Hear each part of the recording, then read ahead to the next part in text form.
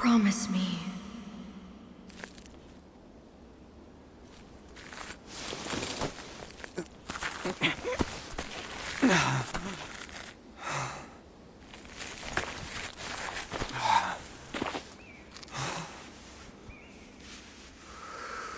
That together, the three of us will bring about a new age of peace.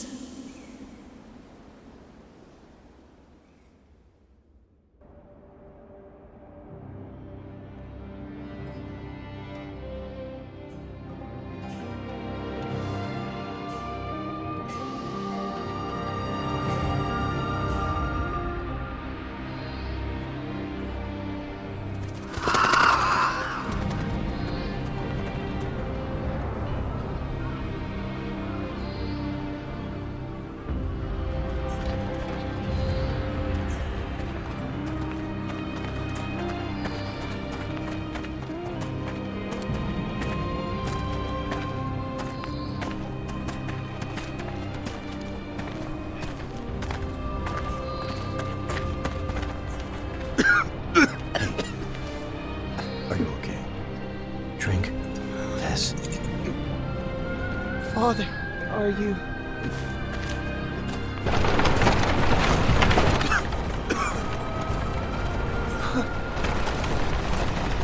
What a miserable place. Please, allow us to have some... Have mercy on us! Think of the children. Move! You're pathetic. Shall I put you out of your misery? Wait. What you carry is a gift from the Emperor to starving people. What justification could you possibly have for ignoring their plight? Such insolence! How dare you speak to me like that? This merchant has confessed everything. You had him purchase goods from corrupt scholars and sell them for you in the city. In exchange, he offered you bribes and business favors. Oh, scoundrels. Don't you know how hungry we are? Silence! Stay back!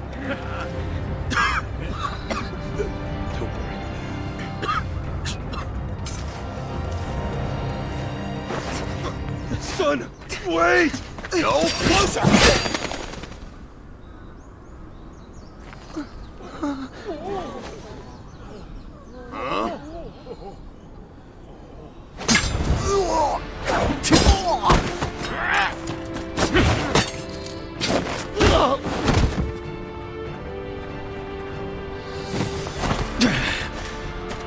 You!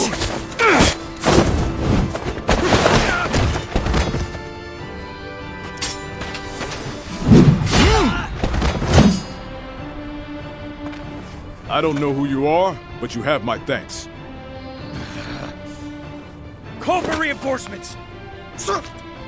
Even more are coming? More soldiers are coming! Hey, you two. This way.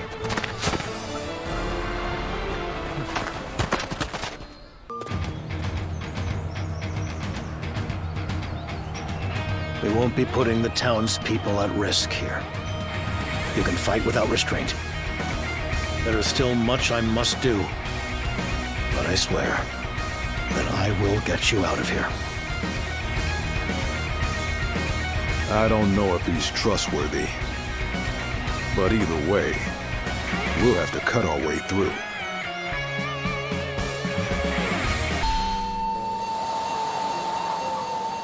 I ask you this. Do you choose to continue being exploited until you die? No! Then tell me, do you have the courage to take back what was stolen? Yes! Then let us all advance and witness a new era of peace.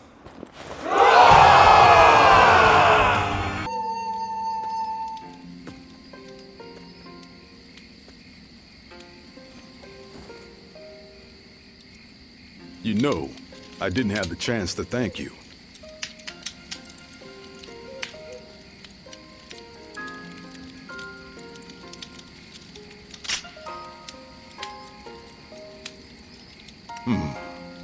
I am very grateful for your help. Though it was rude of me to accept it without even asking your name. Tell me, what are you called?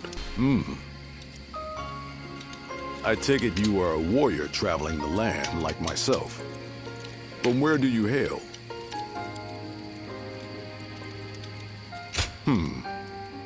That is quite intriguing. You fought with such effortless skill. I've never seen anything like it. I'm curious to know where you trained.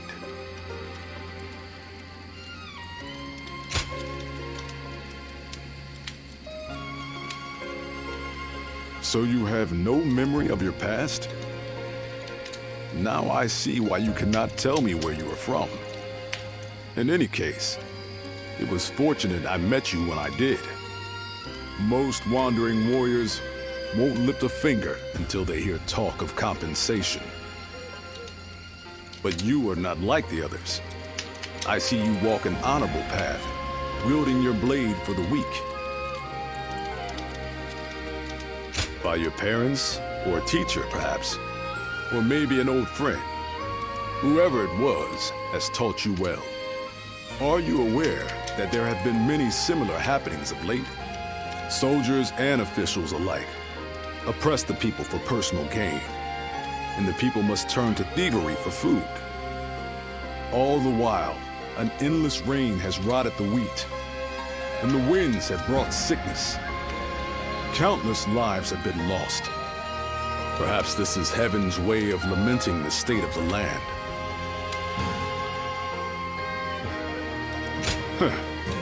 Is that where your doubts lie? You are an odd one. I am sure you have also heard rumors about the Way of the Great Peace. They are a cult that follows a great sage called Zhang Jiao. Recently, I've been hearing their ranks are growing rapidly. Their promises of a brighter future must be drawing in the powerless masses. I've spoken too much. It has already grown late.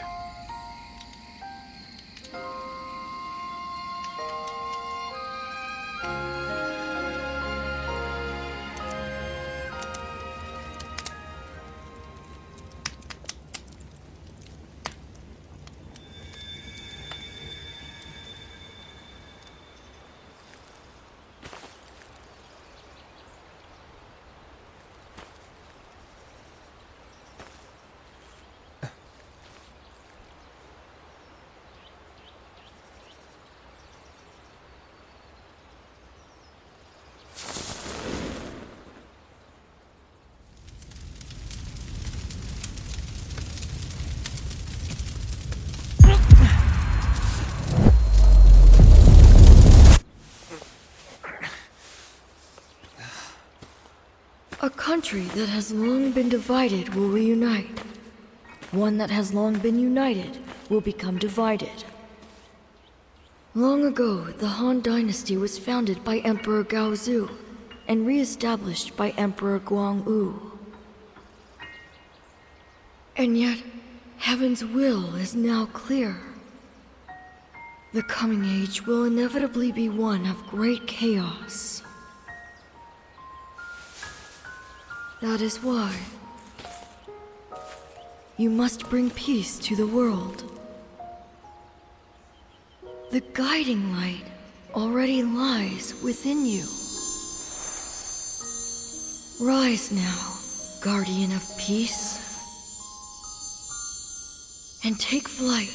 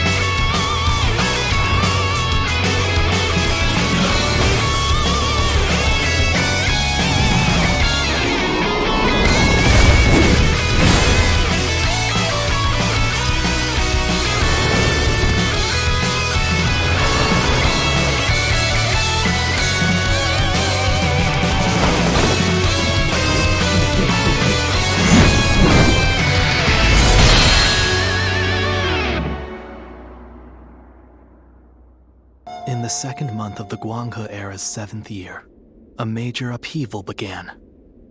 By extending a hand to suffering peasants, the way of the Great Peace gained immense support. Jiang Jiao, the movement's founder, declared a rebellion against the Han dynasty.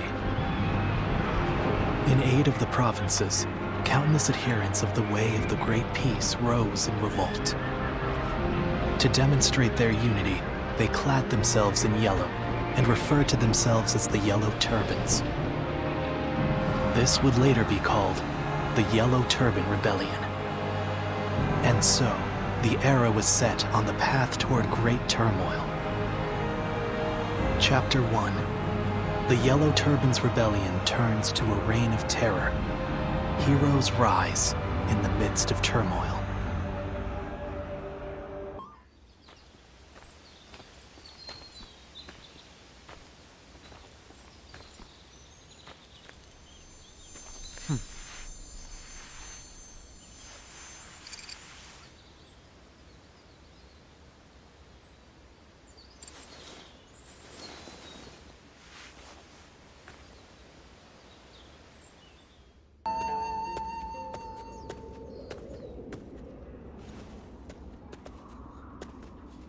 Here we are. This is your room. But you're a bold one, if you don't mind me saying, to be traveling in such times. Trouble and strife everywhere, they say. Not to mention all the talk of thieves and bandits hereabouts. Ho! Able to handle a blade, are you? A fighter, perhaps? Seems like that's the only way to survive in this world of ours. You are planning to stay here for a while, right? If you're looking to find work as a soldier, why not consider joining the militia force? This is the governor of Yo's domain. He's always looking for skilled warriors. Why, just yesterday, a volunteer force visited his lordship. But I shouldn't be gossiping about others' affairs. That said, I am a businessman, and I like to stay informed. So, if you have any questions, just ask. It's a small army of volunteers recruited to fight the Yellow Turbans, who are growing bolder and more unruly by the day. I remember when everyone believed the way of the Great Peace would make the world a better place.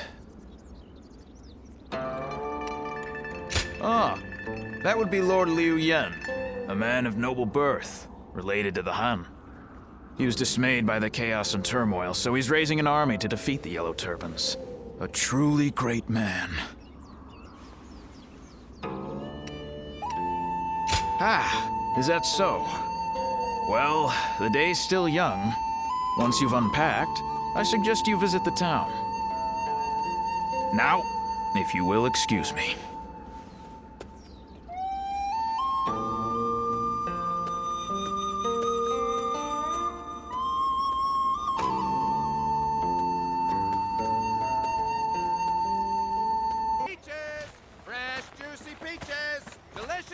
Sweet peaches! You, sir, would you like a peach? Hey, you! If you're not buying, then you're in the way. Now, move along. You, how about it? Would you like a fresh sweet peach? Oh, hey, you! Wait! Whoa! What are you? Watch out!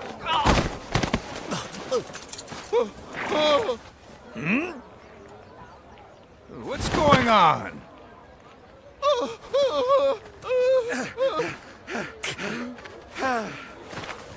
Thank you. Hey, just give up already. Forgive me!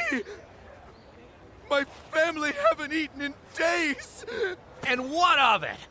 You're just another refugee who couldn't protect your land. If you don't work, how do you expect to provide for your family? I would work if I could, but... Chucky. Here. Huh?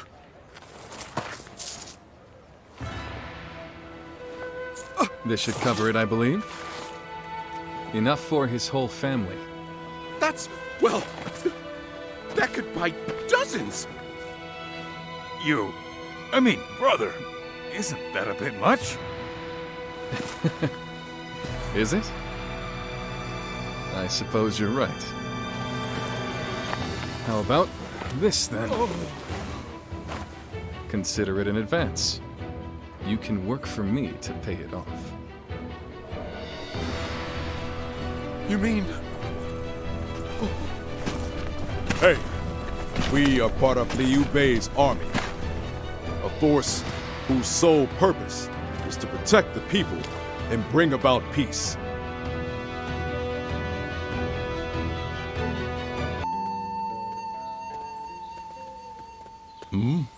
Are you? I knew it was you. I've not seen you since G, but it is good to see you doing well. Someone you know, brother? Yes. We fought together in G province. These are my companions. We swore a vow of brotherhood with each other just recently. This is Zhang Fei. And this is Liu Bei, the eldest of us three. It's good to meet you. I have heard from Guan Yu that you were a man of great valor. I am surprised you remember, brother. I only spoke of him but for a moment at a feast. That was more than enough. Remembering names and reputations is a skill of mine. As unimpressive as it may be. Oh, well, being told that in person is a little embarrassing. And by the way, we will be fighting against the vanguard of the Yellow Turbans tomorrow, by order of the governor. Would you be interested in joining us? Hey, what's this about? You don't think we're enough? No, that's not it. Then why? Right from the moment we formed our volunteer army, we have welcomed any tough fighter, no matter who they may be. And from what Guan Yu told us, he made the government forces look like incompetent fools. I want to fight with him and see his skills for myself. Well, if that's your decision, all right. But first, I need to see how strong a warrior he is. So let's put you to the test. If you can beat me, I'll welcome you. What? Hey, you better not be talking about me. Worry about yourself. Come on, then. Let's go somewhere with enough space.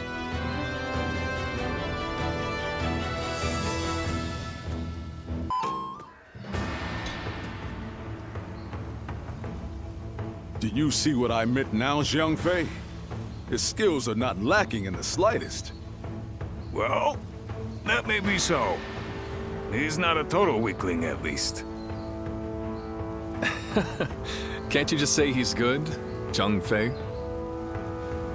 Sorry about him.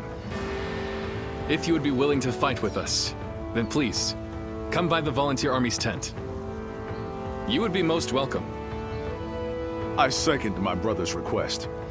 It would be very heartening to have you on our side.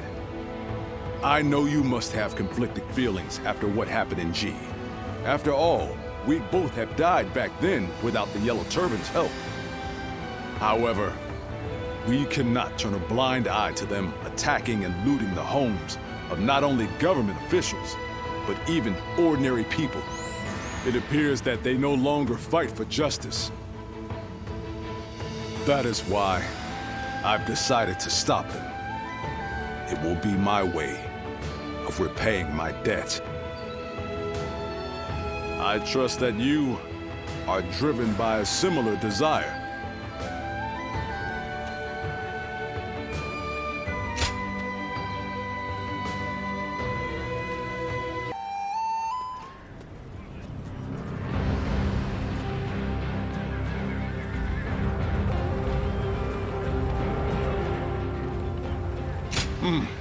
It is good to have you here. So you're not one to ignore people crying out for help. I respect that. Welcome to the Volunteer Army. We appreciate you joining us.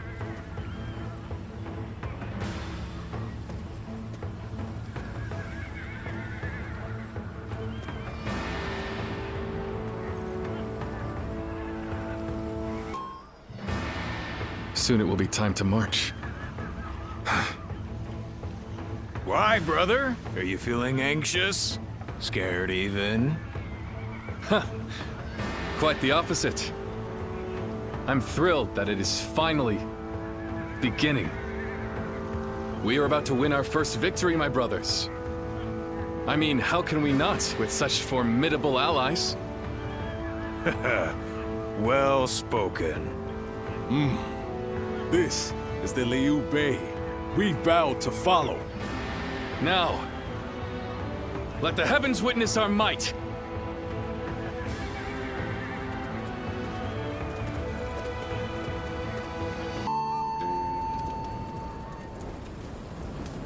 Thank you again, all of you. Today we won a great victory, an auspicious beginning for our volunteer army. I would like to rest. But first, I must report to his lordship, the governor. Indeed.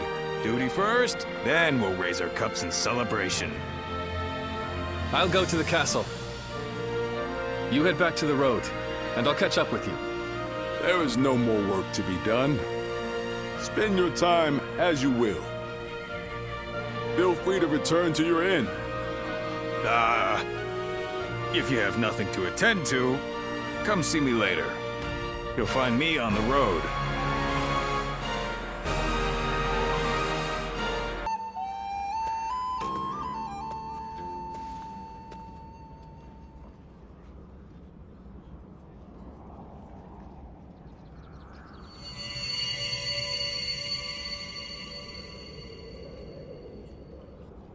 Guardian of peace. It seems there is still light within your jade.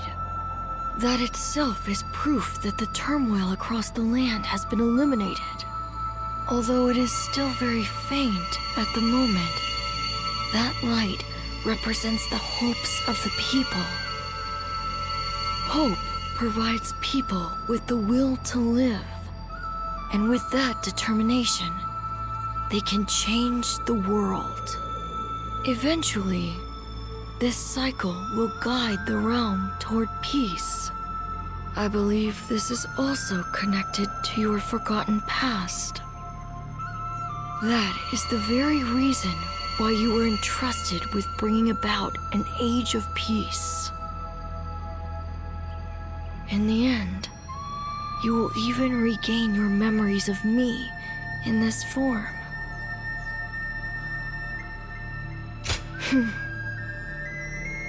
It is time for you to go. Your true journey has now begun. Ah, I didn't know you had returned.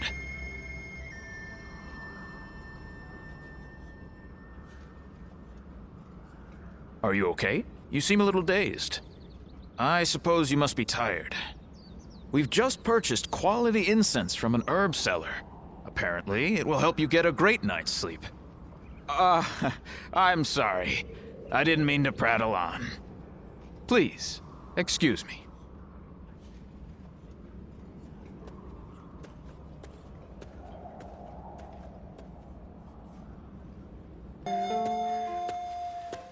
Hey, I just wanted to say, I'm impressed with your skills. To be honest, I wasn't comfortable trusting someone I knew nothing about. But it looks like Guan Yu trusts you, so I guess I ought to give you a shot at least. After all, Guan Yu is something else. What with his aura, which is so different from Liu Bei's, and his knack for noticing things in people. Now, I've thought about it for a while now, but I take everything with a big chunk of salt. I'm pretty perceptive too, you know. You know, the three of us haven't actually been together that long.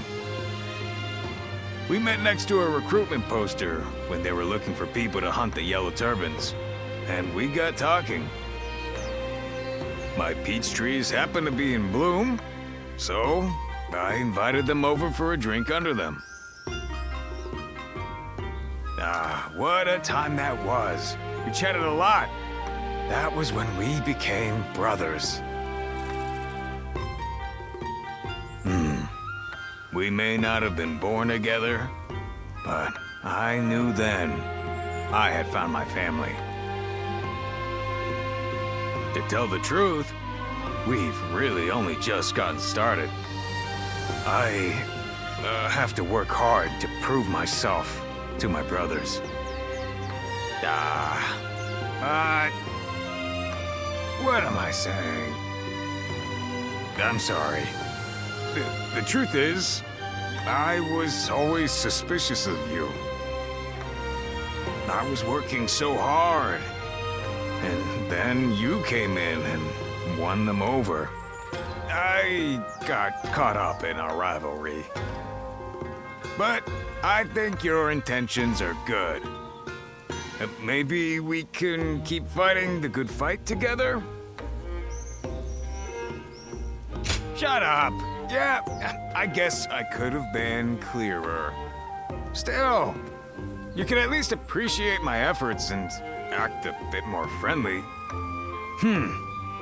You've got some nerve talking to me like that.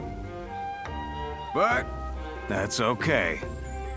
I like that you fight back. You can stick with us for now. I don't think you can leave without telling us.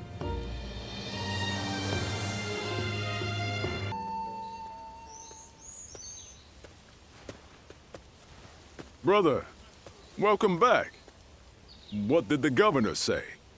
He was impressed by our success, and has ordered us to go to the aid of government forces in Yingchuan.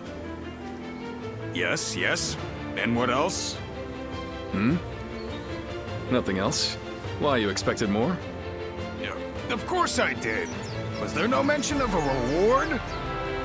Ah, that. There may have been, but I do not recall exactly. We risk our lives, and you're sent away with nothing but a pat on the back and new orders. We do not fight for gold or rewards. This is good enough for the time being. Yes, Guan Yu is right. But... Think on it, Zhang Fei. This is just the first step on the road to great things. We are turning our talk, our dreams into reality. Doesn't that fill your heart with fire? I'm no match for your passion, brother. You were a great help to us. I'm glad we met back there. I like the way you handle yourself. Will you do us the honor of fighting alongside us?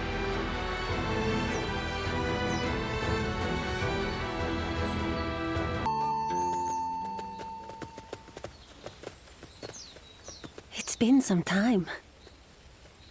Or perhaps I should say it's nice to meet you. Do you remember? About the village? About us? So, you really have forgotten. I am Juha, a guardian of peace, an adjudicator of life and death. Our role is to eliminate those who would sow chaos. You don't remember even that? And yet, if you are really so intent on defeating Zhang Jiao, maybe you are still one of us. With or without your memories. I can see your eyes haven't changed at all.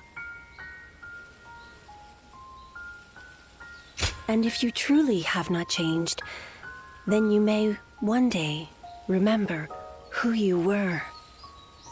But until that day comes, you must survive. Live to see your task through. I will watch over you until then. The great sage Yang Zhao. You wish to stop him, do you not?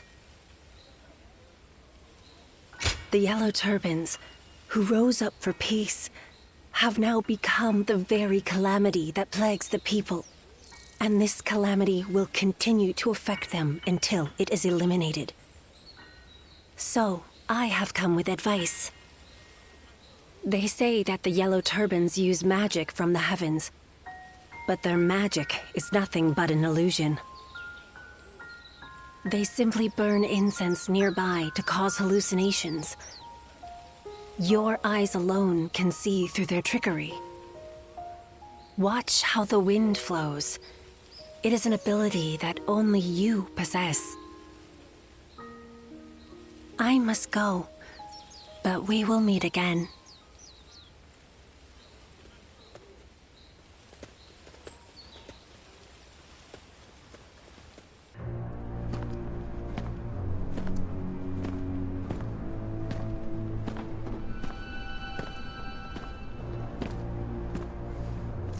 The heavens are on our side! That which the Han stole from us shall be ours once more!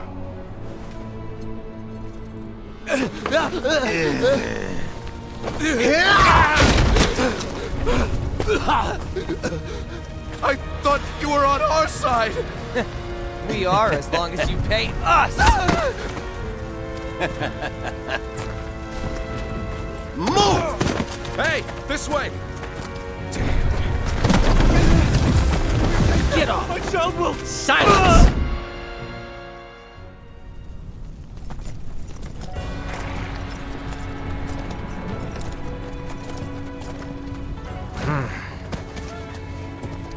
This just won't do. When a person has the power to defy order, it corrupts them. This is simply human nature. That's why the law must be applied to all equally. And all criminals must be punished. Now's no time for a lesson. What are your orders, Cao Cao?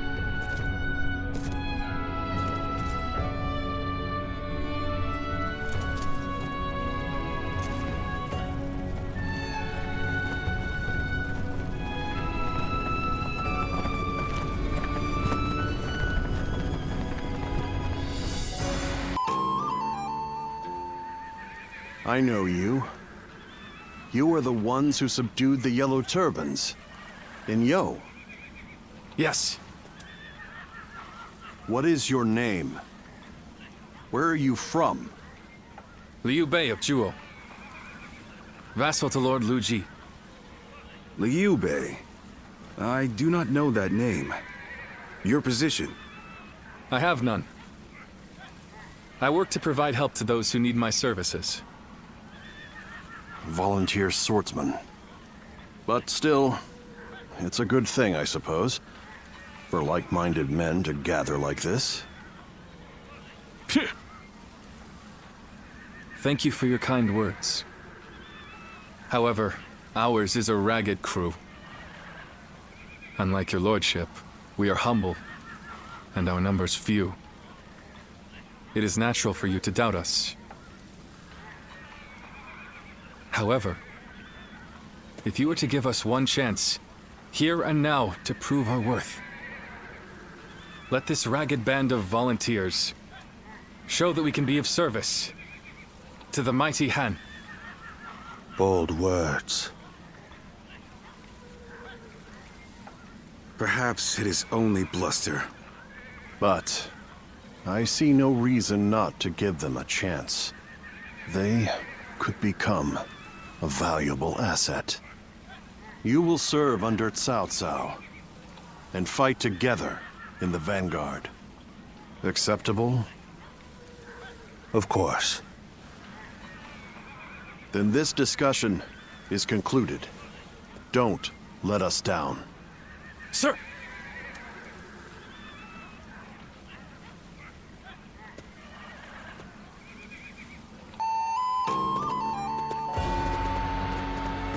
My lord, you have returned.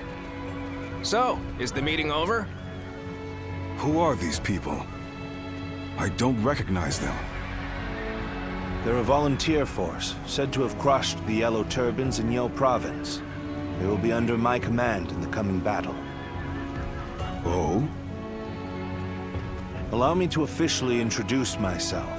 My name is Cao Cao. I look forward to seeing what you're capable of in combat. Sir. So, I take it you're a lot more capable than the government forces. I am Xiahou Yuan. We welcome anyone who is here to help our lord. Isn't that right, cousin? Xiahou Dun. You would do well to remember that if we're to fight together. Thank you for your words of welcome. They seem like more reasonable people than the ones earlier. It would be wrong to think that all government forces are the same. Some among them are said to be even more brutal than the Yellow Turbans. Indeed, and those are Cao Cao's true enemies. The battle against the Yellow Turbans will also aid us in removing corruption from the government. Keep that in mind. Cao Cao never acts to gratify his personal desires.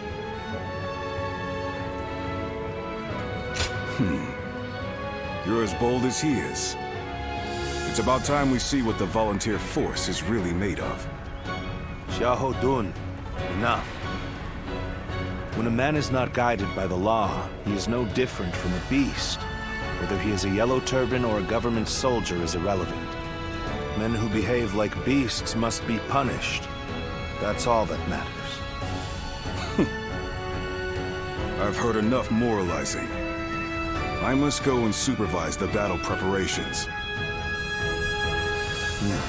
Very well. You should ensure the volunteer force is ready for battle. I'll inform you of our plans later. Leave it to me.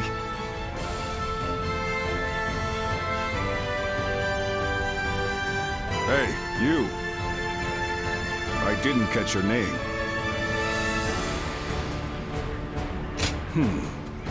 I'll remember you. We're done here. Show me what you're made of in the coming battle.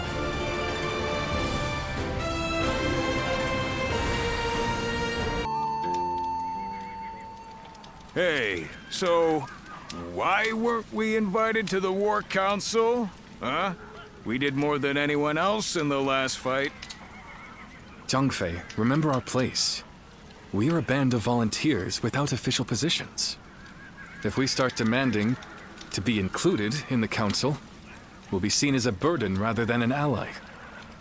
Ah, you might be right, brother, but it still aggravates me. Yes. I am of the same opinion. While our men were thrown into confusion by the sorcery, your militia alone kept your heads. None can dispute your contribution to our victory. I will ensure your efforts are recognized. Why, thank you, Lord Cao Cao. We owe our success in battle to this warrior, who saw through the enemy's sorcery. He, too, deserves your lordship's praise. I see. So, that clear-eyed gaze of yours sees through sorcery, does it? You rise above the chaos on the ground, roam the length of the battlefield, find the path to victory. Like a bird of prey soaring in the sky. Ziluan, that should be your name. A winged omen that heralds the reign of a good king and condemns that of a wicked king, leading the world toward peace. Peace in the Luan. Cao Cao, stop warbling like a poet. You're just confusing them. His lordship is a true scholar. Still, Zuluan. It has a nice ring to it, and fits you well. Yes, I like it too. It's not our opinion that counts, though, is it, brother? Lively group you have here. I shall be counting on you in the coming battles.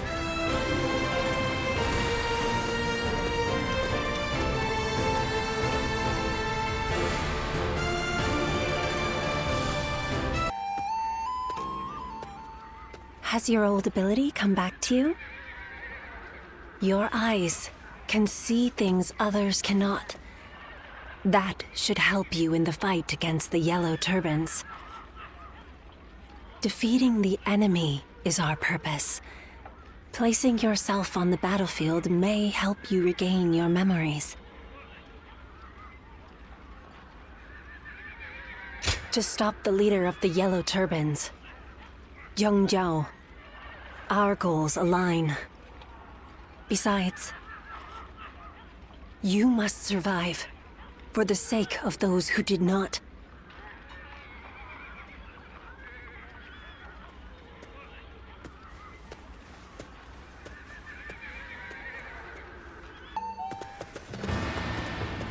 Lord Chujin, you wish to see me? I did. We have a job for you and your men. Here in Jing, our advanced forces have already driven the Yellow Turbans back into Wan Castle. We want your volunteers to rendezvous with the Vanguard and finish off the enemy together. The Vanguard, you say? Very well, my lord. In our hands, the mission is as good as done. Excellent. Good luck, Liu Bei.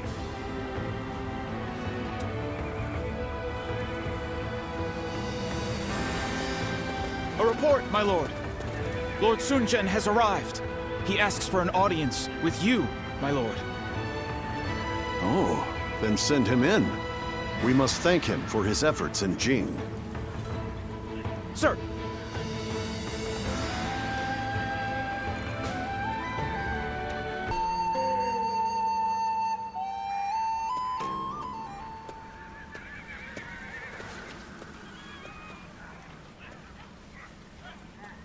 I, Sun Jian, come humbly before you.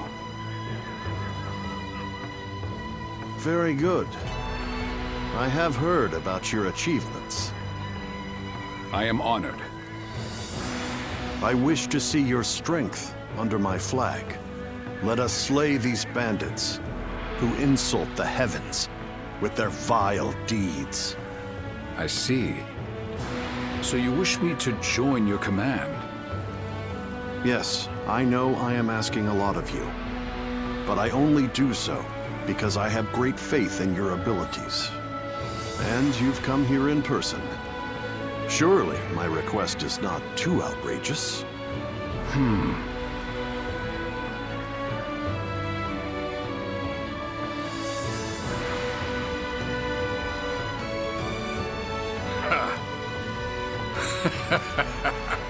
I did not expect such humility. You need only tell me to follow your orders, Lord Chujin. You are the general of the household. While I am but a regional official, why would I hesitate to accept your offer? The might of the House of Sun exists solely to serve the Han. We'll follow any order that helps bring peace to the realm.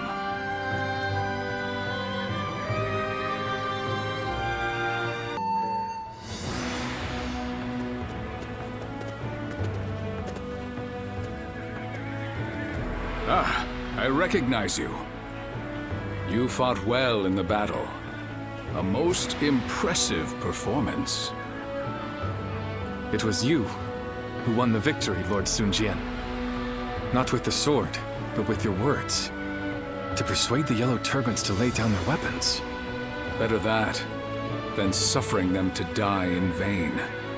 The Yellow Turbans have their cause, right or not, and I understand what drives men to die for what they believe in. But they will not win their cause, nor feed their starving families by throwing themselves on the swords of my men.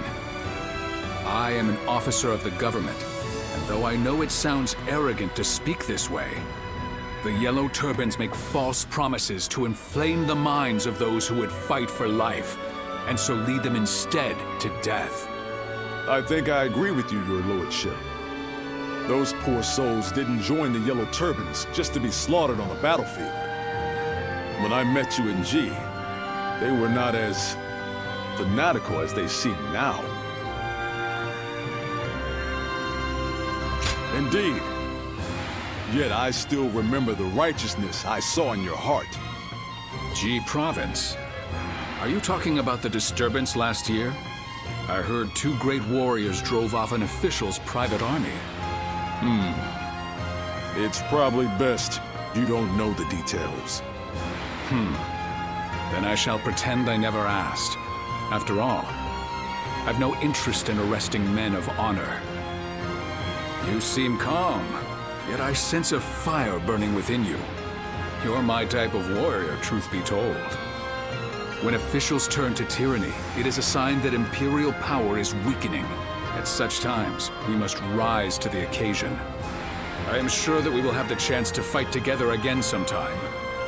I, for one, look forward to it.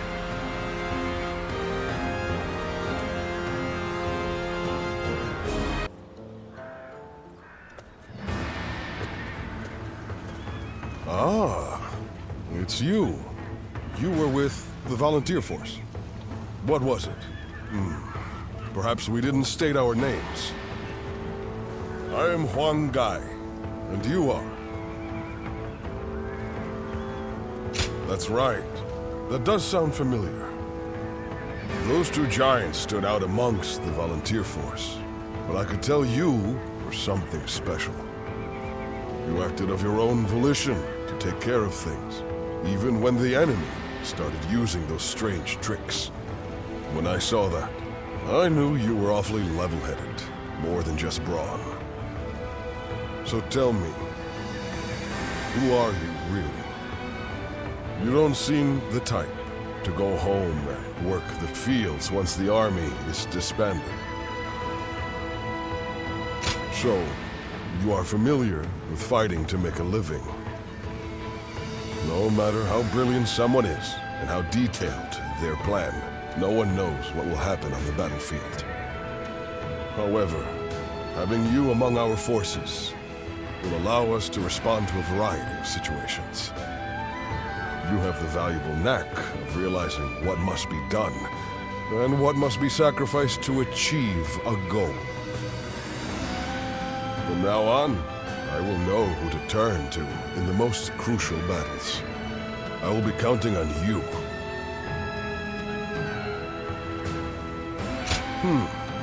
So you know how to be agreeable as well. Well, it is time we departed, but I'm glad we've come to know each other. Until next time, good health to you.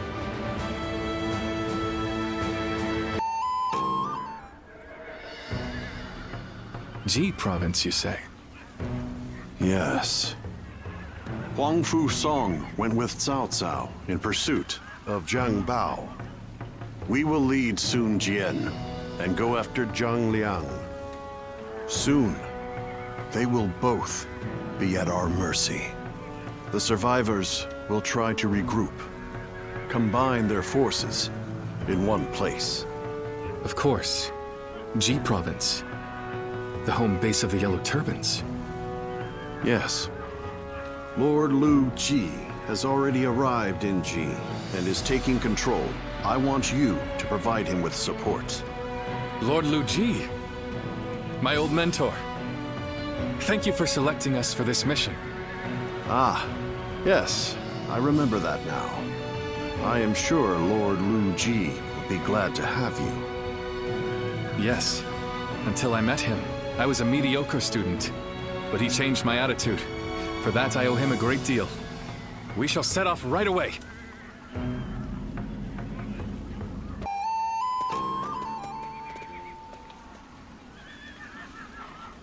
Lu Ji is not here. Why not? He has been imprisoned. for refusing to give the attendants the bribes they expected. No. He stuck to his principles and allowed himself to be condemned for a crime he did not commit. He is a fool.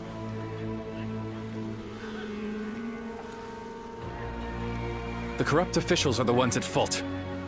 There is no reason Lord Lu Ji should be blamed. Those with power live. Those without die. Anyone who fails to understand this truth is nothing more than a fool.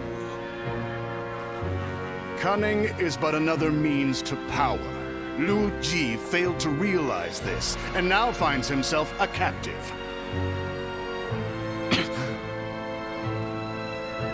So, are you one of the powerful, or not? I do not judge on status or title. Prove it during this battle. You may make a name for yourself if you are successful.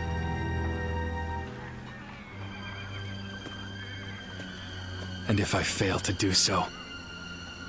Then the battlefield will claim your life. That goes for both of us.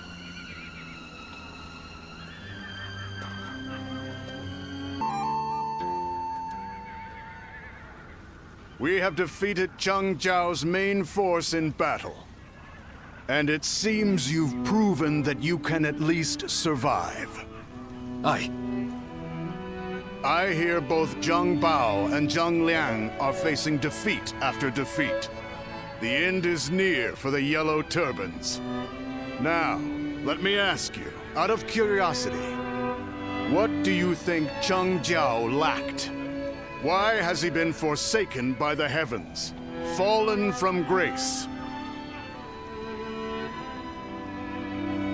Indeed. His actions did move the realm. But he did not have the strength to move the heavens. It matters not what one's ideals are. Without strength or victory, nothing is accomplished. In both politics and war, the weak are the first to flounder. And as soon as one has shown their weakness, their fate is sealed.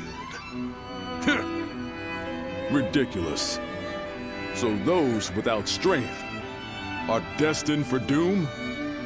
That is the nature of this realm. It's nature.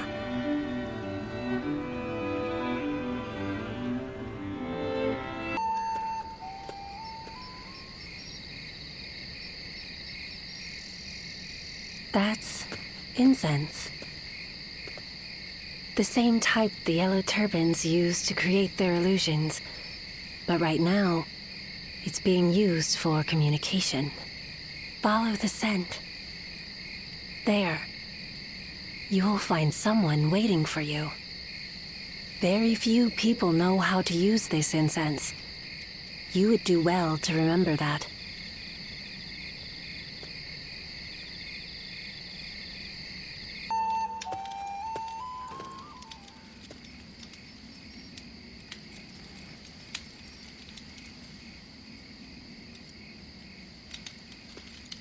Ah, you figured it out.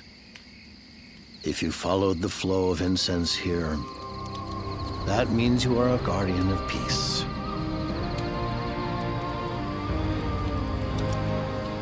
That look, it doesn't seem like you're joking. Or perhaps you do not remember? Ah. I see. I understand now. You seek to defeat me, not because you were ordered to, but of your own volition. A guardian of peace, one who knows not their duty, judges me. If that is not the will of the heavens, then I am at a loss. Even if both heaven and earth try to judge me, I will not stop believing in my righteousness, as long as others ask it of me. I know that this path, this ideal, is not a mistake. I am right. And therefore I will not lose. I cannot. Our fates are intertwined. I shall await the day I see you in battle. Guardian of Peace.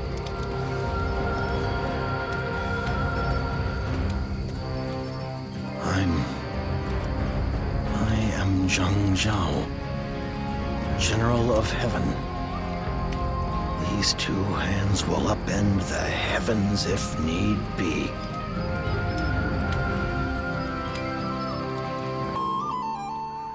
Lord Huang Fusong and Lord Ju Jin have arrived. The final battle will be upon us soon. It would be best to focus before we head into battle. I, for one, can't help but get excited. What's wrong, brother? No. It's just that it feels like I'm dreaming it all. We started out merely wanting to help those who are suffering. And now, we are fighting alongside the land's finest warriors. Think about that. We are about to make an incredible difference in this realm. Is that not amazing? A tad early for that, is it not?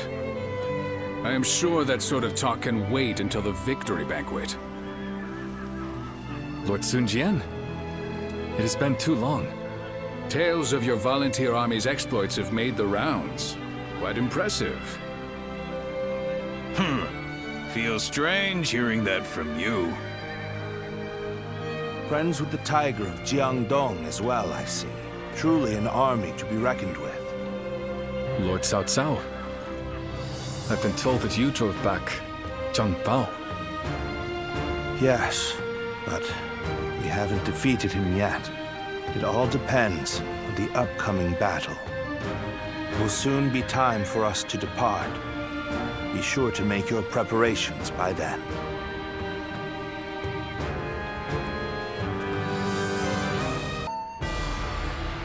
Now then, I assume we are all ready?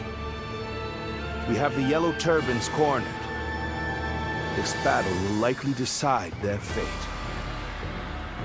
We have achieved victory against them time and again. There is nothing for us to fear. Believe in one another and march forward, and we shall be unstoppable. I also look forward to seeing what the volunteers can do. We came here to put an end to the turmoil. And we will give our all to see it done. Ha! I see no need for further discussion, Cao Cao. All that's left is to hunt down the wounded beasts. Very well. Let us go.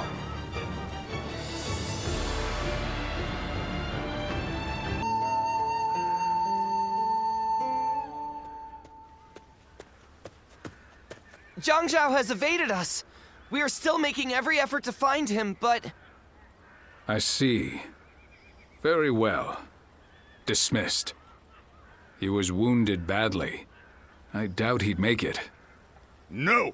We must find him! Search every corner! We've searched everywhere. Spending more time on this will only exhaust our troops. Oh. He will die soon, even if we leave him be. Not even a doctor of surpassing skill would be able to save him.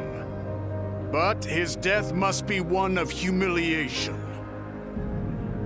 You want to? A hero who died bravely, fighting to the bitter end. Such a death could very well become the symbol for another uprising. Unless we cut off his head and display it, the Yellow Turbans will rise again. That we cannot allow. On this one, Dong Zhuo is right. Split up and search for Zhang Zhao. Understood?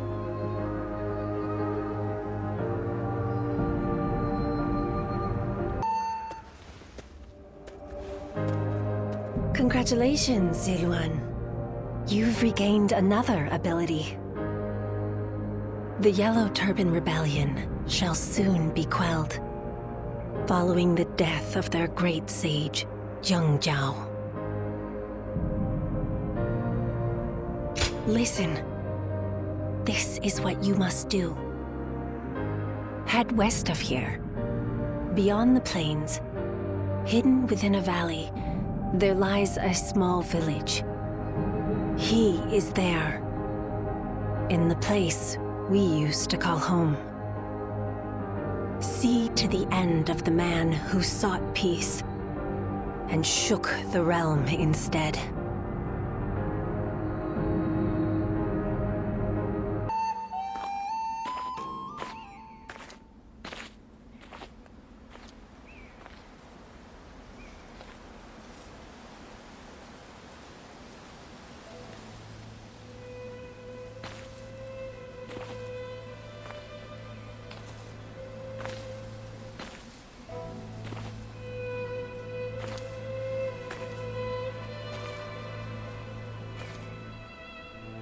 Once,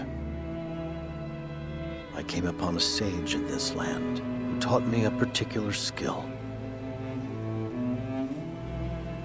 And he told me something. Use this power to help those in need. But lose your way, and you shall be punished by a guardian of peace. And now, here you are.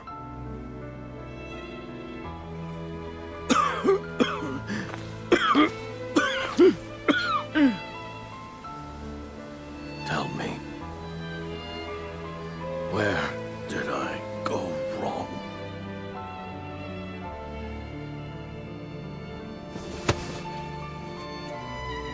Our greed grew stronger with each success. Why wasn't I able to prevent that? If this is just human nature, then there is no way to save this world.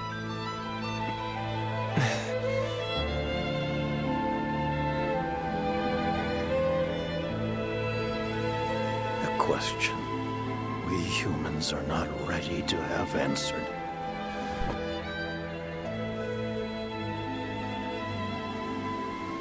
I am the great sage Jiang Zhao. I allowed the people to dream of peace.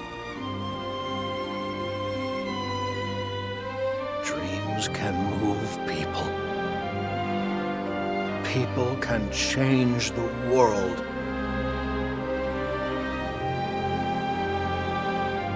Though I may die here, the world will go on. In the end, there must be.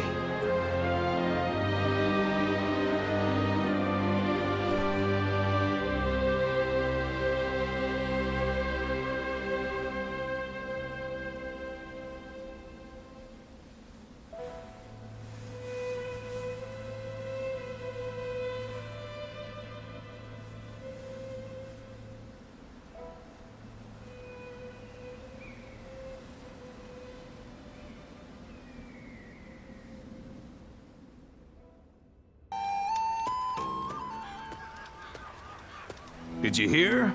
Huang Fusong has been spreading rumors. He's saying they dug up Zhang Zhao's grave to cut off his head? As if anyone even knows where his grave or body is. Although it is Lord Huang Fusong who has been saying such things, apparently he was put up to it by Lord Dun Zhua. That makes me sick to my stomach. We must learn from Zhang Zhao.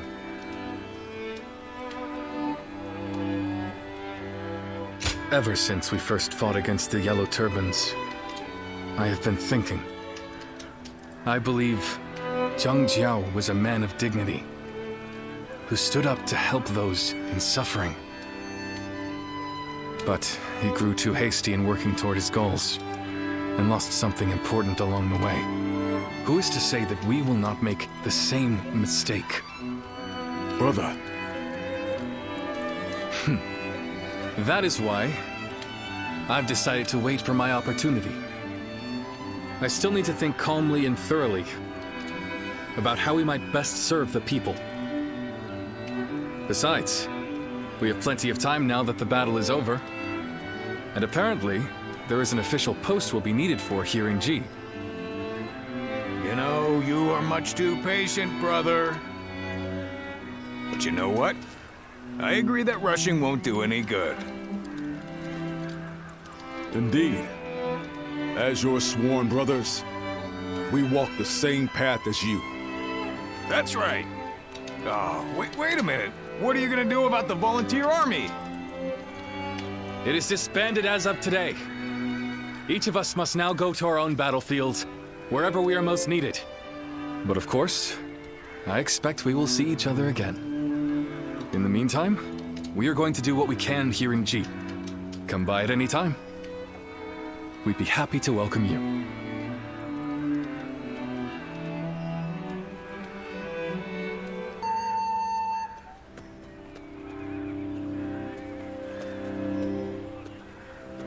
Mightn't it be too hasty to move on already? Can we not afford to have our soldiers rest for a while longer? What needed to be done here has been done.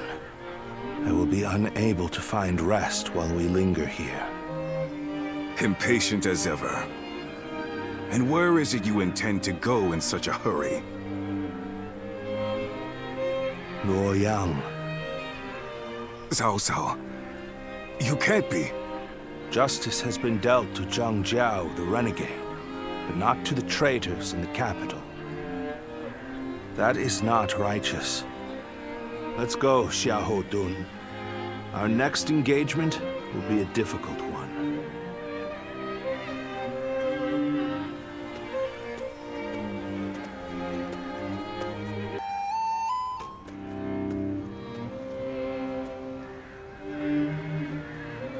Well, I suppose we've stayed here long enough. We shall withdraw as well.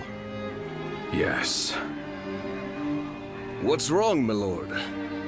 You look rather glum. Zhang Jiao has been defeated, and the Yellow Turbans are no more. That is worth celebrating. But, with them gone, where will people's rage and discontent be aimed at now? We should be prepared, for another storm will be brewing soon. We are the Sun, the proud blades of the Han. Whatever the circumstances, we must fulfill our duty as warriors.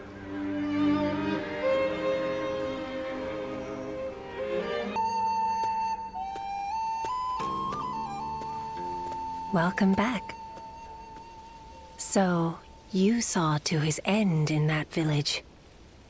But your memories have not returned, have they? You cannot remember who you are. Ah, so he told you, did he? Once, there was a group of people with honorable intentions. They aided Emperor Gaozu and assisted with the founding of the Han. It is said that they excelled in combat, that they could read the winds and manipulate incense. They were the guardians of peace. Those who upheld tranquility from within the shadows of history. You used to be one of them. So, you must have seen it. As the long-reigning kingdom weakened, and the land descended into a state of tumult, our village also changed. Should we continue to support the Han? Or should we help bring about a new age? Clashes over decisions, with no correct answers. And in the end, many lives were lost, in battles that were never recorded. But you survived. You are the last of our wings. carrying the weight of those we lost. The great sage Zhangjiao knew who you were and entrusted you with his dreams. You must continue to soar and find the hero who will save the realm. Even if your wings grow heavy as they become coated in blood, you must not fall. For you cannot find a true hero from the ground.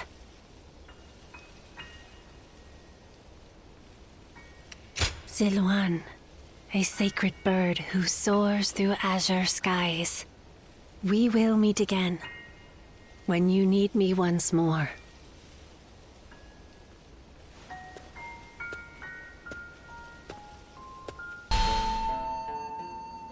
Lose your way, and you shall be punished by a guardian of peace. And now, here you are.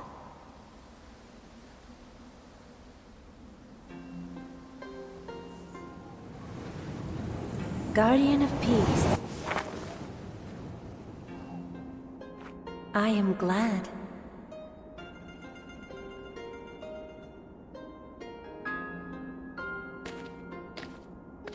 Congratulations, Zilwan. Now you too have become a Guardian of Peace.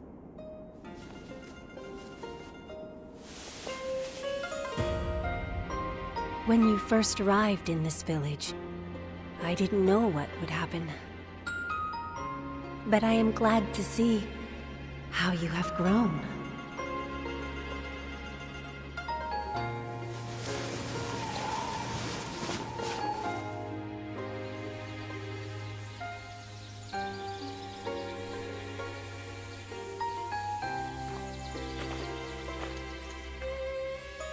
A number of years after the rise of the Yellow Turbans, the authority of the Han Dynasty waned, and its ability to effectively rule was lost. Throughout the land, Yellow Turban remnants continued to resist, while a number of clans which had grown in power carried out insurrection after insurrection.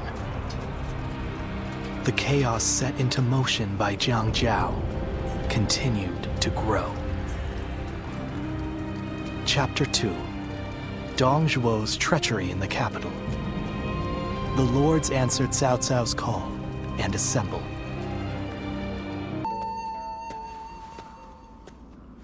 Oh, hello. You're back a little late today. The Yellow Turban Rebellion was starting to settle down, but now new uprisings are springing up all over. The world is becoming a dangerous place. Professional soldiers have been kept busy, to say the least. We appreciate your service. I almost forgot. I came to bring you your letters. Who knows? Maybe some wealthy lords have need of your services. Well, if you have anything to ask me, now's a good time to do it. Yes, a few arrived while you were away. You should take a look at them later. From now on, I'll just put all of your letters in your room when they arrive. I see. The volunteer army has disbanded, so now you need a new source of income. Is that right? Well, let's see. The lords of the land are always recruiting. Fighting for coin from battlefield to battlefield doesn't sound like a bad start. Of course, a warrior of your talents might be better suited to serving a single lord. Is that so? Then I'll be on my way.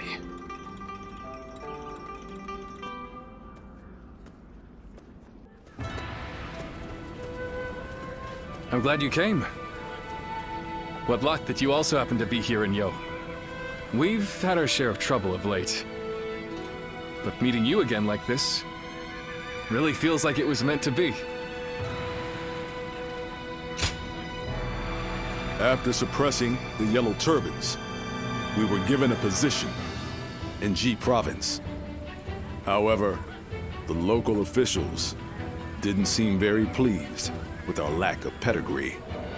And they treated us all like idiots. So I had to teach them a little lesson. But that led to us being forced to leave the province. Don't feel bad, Zhang-Fei. The way they treated us got under my skin, too. That is what brought us here to Yo Province. To ask my old friend, Lord Gongsun Zan, for help. To thank him for his warm welcome. We are going to have to achieve great things in this battle. It is almost time to head for the front. Let us fill you in on the plan.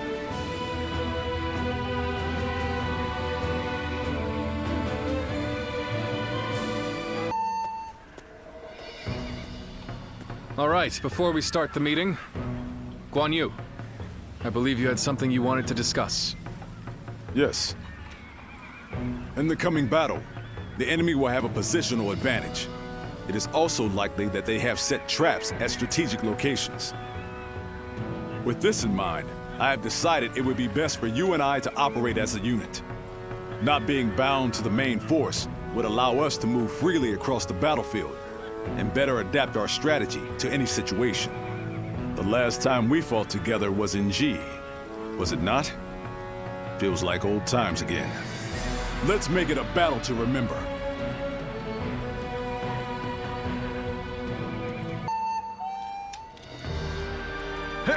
I don't know if those were rebels or what, but they were no match for us. Yes. Yo Province will enjoy peace for the time being. Even so, I've heard that these rebellions are springing up one after the other all across the land. Suppressing the Yellow Turbans did not put an end to the fighting. You're right. It may just be that the chaos itself has grown into an unstoppable force. However, the chaotic state of things also presents an opportunity to change the world. But, brother, we don't even have titles anymore. What difference can we actually make? That's not like you, Zhang-Fei. What will we do? What can we accomplish?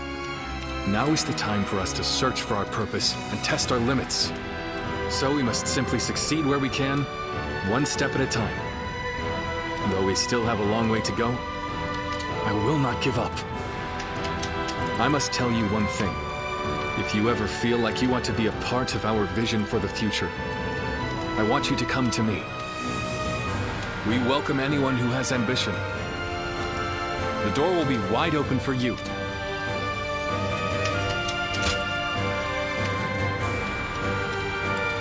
Please don't forget this.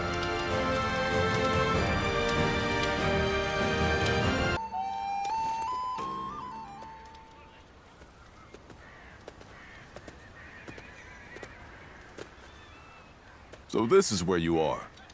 I heard that you might depart tomorrow, so I came to say hello. Might you have time to talk? Thank you. I suppose this may be the last time we're able to speak for a while. There is something I want to tell you while we still have time. Wherever we find ourselves, as long as we wield our blades with integrity, I'm sure our paths will cross again. From the moment we first met, I felt your heart was truly pure.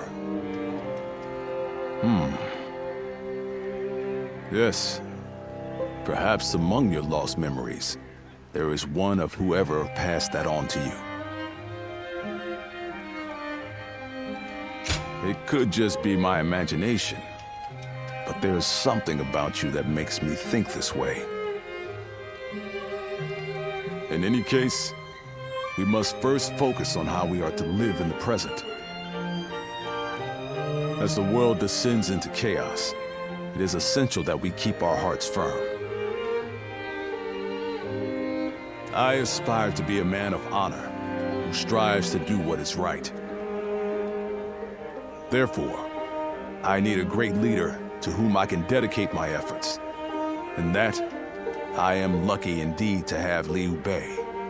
My only worry is that his ambitions are so great that they might overpower my imagination entirely. Ah, so you see it too. A glimpse of Liu Bei as the true ruler of this land. Now, I've said my piece, yet I find myself wanting to talk more.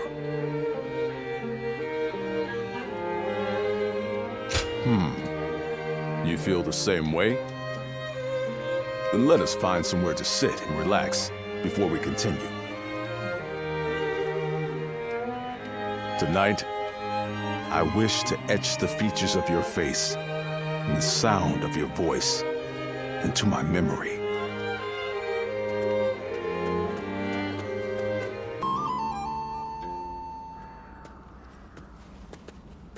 Oh, you're just the one I wanted to see. I have a favor to ask of you. I'm running out of incense for the rooms. I'd like to replenish my stock with the same stuff I've been using, but there is one problem. I haven't seen the man who sells it to me around recently. I hate to burden you with such a trivial task, but would you mind finding him for me? Well, he's an herb seller, so perhaps you could start in a place where good quality herbs grow? You are deeply versed in our aromatic arts. Find the one you seek by searching your past. Well, how about it? Do you have any idea where he might be? That's what I like to see. I know you're busy, but I'm counting on you.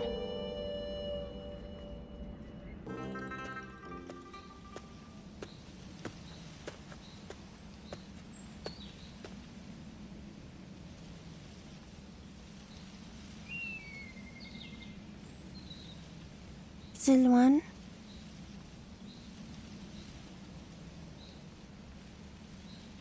Silwan, what are you doing? This is no time for idle wandering. He's right. We should hurry.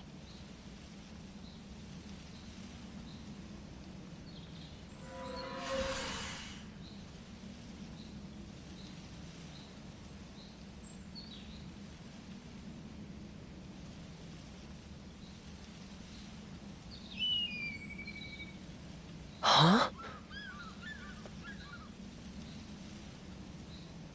There's someone here?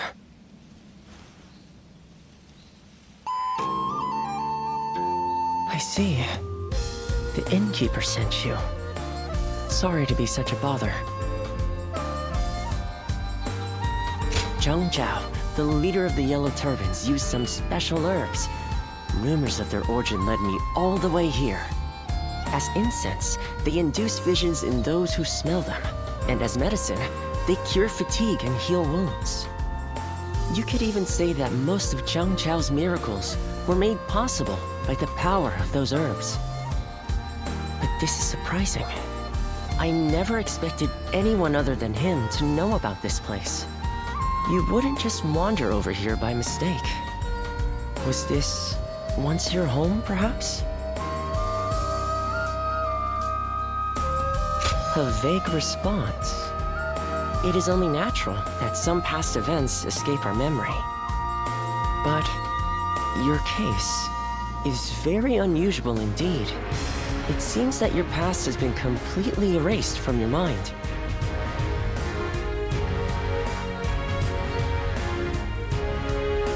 I can conclusively say that I have no idea.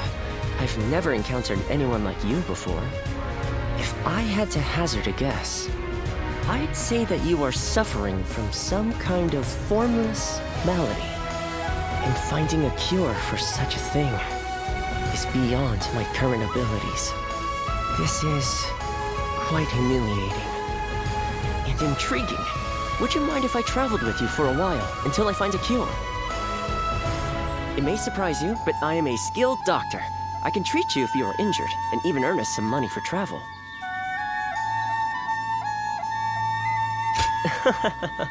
I thought that may have been asking too much, but you didn't even need any convincing.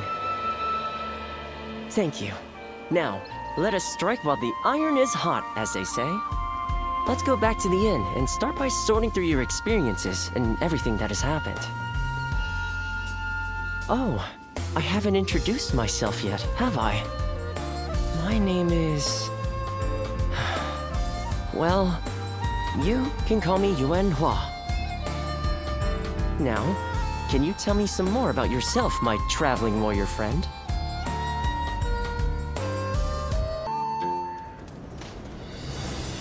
We last met during the rebellion, did we not?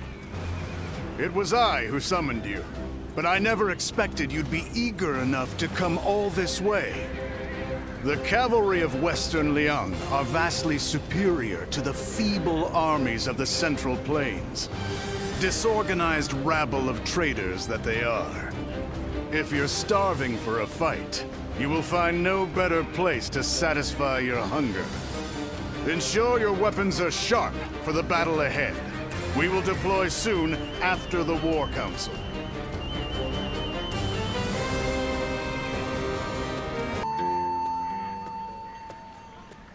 So, it was you that caught my eye out on the battlefield. No surprise there. You fought well. Enjoy your praise from the great Dong Zhuo.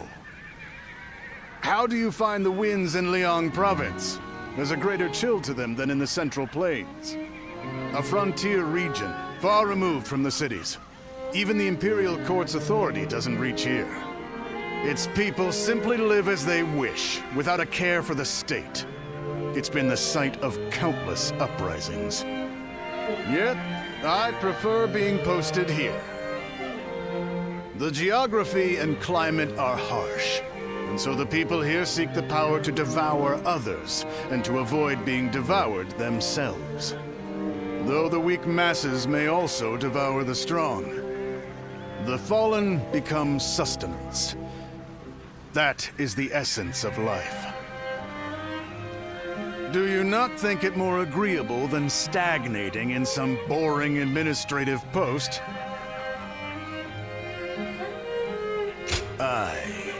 I'm beginning to get a sense of what you're all about. The capital has become stagnant. There's no understandable battle of strength, just deception and cheating. It's not life. It's a slow death, and I detest it. The Chung tribe and Yellow Turban rebels are both just struggling to survive. But these people in the capital, they haven't even realized that they're already dead. A kingdom of death, where the deceased stride around devouring the living. That's the reality of the Han Dynasty. If that is the case... This conversation's gone on too long. Off with you.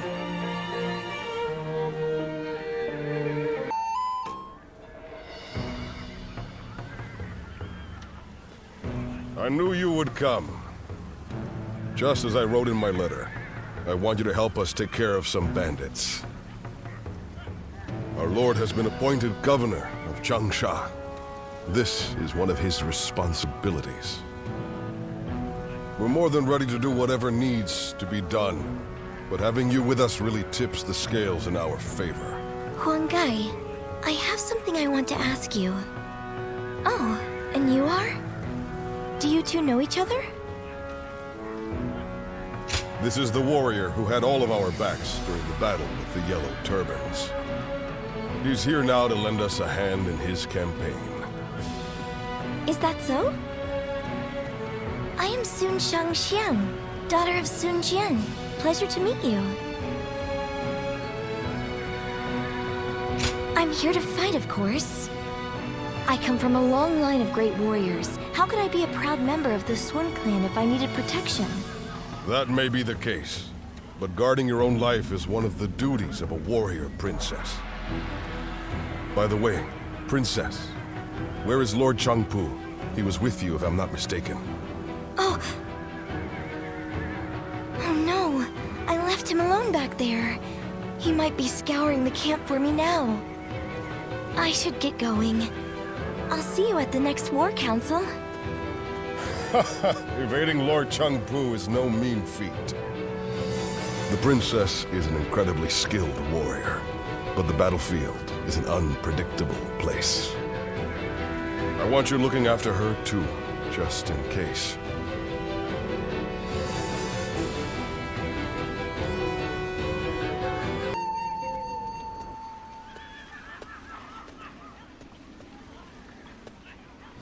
It's great to have you with us. Please allow me to once again extend our warmest welcome. Now, regarding your position among our ranks, feel free to do as you please. You didn't expect that, did you? While fighting the Yellow Turbans, you followed your own intuition and greatly influenced the outcome of the battle. It is our hope that you can achieve similar results in our service. But it wouldn't be right to put all the pressure on you. That's why you and I will be working together. Huang-Gai, wait. I think it would be better if I went with him. After all, none of you expected me to be here anyway, so it shouldn't make much of an impact on our main force. Hear that? It seems Shangxiang has taken a liking to you. As for which of the two you will accompany, the choice is yours. Don't worry. I won't force you to choose me. I would be very happy to have the chance to fight by your side.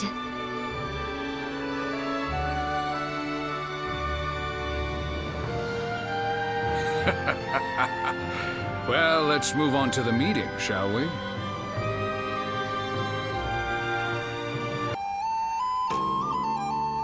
Well, that just about does it for now. We managed to pull through with very few losses, either due to everyone's hard work or the bravery of our lord and the princess. One thing's for sure, chasing after you scared me half to death. Sorry for making you worry. I'll try to become strong enough that you'll be able to follow me without fear. All I ask is that you don't get carried away. Lord Changpu and I aren't exactly spring chickens, you know. Now that we've dealt with their leader, the bandits of Jing won't be causing any trouble for a while. The people will be able to return to their normal lives as well. How lucky they all are to have such a wonderful governor like our lord. Huang-Gai? You and his lordship are incredibly brave, but I suppose that must be said of all the Sun. It's quite a challenge just keeping up. We couldn't have done it without you either. We should fight together again someday.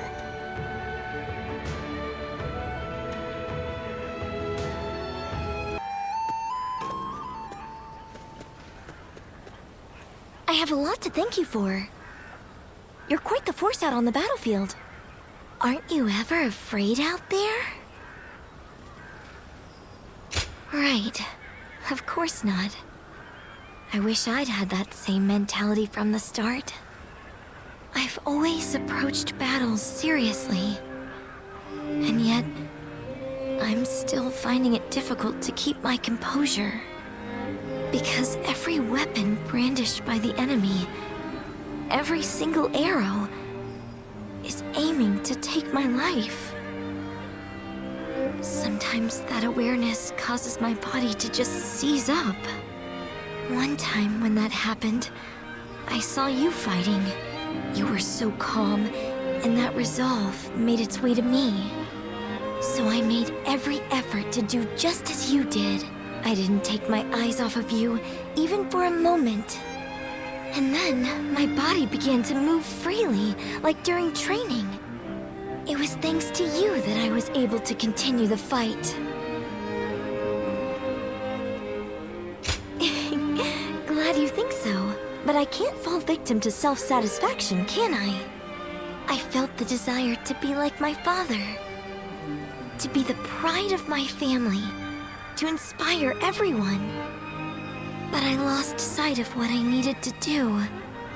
I'm embarrassed now that I see what a burden I've been for everyone. In that battle, I realized just how much work I have yet to do.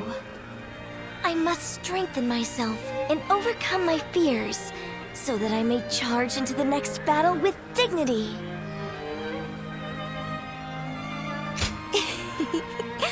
Please do. Next time we share a battlefield, I'll put on a performance you won't be able to look away from. Look forward to it.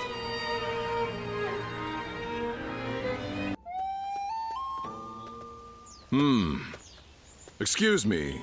Might I have a moment?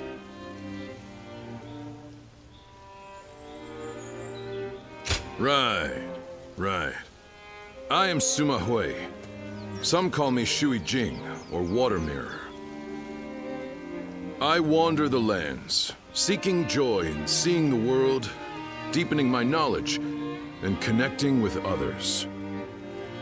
I knew I had to speak with you, as you have a truly distinct air about you. Something about you reminds me of a newborn child. Yet at the same time, you seem like someone who has fought through much hardship. I'd very much like to find out what kind of person you are. Ah, so you do not remember your past. Right. Now I understand. But clearly, there is more to you than meets the eye. Fascinating. Well, I would happily welcome you at my retreat, if you could spare the time to visit. I'll be able to inform you of what's going on in the realm, share local rumors, and possibly even introduce you to other visitors. I am sure the journey that lies ahead of you will be eventful. Please, let me offer you some help along the way.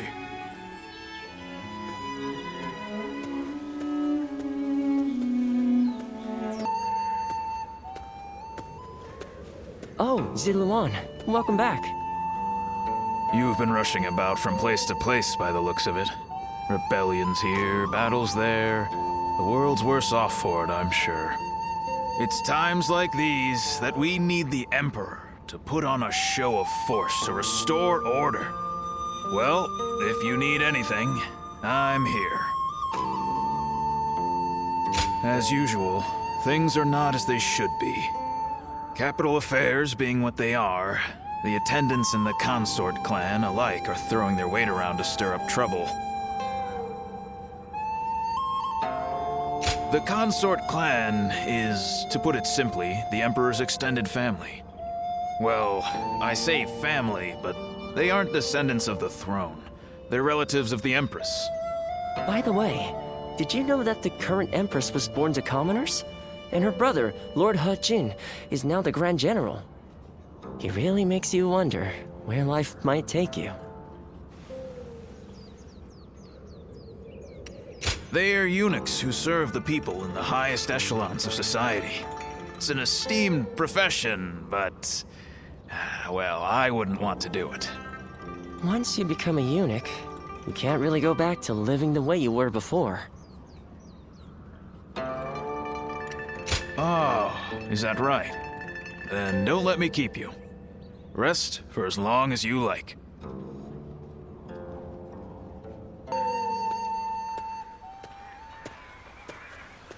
Hey, I know we had orders from Lord He Jin, but do you really think letting them go was the right choice? How do we know if roughing them up was enough to put them in their place? Next time, they might attack innocent travelers. That might be true, but we can't just go against the Grand General's orders, can we? Yeah, I know that, but still. Suli is right on the Emperor's doorstep, and yet the whole place has gone to hell.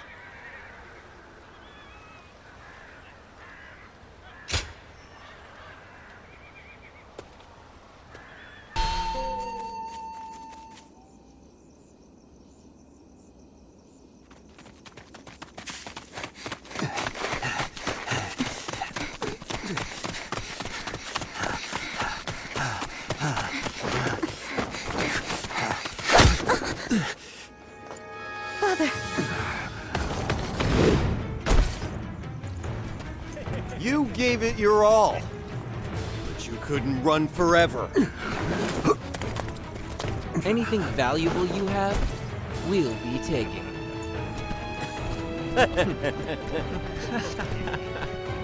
Oh, hey, you! So beautiful. Hey, over here. Cut that out. Focus on the job at hand.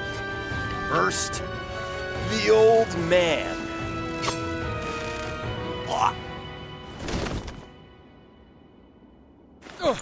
Take this! Wait!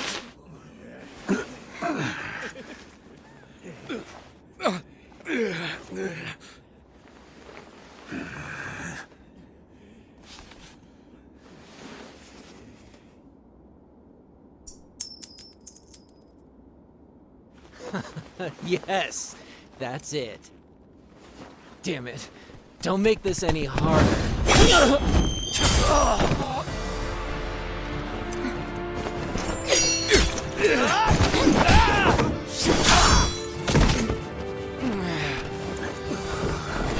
You bastard!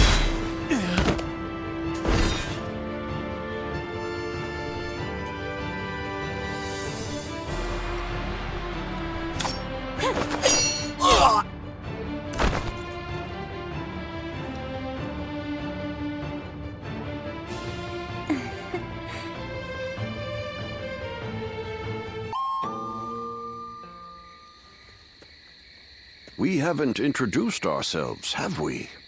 I am Wang Yun. This is my daughter, Diao-chan.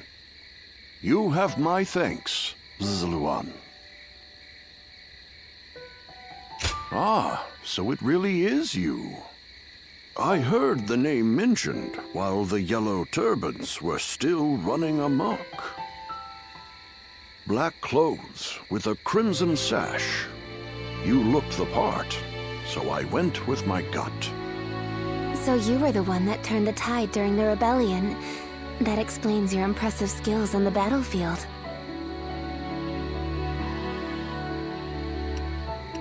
I still have much to learn, I assure you. I may not look it, but I served as the governor of Yi Province during the Yellow Turban Rebellion.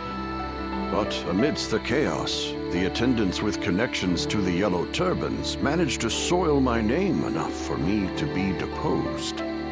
The attendants are mere servants, yet their influence was enough to rob me of my position in such a humiliating way. The shame is unbearable.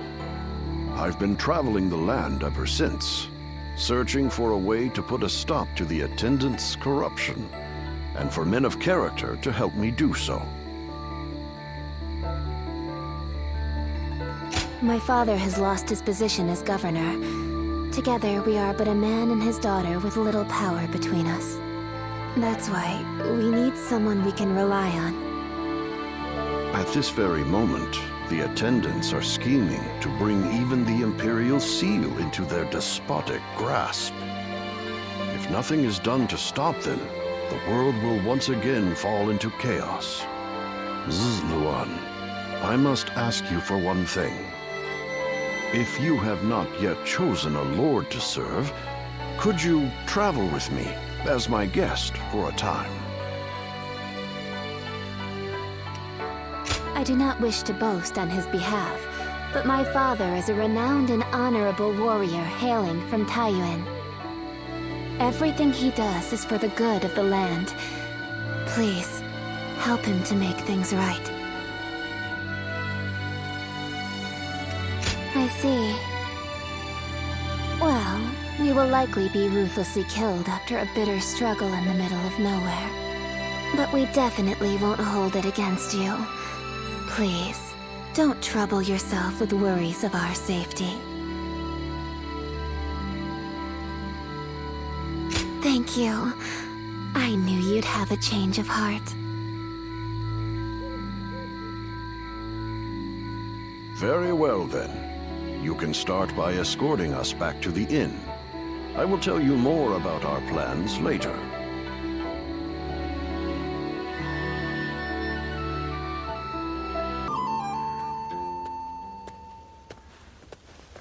Oh, good. You're here.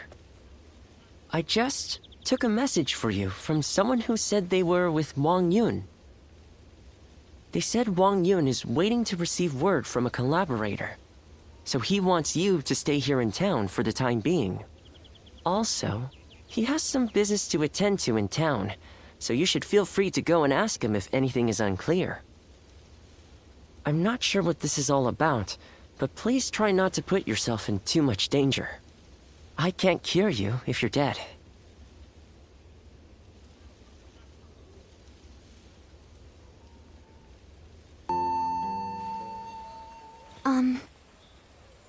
I am so grateful that you have agreed to help my father. Our fates are now bound together. If you have any worries or misgivings about what lies ahead, let's talk them over now. He took me in as his daughter, but I am also his student, and a loyal servant. My father is trying to root out the corruption that the attendants have inflicted on the world. I am merely the sword that clears the path to his goal. If you wish to know the whole truth, perhaps I should first tell you how my life began. I was born in a small mountain village. It was decided that I would become a spy, so I underwent training. But one day, a large fire broke out in the village. That was when I met Wang Yun. I had nowhere to go, but he took my hand and led the way. He trained me to be the weapon that would rid the world of corruption. When my father first met you, he saw something in you. The way you walk, the way you fight, he could tell that you were different from the others. He saw it in me, too. Is that so? Then I will not inquire further. In this world, some things are best forgotten. Did you hear? Word is that the Emperor has passed away. Is it really true? Then who will rule the land now? His Majesty is. We should go to my father. He might be able to tell us what's going on.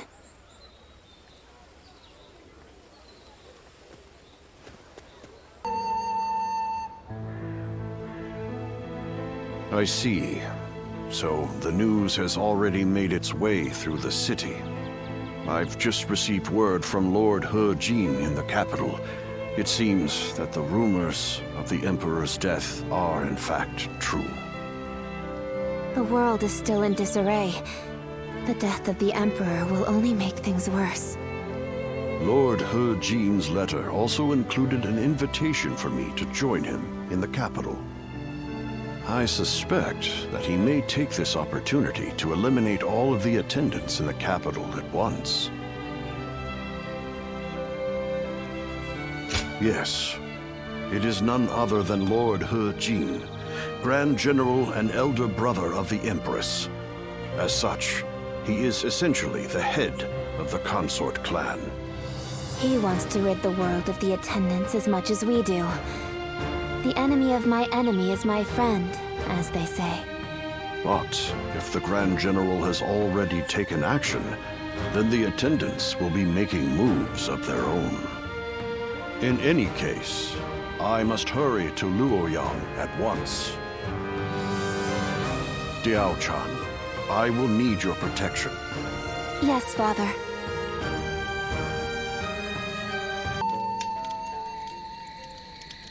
Lord Wang Yun, I am glad to see you in good health. I am here to welcome you on orders from the Grand General. I am very grateful. We expected assassins, but the bandits were a surprise indeed. I must also give my thanks to Lord Dong Zhou. I've also been ordered by Lord He Jin to welcome you to the capital. A banquet has been prepared to thank you for coming all this way. We insist that you rest in the city tonight. A dinner invitation from Grand General He Jin himself. I am sure it will be a grand feast. However, I think I'll pass on this occasion. Why is that? We came in such a hurry, all the way from Western Liang. I would not disgrace such a fine gathering by showing up as filthy as we are. Is that so? We've set up camp outside the capital. We'll rest our feet there.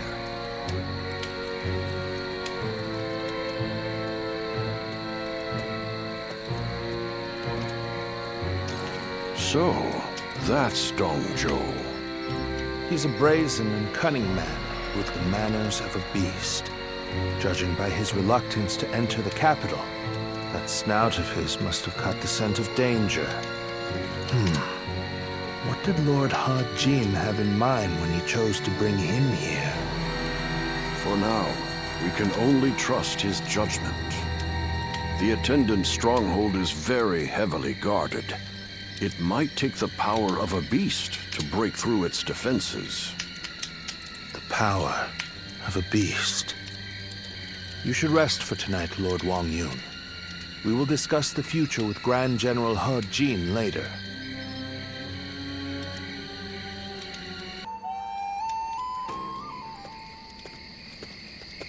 It's been too long, Zluan.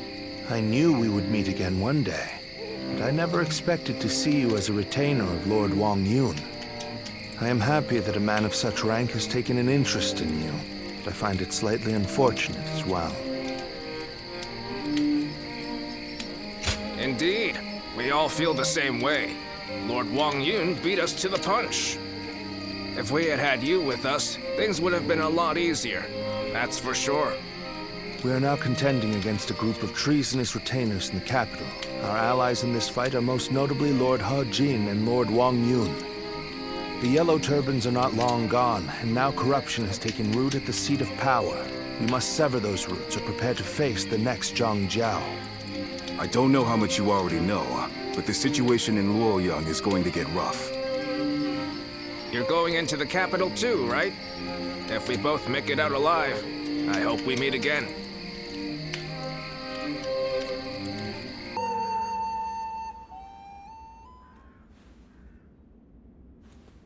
It's getting hard to keep up with everything that's happened. At least for tonight, please get some rest. Or shall I keep you company until you go to sleep? After the Emperor passed away, a new one ascended the throne almost immediately.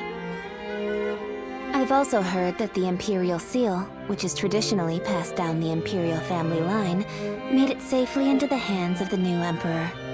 But it's probably the attendants in the palace that actually wield the power that the seal represents. The central group of eunuchs that pull the strings here in the capital are called the 10 Attendants. Lord He Jin has summoned the lords of the land to Luoyang to eliminate the 10 Attendants and restore order in the Imperial Court.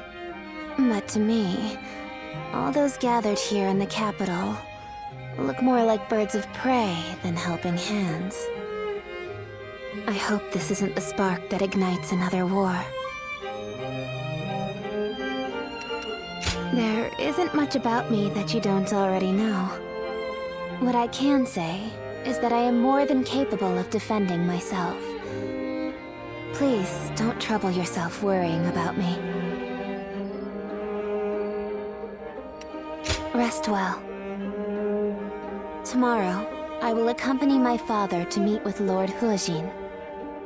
The capital has descended into a dangerous den of vice. Keep your guard up, and be prepared for the worst. Thank you. It's good to know that you care. Good night, and sweet dreams.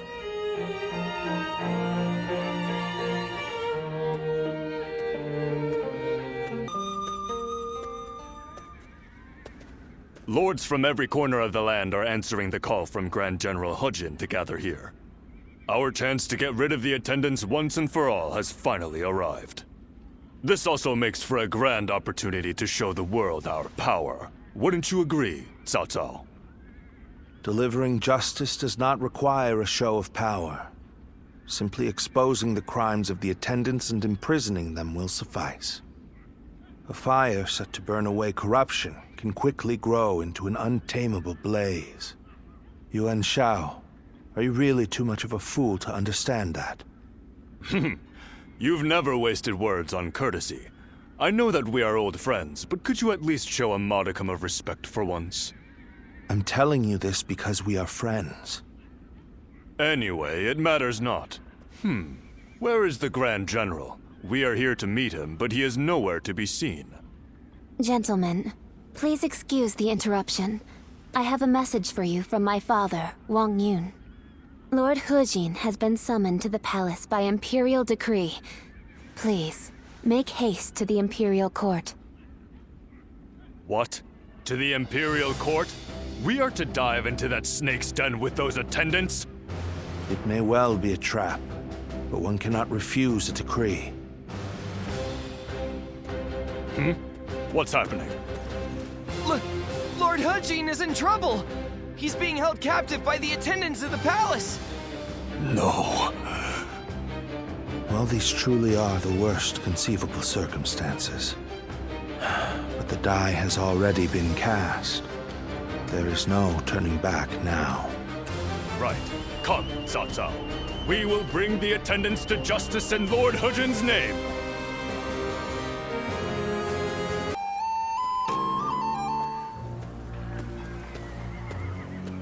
Lord Dongzhuo, the carriage has been spotted on the main road. Just as I expected. Looks like we've caught something valuable this time. The Emperor is coming. We must welcome him in the proper fashion. Yes, sir. Let us begin. This will be a feast fit for royalty.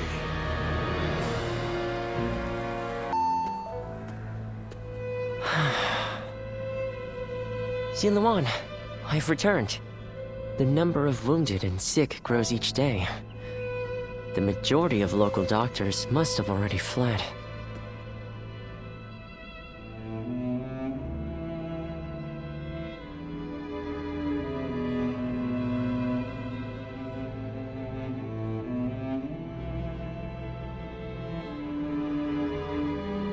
No, don't worry. I want to do this myself. But, Ziluan, this is my advice as a man of medicine. Lord Wang Yun may have ordered you here, but I think we should leave Luoyang. To stay is to invite death itself. Luoyang has become a battlefield. One wrong word could mean the end for you. Excuse me. I wish to speak with you about my father, but I see that I am interrupting. Ah, I see. I have some other matters to attend to anyway. Please, take your time. Thank you. As I said, I would like to talk to you about my father. He seems to be very troubled about the recent events in Luoyang. Lord Dongzhuo's men have rampaged through the city, and I hear he has been equally disruptive in the Imperial Court. I am certain my father feels responsible for this. In order to deal with the 10 attendants, he unleashed an even greater threat. He blames himself for that. What can I do? How do I convince him that it is not his fault?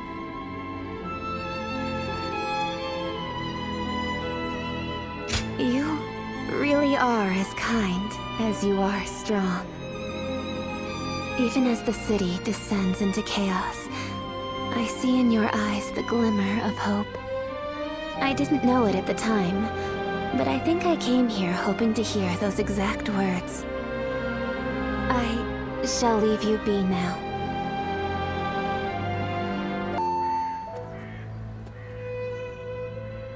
Even if we eliminate one source of unrest in this world, another will soon take its place. I suppose some people may be saved by your actions.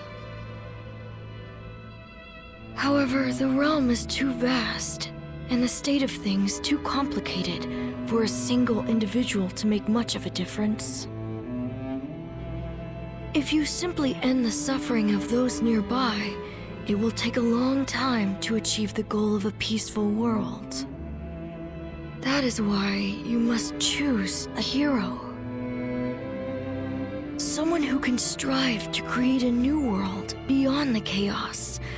By walking alongside such a person, you will be able to realize a true age of peace.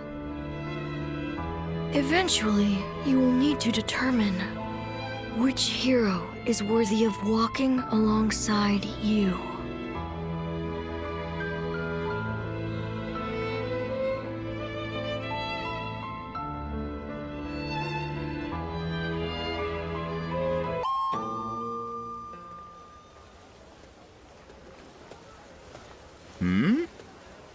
It's you. You were with the volunteers who took down Zhang Xiao. That was quite the battle.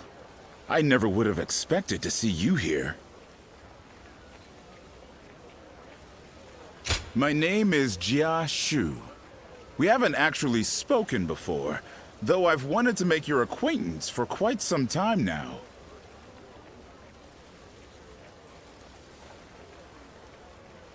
Not at all. That's the problem with being the lookout. All you have to do is keep an eye out for any suspicious behavior or disturbances. Actually, I'm a vessel of Lord Dongzhuo. There's no need to be on guard. I don't bite, unlike Lord Dongzhuo. Still, if you want to leave Luoyang with all your limbs attached, I'd keep my head down if I were you. Take it from a friend.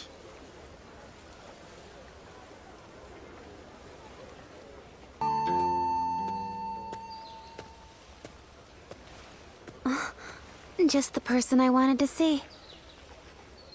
I have a very big favor to ask of you. Will you help me? As glad as I am to hear that. Are you sure you don't want to know what it is first? I could ask you to give me your heart, or to perform any number of daunting tasks. What would you do then? The truth is, my father came to me and said that I should take a little walk around town. But I've never really just walked the streets before without a destination. So I have no idea where to go or what to do. It would mean so much to me if you could walk with me here in town. Just for today. I can't thank you enough. All right, let's get going, shall we?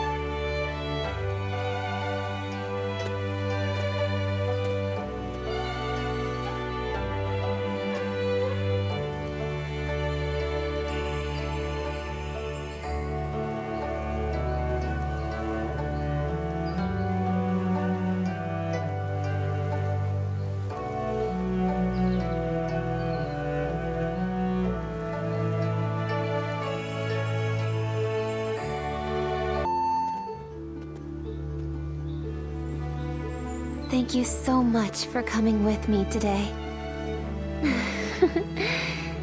Is it just my imagination, or are you new to this kind of thing as well?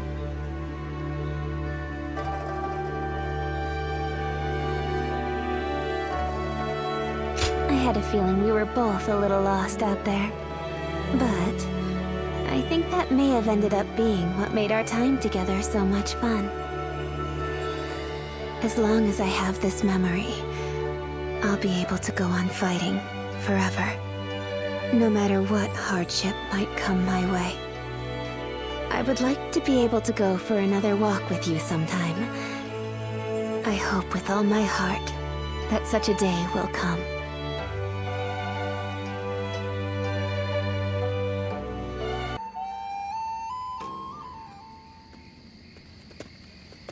Excuse me. I presume that you belong to this household. Where might Lord Wan Yun be? My name is Xun Yo. I have an appointment with him. I have the proper documentation if you'd like to see it. Thank you.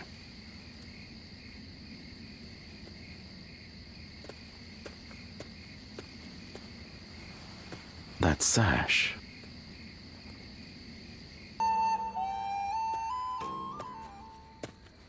I've been waiting for you, Lord Shunyo. You had something you wanted to discuss. I'll get straight to the point. Lord Wan Yun, you must act now. You mean eliminate Dong Zhuo? Yes. Dong Zhuo's tyranny has indeed become intolerable of late. But just how do you expect us to stop him?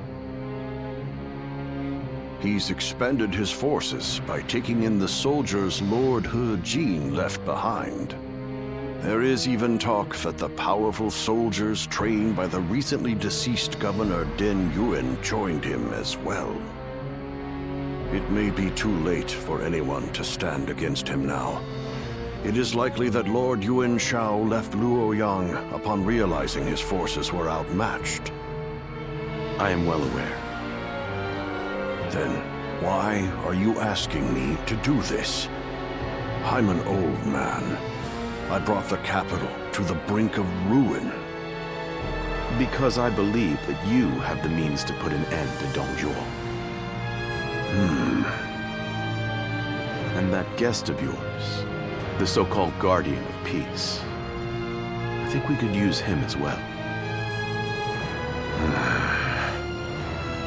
I am sorry to disappoint you, but things are not so simple. There will be no more talk of this today. Please leave. Lord Wan Yun.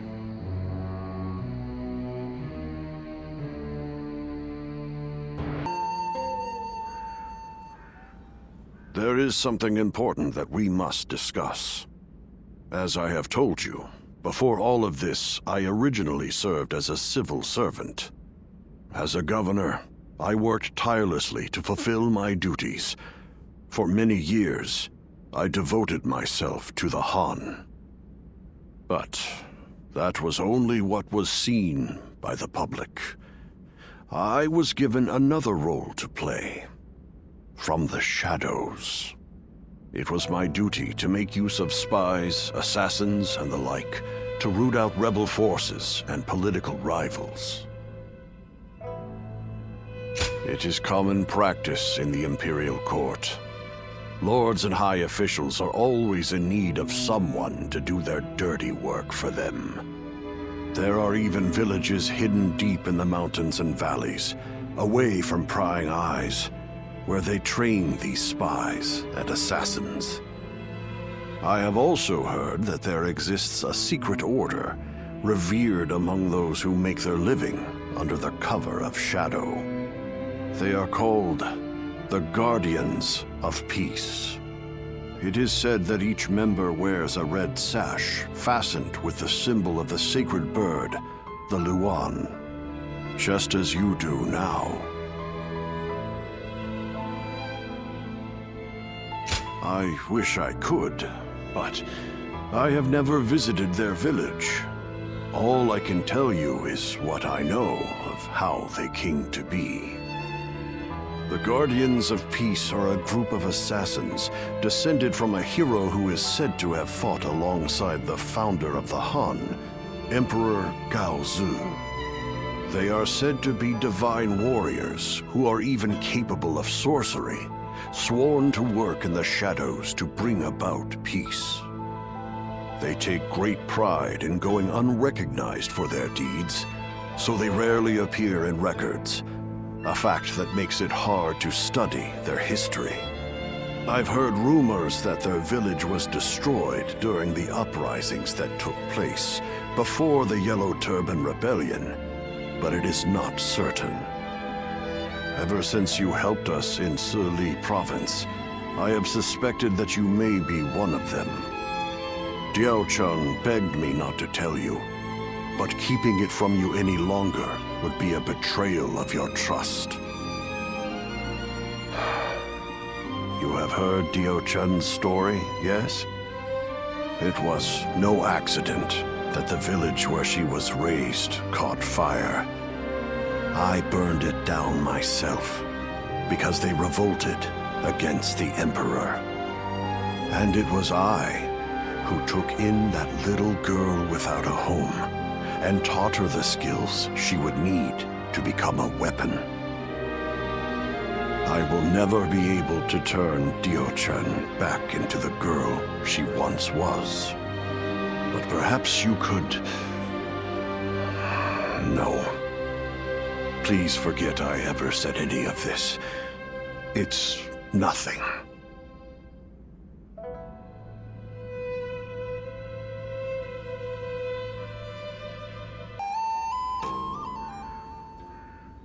We've just received an urgent message. It seems Dong Zhuo has deposed His Majesty the Emperor and forced Prince Liu Xie of Chunliu to ascend the throne. They say that all those who stood against him have either been banished from the capital or killed outright. No.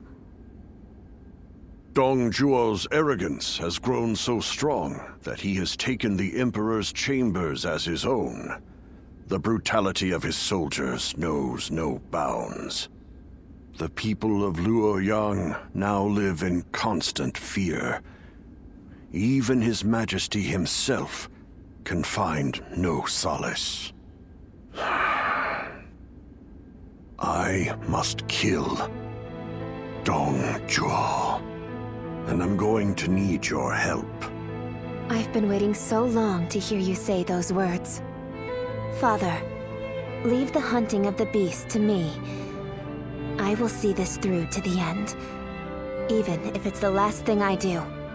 It's the only thing I could possibly do to repay you after all you've done for me.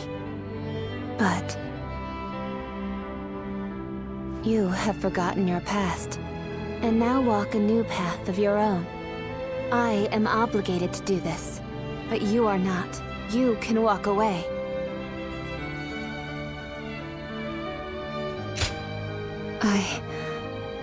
I am sorry, but you're our only hope.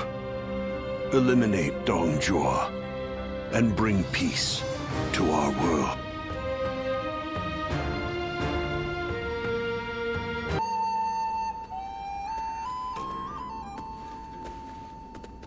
Lord Cao Cao, thank you for waiting. Where's Lord Wang Yun? He is not in right now, but he should be here shortly. Then, I'll wait here for him. I was the one who suggested Dong Zhuo's assassination to Lord Wang Yun. I had been waiting for an opportunity to arise for some time, and as luck would have it, I was summoned to Luoyang. I hear that Lord Wang Yun lent you his prized sword. Yes, a very beautiful sword indeed. And you may use it as you wish, Lord Cao Cao. Dong Zhuo must be killed. When Lord He Jin called for the lords to gather in Luoyang, it was I who failed to advise him against such actions. That is why I will risk everything for this task. Should the worst happen, you are to think of your own lives, not mine. Lord Cao Cao, there is no need to worry about me. For this plan to succeed, we shall have to risk everything.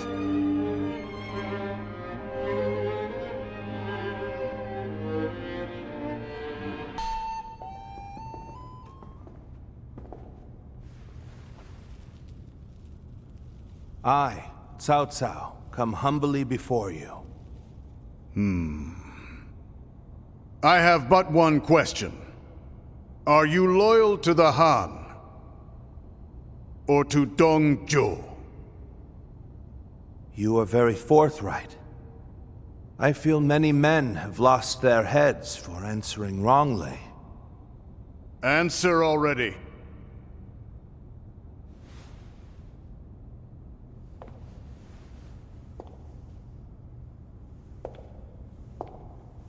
I shall make you an offer instead.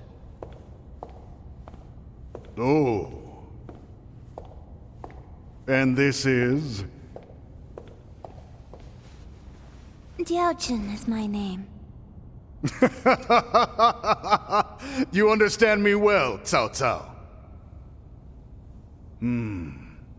I'm inclined to accept. Such devastating beauty. And it seems that's not your only weapon.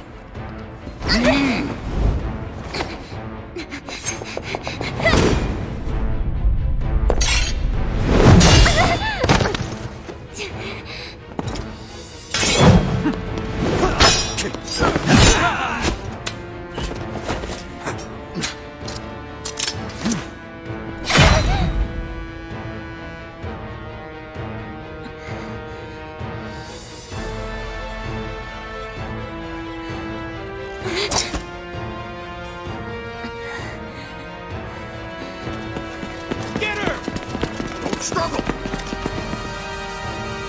I'm glad, Cao Cao. I like your answer. Sulan! Lord Cao Cao! Run!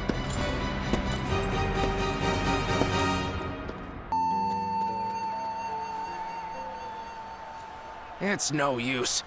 The town's full of soldiers. What should we do, my lord?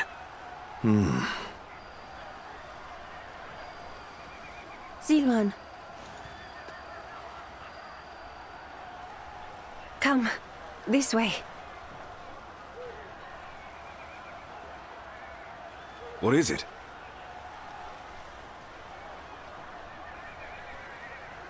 What? Very well. I trust you.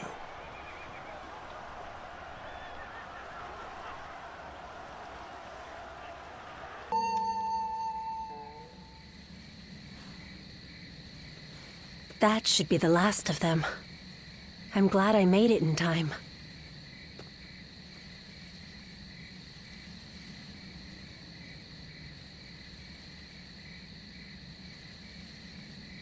I told you that we'd meet again when you needed me.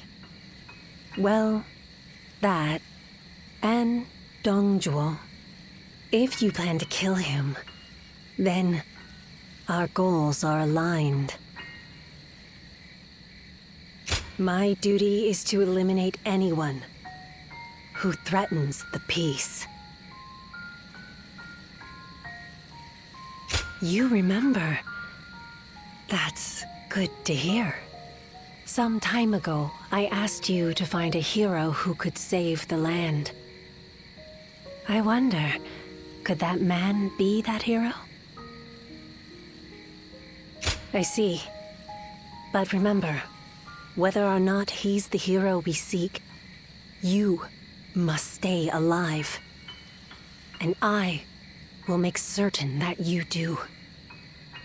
Ziluan. Understood?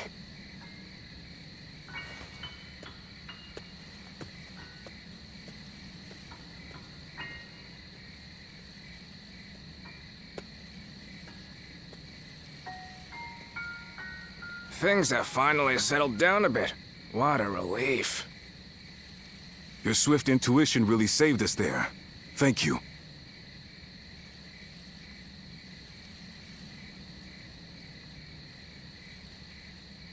Was someone giving you advice? I suppose I'll have to thank them too. So then, what shall we do next, my lord? The same strategy will not work twice. We must attack with an army massive enough to crush Dongzhuo, even if it throws the land into chaos once more. And how are we to gather such an army? Our forces alone aren't up for the task. We must garner the support of the nobility. I will take care of that. I want you to come with me. We can't betray that girl's wishes. Now can we? That's what I like to hear. I have to say, though, this was one tough day. Agreed.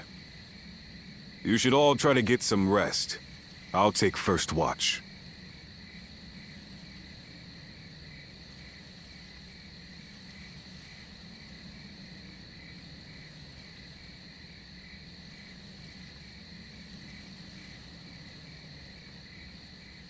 Run! Run! Go, Ziluan.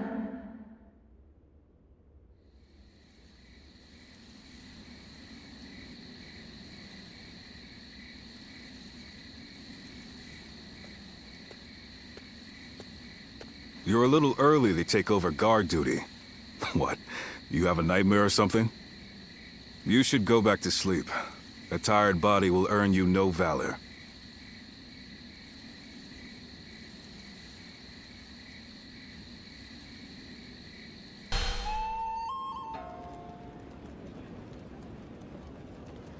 I, Wang Kuang, Governor of Henei, cede power to Lord Yuan Shao in order to defeat Dong Zhuo. Lord Wang Kuang, welcome. No sight could have lifted my heart more. Your words honor me. Zhang Yang, Governor of Shandong. I have come to join the alliance against Dong Zhuo. You are most welcome, Lord Zhang Yang. Show us what you're capable of. By all means, I shall do so. Lord Yuan Shao, I have come from Yong Province. Allow me to be of service. Lord Cao Cao. That was a splendid manifesto. Yes. Having the illustrious Lord Yuan Shao become the leader of our alliance was a stroke of genius. Having felled the 10 attendants, Dong Zhuo's occupation of Luoyang is our responsibility. If Yuan Shao can make up for that by leading the coalition, it's a small price for him to pay.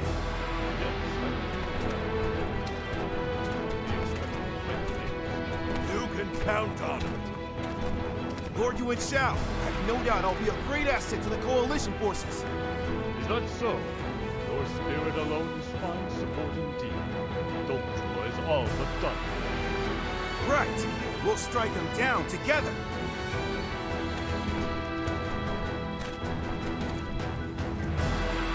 The die has been cast. All that remains is to see this through.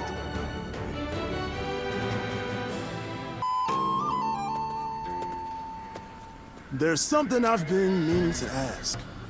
That young lad carrying herbs around the camp, is he with you? I figured as much. I thought I saw you together earlier. Sorry to ask this, but could you thank him for me later? It's nothing really, just he provided treatment to one of my men earlier. I want to make sure he knows he's appreciated. Tell that young healer that Dian Wei, vassal of Chang Miao, sends his thanks. Make sure he gets the message.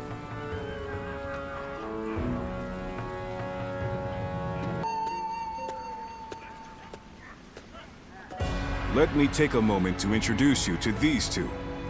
Li Dian and Yue Jin, both dependable warriors. The name's Li Dian. I got a feeling we'll get along well. And I am Yue Jin. I'm quite eager to head into battle with you. We've had quite a few newcomers like these two lately. I'm quite thankful for it. I admit, I had my doubts at first. What an impressive gathering. Do you mind if I join you? It really is you. Do forgive me. My name is Chen Gong. I am but one of the many who answered Lord Cao Cao's call to arms.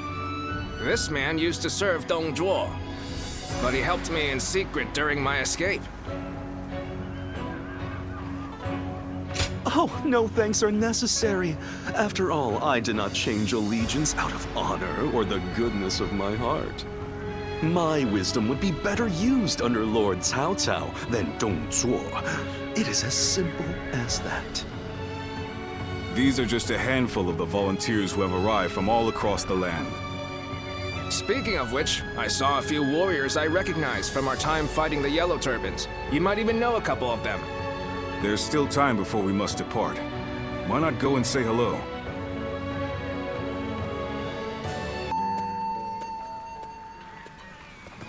It's good to see you again. I knew you wouldn't let me down. Come to meet everyone here, have you?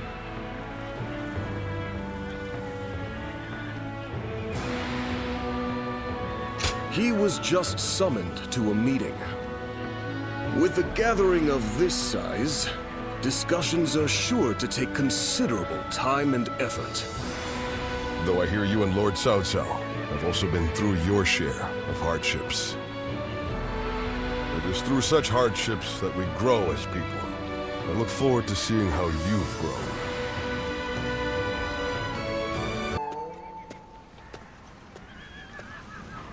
Long time no see. I've heard much of your exploits from Lord Cao Cao. None of us foresaw Deng Zhuo causing this much trouble. He was far more dangerous than we thought. Well, it's still better than the Yellow Turban Rebellion. The situation's straightforward, at least. Taking down a scoundrel like him will be no different than fighting bandits. And that I can do no problem. I thought you'd get it. After all the battles you've been in, you must be pretty strong now, huh? I'm looking forward to seeing you in action.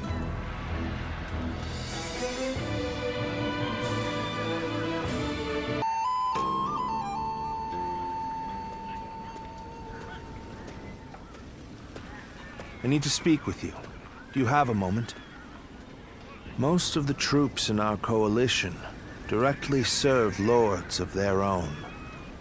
But now, we've gathered volunteers who do not belong to any particular leader. Those are the ones I wish to speak to you about. They have given me free rein over how to organize them. Their numbers are few, but they are men of honor. And that is why I thought you might command them. But you would not say no, surely. You have eyes that clearly assess the battlefield, and the skill to make the right decisions. And most importantly, you're beyond the schemes of the nobility. You are more than capable of this task. I have faith in you. I'm counting on you. Now, let me introduce you to your troops.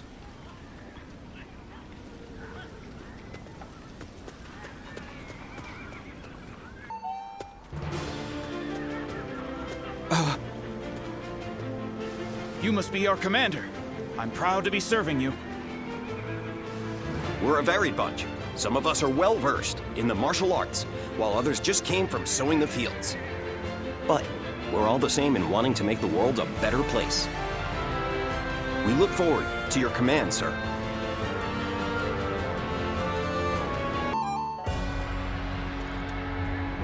We finally made it through Se Shui Gate. It was a tough fight, but you all fought bravely. Thank you, my lord. I have learned much through this ordeal. I had a bad feeling before the fighting started, but we turned it around in the end. I've been meaning to ask. Are you sure the army is ready to move out? We've run out of other options. If we can't agree here and now, then the whole coalition could fall apart. Yuan Shu, Yuan Shao, Sun Jian.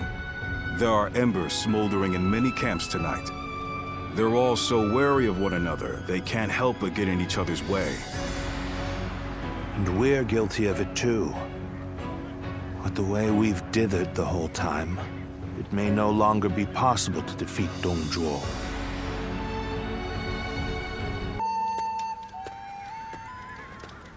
Don't you think Yuan Shu crossed a line back there? Lord Sun Jian has every right to be furious with him. He has brought shame upon the House of Yuan with such conduct.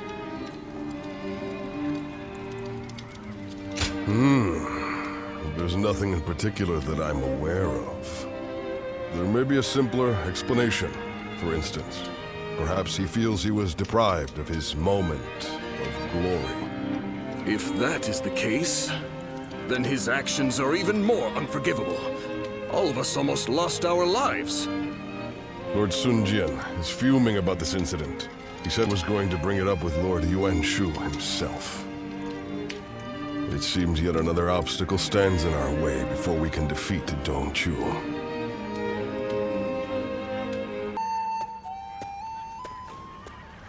Lord Yuan Shu. What were you thinking? What do you mean? Oh, you mean my actions in the battle?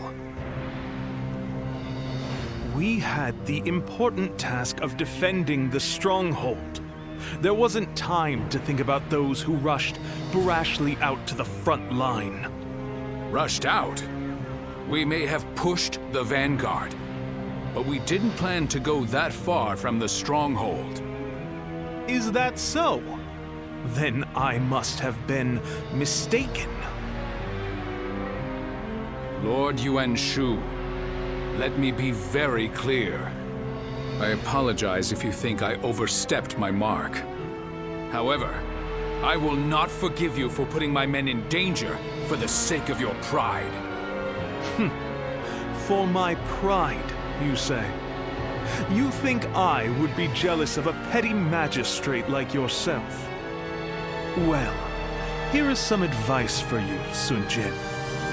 It is better to back down gracefully than bark incessantly. If you want to live, that is.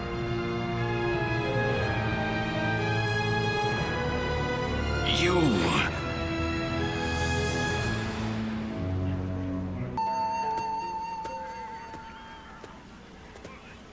Not bad. Not bad at all. Yes, that was quite the mark you made. Guan Yu and Zhang Fei, you two as well. Although, I am a little concerned about the coalition forces. They seem to have trouble with cohesion. Well, you may remember Lord Sun Jian and Yuan Shu arguing during the battle. And while you'll see some troops praising each other's valor, others are berating their ostensible allies over their ancestry. With relationships so fraught, it's hard to imagine things working out. It is easy to say we're fighters united for a cause, but we must remember that we each have our own motivations. There are those concerned about the way of the world, those moved by call to act, and those who want to take Dong Zhuo's place. They squabble simply because they each have a different end goal in mind. Hey, come on. What's with all this depressing talk, huh?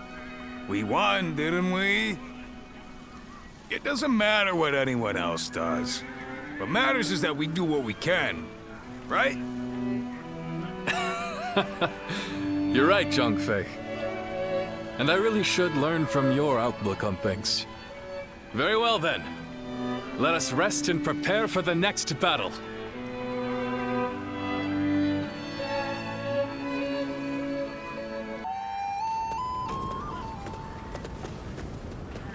Cao Cao, you're here. The Emperor has already been moved to Chang'an. It seems that dog Dong Zhuo always intended to abandon Luoyang. Then we must pursue them at once. We may never get a chance like this again. No, we will stay in Luoyang. The lords need calming, and the city must be rebuilt. You fool, Yuan Shao. Have you forgotten that our top priority is the death of Dong Zhuo? You are as cold-hearted as always. Do you not see the city in ruins? People don't even know where their next meal will come from. The coalition forces are still exhausted after the battle at Hulao Gate. They've not the strength to continue fighting. Enough pretentious talk.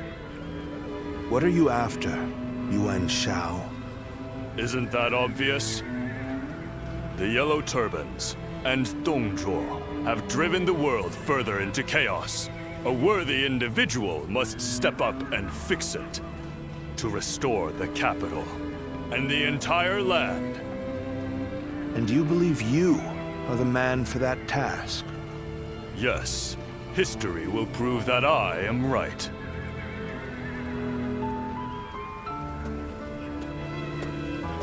To restore the land. So you aim for glory well above your station.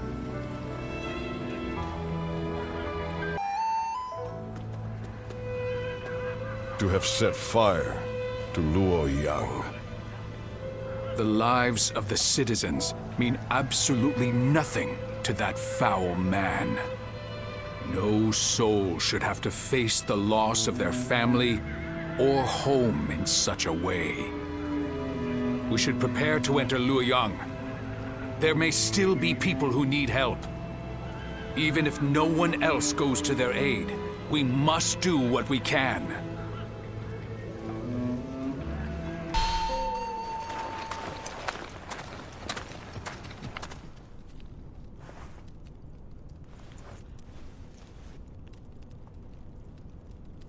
I do believe you have something to report to me, Sun Jian.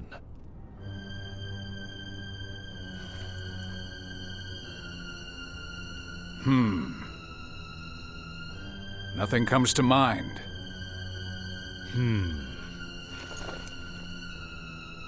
I heard that the fabled Imperial Seal was discovered in the ruins of Luoyang.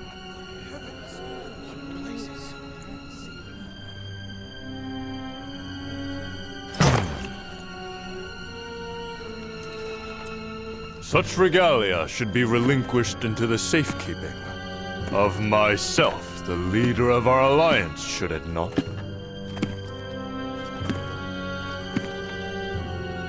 To hide it away would be tantamount to insurrection. Were I to hide away the Imperial Seal from my own ends, the heavens would surely punish me.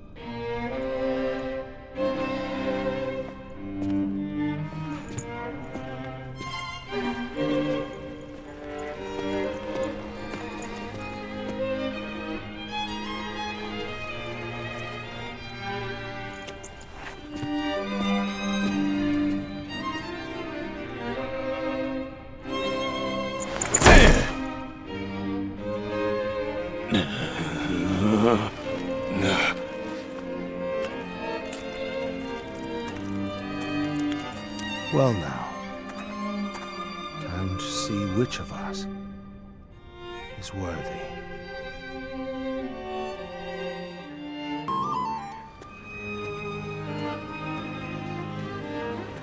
We have decided to leave the coalition.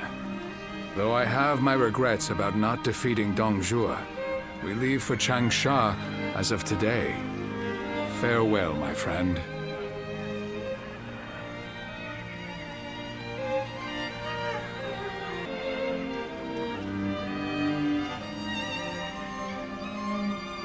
So you too have heard the rumors. Do you wish to know the truth? You might find out if you come with us to Changsha. Trying to recruit him before we do, Lord Sun Jian? We've been found out. So much for my plan of dragging him along by force. In all seriousness, Lord Sun Jian, I understand you're leaving the coalition. Is that because of last night? It is not my place to say, but if I were to remain here, that would only cause unnecessary strife. If the Imperial Seal truly exists, then I believe it should be back in His Majesty's hands. But His Majesty is under the control of Dongzhuo. How could anyone return the seal to His Majesty in his current state? Lord Cao Cao. I support Lord Sun Jian's actions, regardless of what Yuan Shao may say. If we have indeed found the seal, then the best course of action is to keep it secret and hidden. But hiding it would make it a source of suspicion and conflict. And since the argument yesterday, it seems like there are already lords considering pulling out of the coalition. We came together to stop Dongzhuo, and yet it's internal bickering that may prove to be our downfall. That is why I said Lord Sun Jian's response was the correct one. If the Imperial Seal were to fall into the hands of a man of lowly character, the embers of war would burst into flames. So, we may as well leave things the way they are. Let the nobles keep each other in check. You're saying we should take advantage of their feuding? Lord Cao Cao, I too am a man of, as you put it, lowly character. That is why I fail to understand your ambitious and far-sighted plans. Even if it's only a small fire that burns before us, is it not better to extinguish it, here and now, before it grows? You both make compelling points, but let us cease our arguing for now. I'd like to ask you both what you intend to do next. Will you remain in the coalition? As much as I would like to, defeating Dongzhuo will be no easy task if we are divided in purpose. I will follow Lord Gongsun Zan as he leaves the coalition. I wish to help be of service to his territory. That is a role suited to a man of lowly character like me. I too intend to leave the coalition, so that I may consider what I should work toward achieving. I realize that I was the one who called it together, but this army no longer has the ability to slay Dongzhuo. This is not how we accomplish Lord Wang Yun's goals. This arrangement was intended to bring forth a hero who could rule the realm, but it seems to have failed. To me, though, both of you appear to have the qualities needed for such a task. That's quite interesting, coming from you. I do not wish to be a hero. I am but a loyal servant to the Han. Anyway, I should depart. I am sure my camp is tired of waiting for me. Then allow me to see you off, Lord Sun Jian.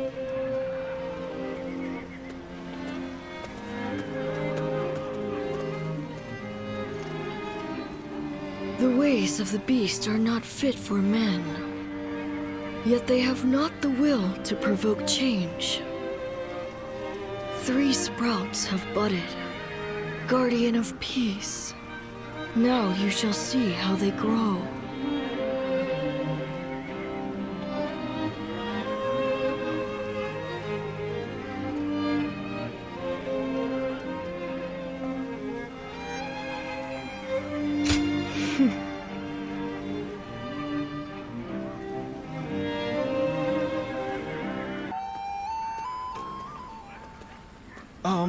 Captain, I heard that the coalition is being disbanded. What are we supposed to do now? I know this might be too much to ask, sir, but may we continue serving under your command? Through this battle, all of us feel that we have discovered the place we are truly meant to be. Although this may be presumptuous of me to say, that place is by your side. And so we beg of you, take us with you. Thank you. Thank you so much. We won't let you down. We appreciate it, Captain. Each one of us will put forth every effort under your command.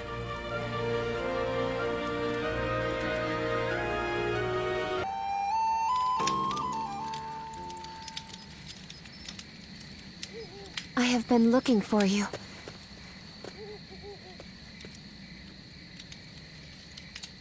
I'm glad we were able to meet like this.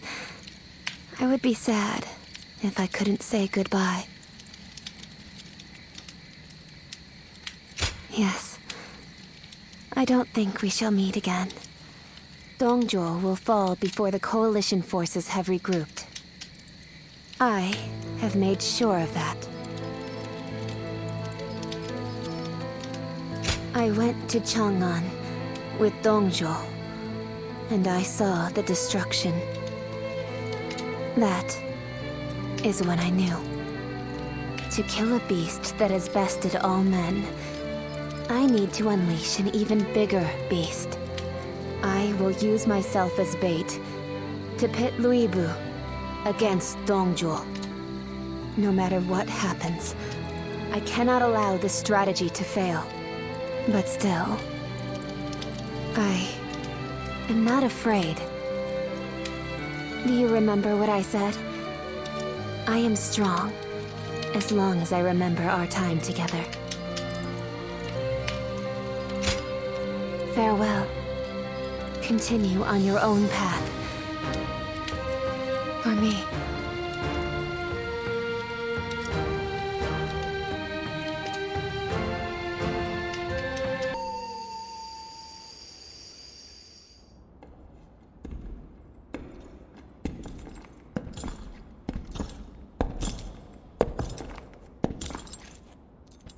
Lord Luibu. I'll make your dream a reality.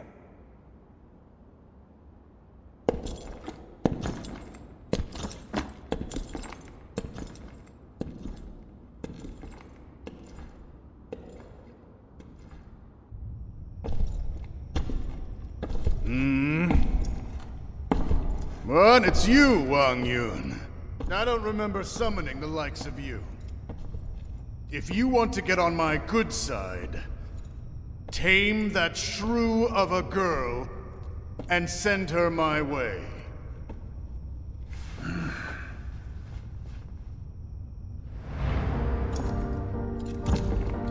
What do you think you're...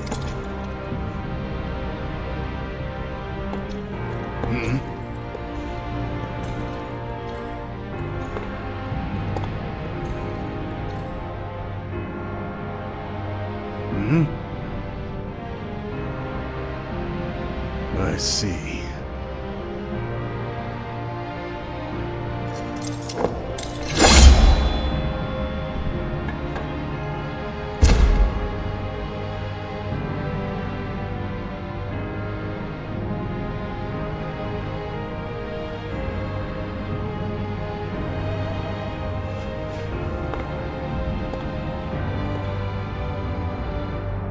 The coalition against Dongzhuo collapsed.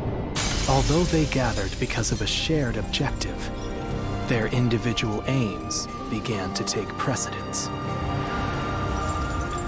Some wished to dominate others, and some to defend their domains. Others struggled to simply keep their bearings amid the tumult. The actions of Jiang Zhao and Dongzhuo had undoubtedly led to a great upheaval, and now, the long-enduring stability under the Han Dynasty was about to fracture into thousands of pieces.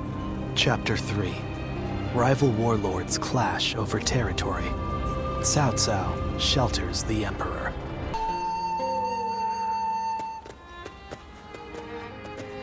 Oh, my esteemed guests! It has been ages since you last graced us with your presence. I'd heard there was a dreadfully large battle over at the capital, and assumed you hadn't made it out alive. Is that any way to speak to a guest? Oh, heavens me, do excuse my manners. I'm of course always happy to see you return here in one piece. The long journey must have exhausted you, so please, rest for the day. And if there's anything you need, please feel free to ask.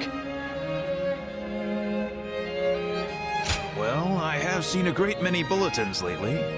Lords from somewhere or other looking for soldiers and such.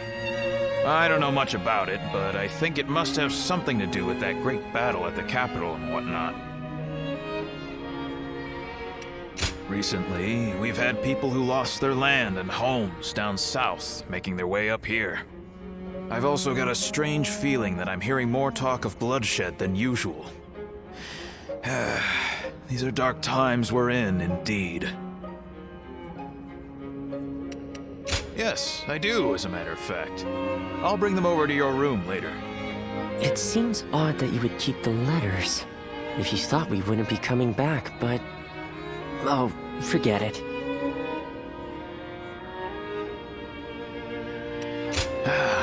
Is that so?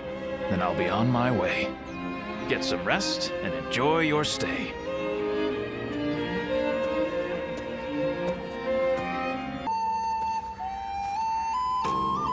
This is a world of greatness and strife. Heroes once bound by friendship are set against each other by fate. You must find your own ambition. Discover a way through the chaos. The choice is yours and yours alone. Only your will can guide you.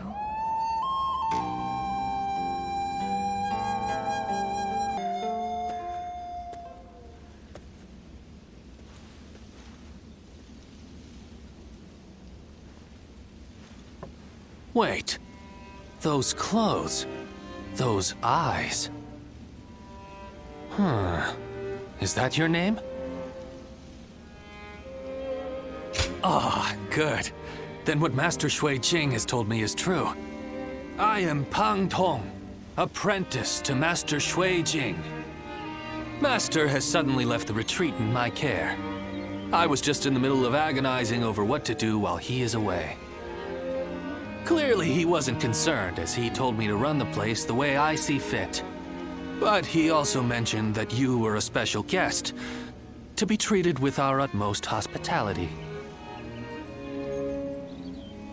Well, he can be a very free spirit at times, going here and there on a whim. Wherever he's gone, it's where the wind's taken him. But look at you. You are exactly as I was told you would be. Right down to that air of mystery about you. You are an intriguing man. Well, at any rate, until Master returns, I am the proprietor of this establishment. Allow me to be of service.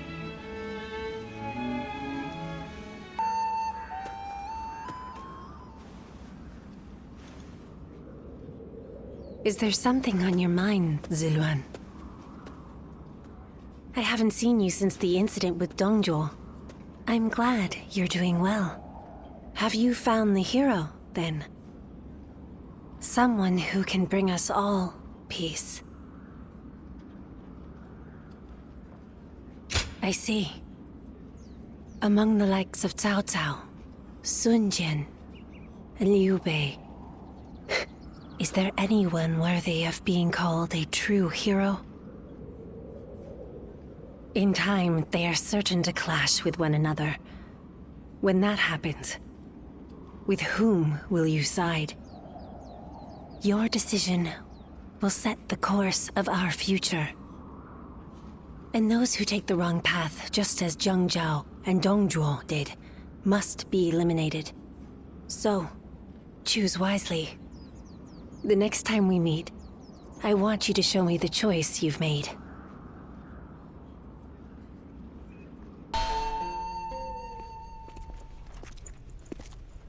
The governor is on his way. Please wait here a moment. How vexing. Treating everyone like an honored guest. My apologies. Sir! You seem quite taken aback. I admit, I haven't gotten used to this either. Now that you're the governor, you must look, and more importantly, act the part, sir. Indeed. I am Liu Bei, governor of Pingyuan. It is an honor to have you join us. Ah, knock it off already. This is creeping me out. Seeing a man of your caliber nonplussed over such matters is quite funny, John. That's enough of pleasantries. Let us attend to the matter at hand.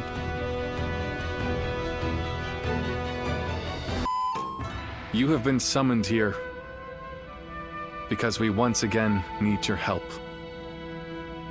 But I should explain the situation. First, what happened after we parted ways in Luoyang. We returned to You province with Lord Gongsun Zan, and I was appointed as governor of Pingyuan. I think I'm doing a good job, if I do say so myself. My work has been praised by others. We have my brother to thank for all we've achieved. Words of his deeds is beginning to spread across the land. You shouldn't put me on such a pedestal, Guan Yu. We have only done as well as we have because of Lord Gongsun Zan's support. As we speak, our benefactor is under attack from Yuan Shao in Ji province. I hear they're struggling. I'm sure they would appreciate our help. We owe a lot to Gongsun Zan. What worth is there in life if you forget the kindness shown to you? However, now that Yuan Shao has gained a foothold in Ji, he may be stronger than when he led the coalition forces. Meanwhile, our army is still finding its feet. And they far outnumber us. I'm not sure that we can win. But there come times in life when one must fight all the same. For us, that time is now. I want to do all that I can. That is why I summoned you. Please, we need your help.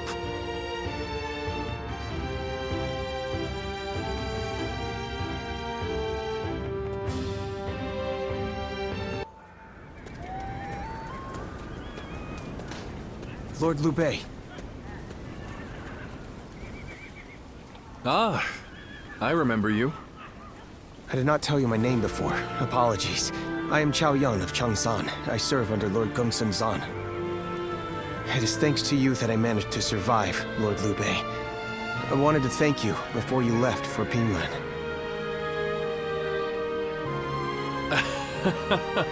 How very proper of you.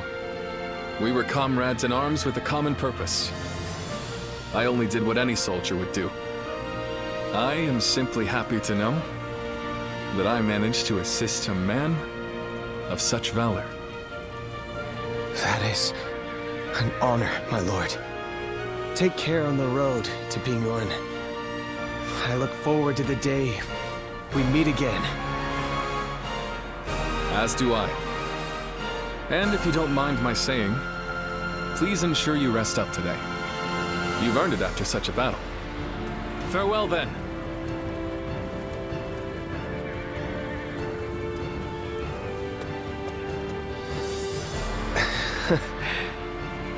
What a wonderful person he is. Fighting for other people's causes, and leaving without expecting gratitude. Is this the true meaning of justice?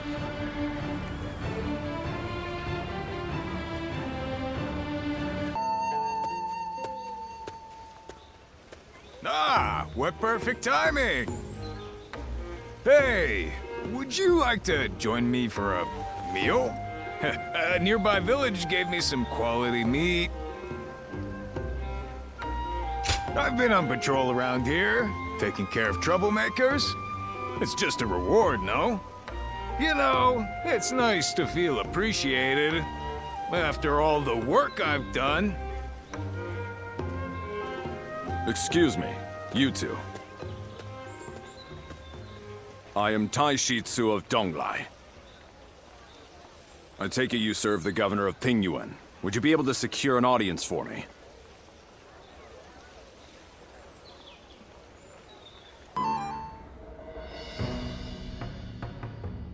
So, Governor Kongrong of Beihai needs our help.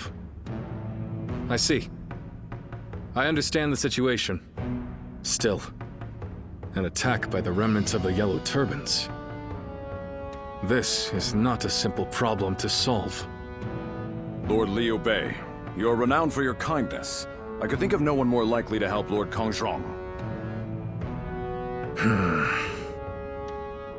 We have only just come back from aiding Lord Gongsun Zan. We need time to recover.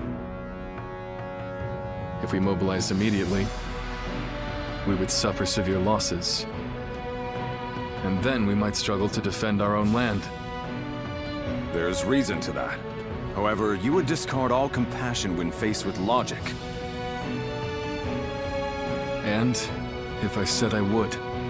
Well then, Lord Kongrong and the others are doomed to die. I came to Pingyuan believing that you were a man of virtue. Sadly, I seem to have been mistaken.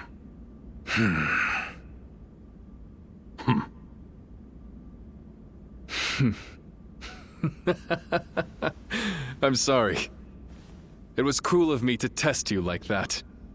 We shall go to Lord Kongrong's aid and ensure no harm comes to him. But you were right. There is no benefit to you in this. You will go regardless. You misunderstand me. It is precisely because there is no gain to be had that we will go. I raised this army to help those in need. I have no intention of turning away from that goal. Is that not itself a reward? You're an interesting man. You have impressed me, Lord Liu Bei.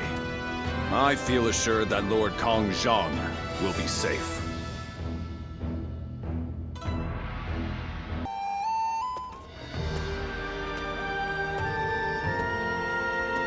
Lord Liu Bei, please allow me to thank you once again. I will find a way to repay you. There is no need. I told you, having helped is reward enough for me. I'm just glad that Lord Kong Zhong is safe. In these troubled times, men like you are hard to come by. If it had to come to it, I was prepared to convince you more forcefully. But you made this decision yourself, and were true to your word. I see now why the people of Pingyuan admire you so. I'm not so great a man as you seem to believe. I've made foolish mistakes just like anyone else. I forget to think ahead and get transfixed by what's in front of me. But it is that nature which has allowed you to save so many people. In any case, with this settled, I can now set off to Lord Liu Yao. You don't intend to return to Lord Kong Zhong? Lord Liu Yao is the one I serve now.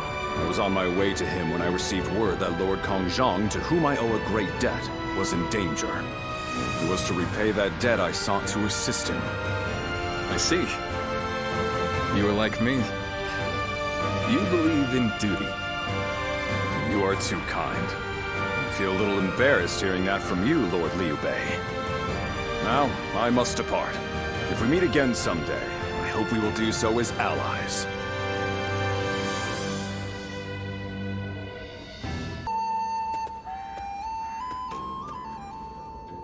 Good to see you, Zitluan. I just made it back from a journey myself. Yes, you could say that. The world truly is a dangerous place these days. There is no end to the wounded. I'll take the work, but I can't say I like to see people hurt. You know things are good if the doctors have time to grow bored. The Yellow Turban Rebellion was the needle that popped the boil. All of that pus is just oozing out across the land. Zhang Zhao wanted to change the world, and he may have succeeded in a way. Well then, let's get back to work now, shall we?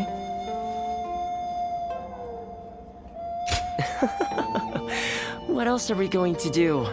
You haven't already forgotten why I came with you, have you?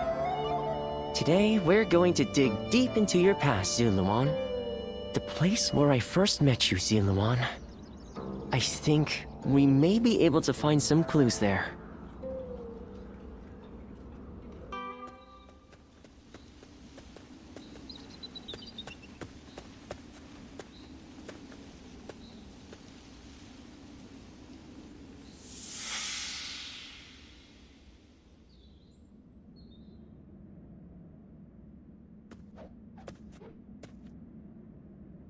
You've gotten stronger, Zitluan.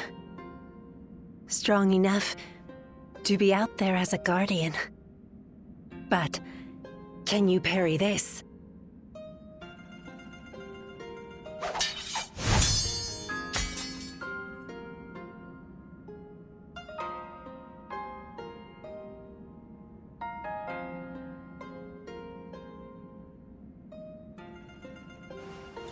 Sorry.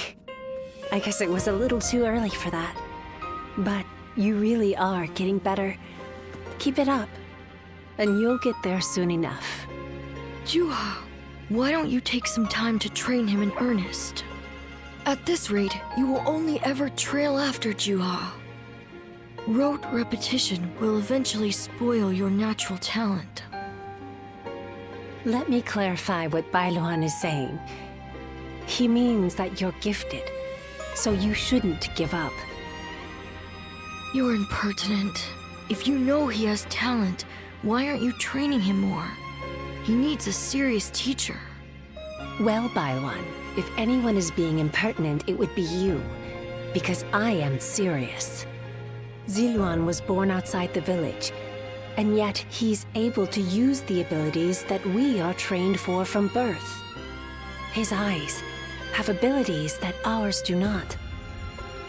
And that's why I'm preparing by having him face a powerful opponent. Me. After all, practice is the key to success.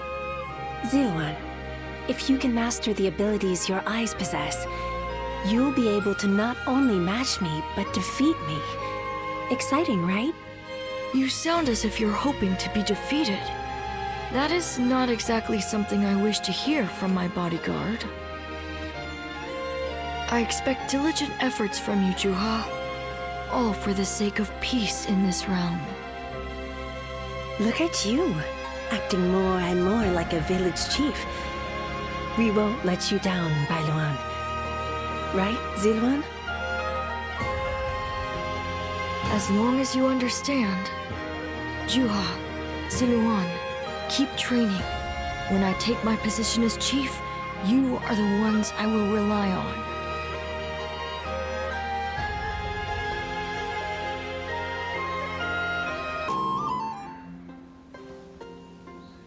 Ziluan?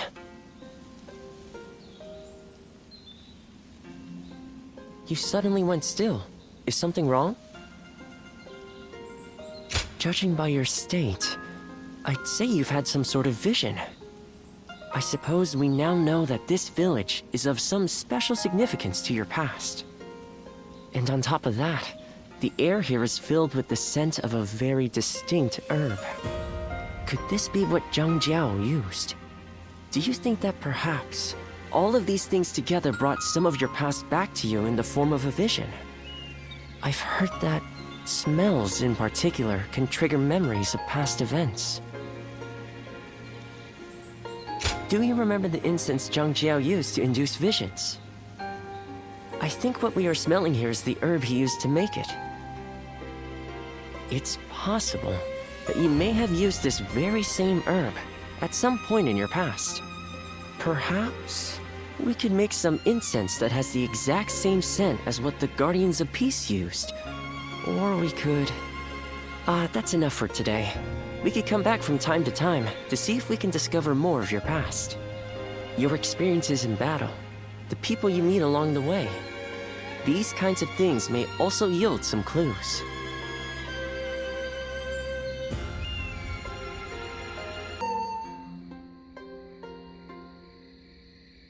Luan and He, the names of the legendary sacred birds.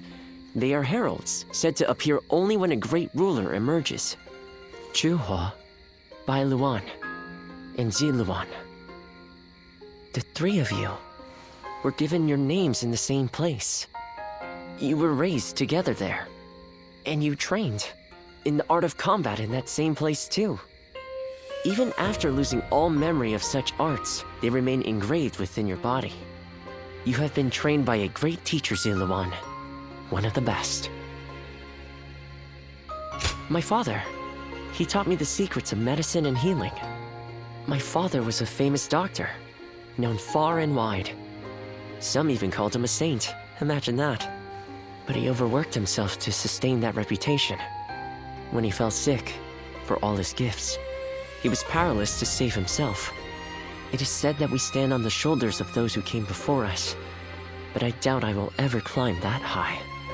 But now, here you are, Ziluan and Juha, reunited. Words cannot express how much I envy you.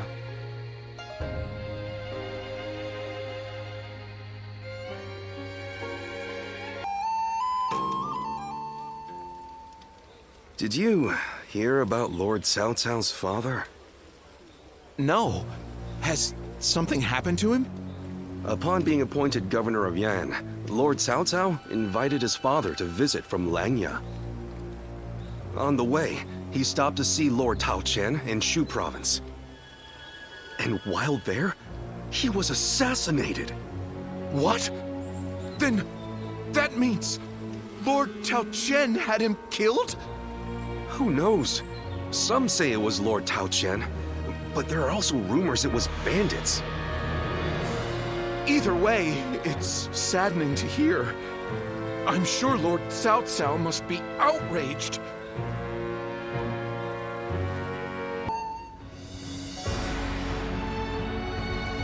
We will destroy Tao Chen. Ah, we're going to war to avenge your father? A worthy cause, to be sure. A war of vengeance. Indeed. I doubt anyone would blame me for hunting down Tao Qian as revenge for him killing my father. But just defeating him will solve nothing. I intend to use this battle to further my greater goal. Are you not angry? It seems as if you're using your father's death as a convenient excuse for an attack. We must use every advantage available to us, even the deaths of our loved ones.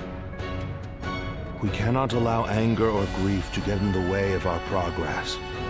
That is our conviction. Conviction, you say? Very well. It is our role as strategists to lead the way. I shall start then. If we are to mobilize, we should be wary of Yuan Shao and Ji. However, Yuan Shao may prefer that you rule Shu rather than Tao Qian, who has ties to Yuan Shu. Yes, I believe Yuan Shao will stay his hand. He and Yuan Shu have long been bitter rivals. It would make strategic sense. Lord Cao Cao, may I ask you something? Speak. If we win this battle, we will be in a strong position. A position strong enough to seek to conquer the entire realm. I take it you are prepared to do so? I am. I do not know if this is the right path. Only history will tell. That is why I have gathered the wisest and bravest in the land. If we still lose, even with all of that, we will know that I was wrong. Only you would think that way, Cao Cao. Well, it feels great to have a clear objective.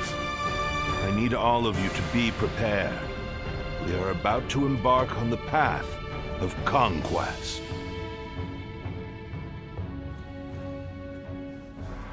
What he says is right.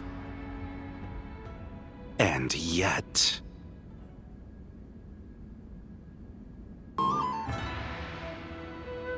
Lord Liu Bei, I am deeply grateful for your help.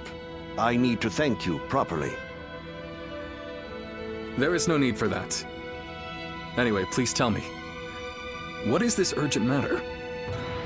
I am hesitant to ask, but the fact is, I need you to lend me your strength again. My strength? Yes. Tao Qian, governor of Shu province, is in peril. Would you go to his aid? Lord Tao Qian? Has something happened in Shu? Were you aware that Cao Cao has become governor of Yan province? Yes, I had heard. Upon receiving his appointment, he invited his father, Lord Cao Song, to his province. On the way, Lord Cao Song stopped at Lord Tao Qian's residence, and there, he died under suspicious circumstances. No. Cao Cao, believing Lord Tao Qian was to blame, ordered his troops to ravage Shu. But Lord Tao Qian is a man of integrity. I cannot imagine him doing anything like that. I too have often heard that he is a good man. On the other hand, Lord Cao Cao is also fair and just. I expect he would try to determine the culprit instead of blindly seeking vengeance. But it appears he has neglected to do so. Could it be that he has a goal besides vengeance? It is possible. In which case, he is merely using his father's murder as a pretext for invasion. Could there be anything more horrifying than that? Even animals are not so cruel. Whatever the case may be, he cannot be allowed to do as he pleases. Lord Liu Bei, please, go to the aid of Lord Tao Qian. Save my friend, and the people of Shu. Lord Kongzhong.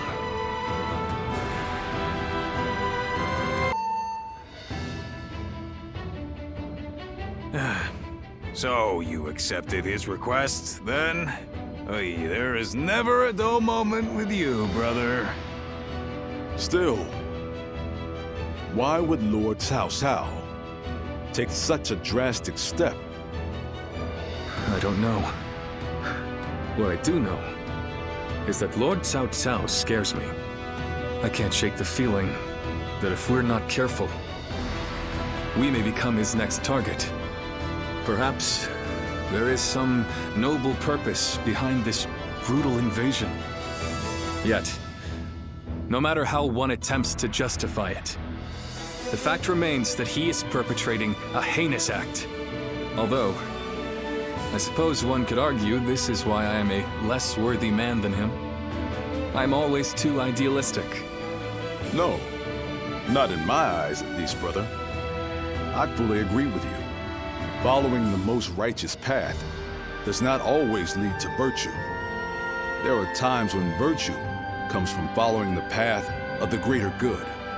Kuan Yu. Well, I'm no philosopher, but one thing I do know, I won't stand for such brutality. From Cao Cao or anyone else. You can only follow your own heart. Whatever path you choose, we, your sworn brothers, will do our best to pave the way.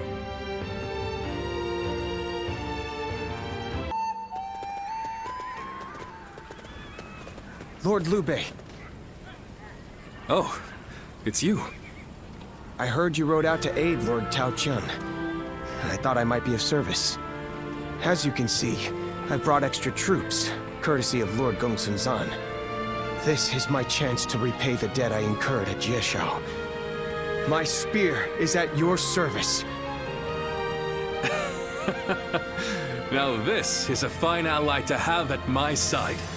I thank you for coming. Your strength is sorely needed.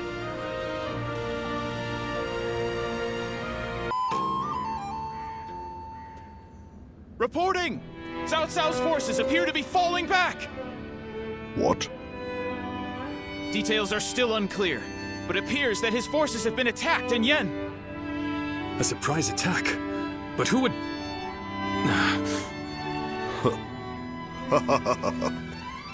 Well, Cao Cao, it looks like your wicked deeds will not go unpunished. Still, we only managed to hold him off thanks to the timely aid of you and your allies, Lord Liu Bei. Truly, I am most grateful. Not at all. We're only too pleased to help in whatever way we can. Lord Liu Bei, you are a beacon in this turbulent world. An immoral scoundrel like Cao Cao has no hope of defeating a noble man like yourself. Immoral, you say? I wonder if Lord Cao Cao has ever considered whether his actions are moral or righteous. What do you mean? I mean, I have fought alongside Lord Cao Cao many times, and neither righteousness nor greed drive him. Instead, only one thing rules his heart: pure reason.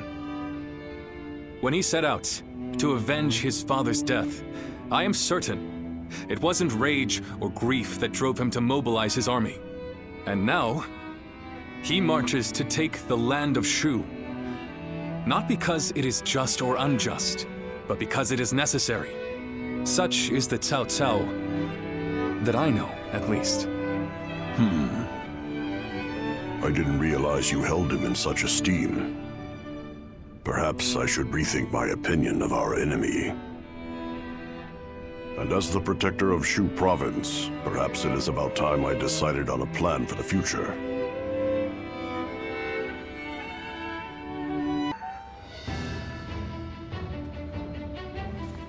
Did you hear? Apparently Tao Chun wants to hand over Shu's governorship to my brother. Says there's no telling when Cao Cao will attack again, so he wants him to look after Shu in his stead. It's about time my brother got some recognition.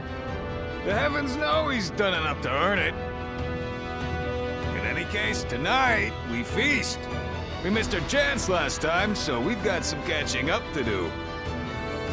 Zhang Fei, you really need to be more discreet. Our brother turned down Lord Tao Qian's offer. Turned it down? Has he gone mad? He finally had a chance to move up in the world. He said it was too big a responsibility for someone like him without suitable aspirations, or something like that. Aspirations, eh? Well, they must be something special for him to turn down a whole province.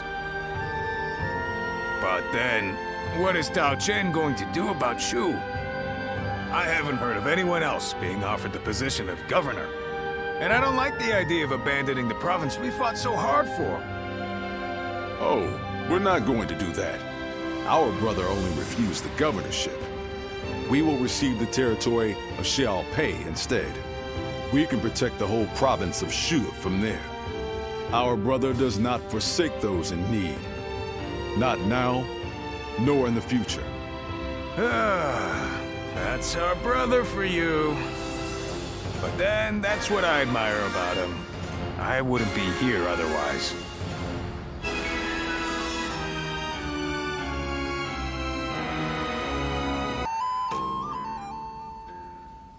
I'm glad I was able to fight at your side.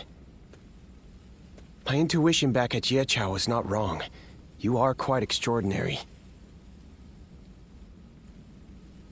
No, I am the one who should be thanking you. You gave me peace of mind in battle by watching my back. Lord Liu Bei is the one who saved the life of my master, Lord Gongsun Zan. Knowing that I'd be able to aid him in some way, I did not fear even Cao Cao's massive army. Now, I'm simply proud that I was able to repay Lord Liu Bei's kindness. And on the subject of masters, you haven't yet decided on one, have you? I was certain you were in the service of Lord Liu Bei. After all, you know his qualities well, do you not? And you are not bound to any other faction. It may be presumptuous, but if I were you, I would swear an oath of allegiance to him without hesitation. Do you not feel the same way?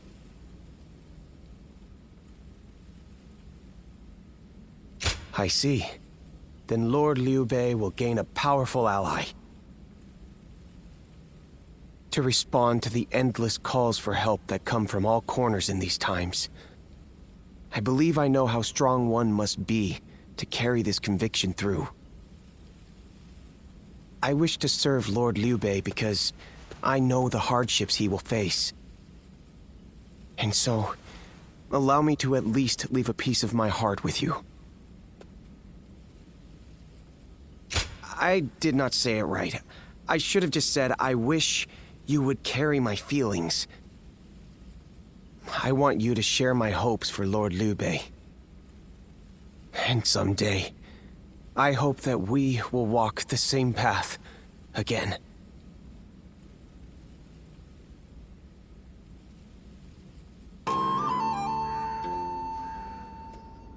Yeah, I wonder what our brother is talking about with Tao Qian. They've been together for a long time. Well, Lord Tao Qian's sickness has taken a turn for the worse. Perhaps he wants to discuss the future while he still can. Putting his affairs in order. Ah, good. You're all here. Brother, what did you talk about with Lord Tao Qian? The future. It appears that his lordship very much wants me to take over the governorship of Shu. But you already refused the appointment. Yes, I did. I didn't believe I was up to the task, and my opinion on that has not changed. But Lord Tao Qian's illness is grave. I fear he does not have much longer. The question is, when he passes, who will be able to protect and lead the people of Shu? I've been putting it off for as long as I can. But I think it's time for me to give my answer.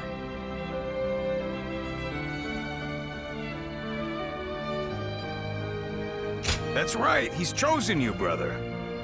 For Lord Tao Qian's sake, You should say yes. Well, he keeps insisting that it must be me. It's like he won't rest until I accept. In any case, I must think it over carefully. If that is what you all wish, then...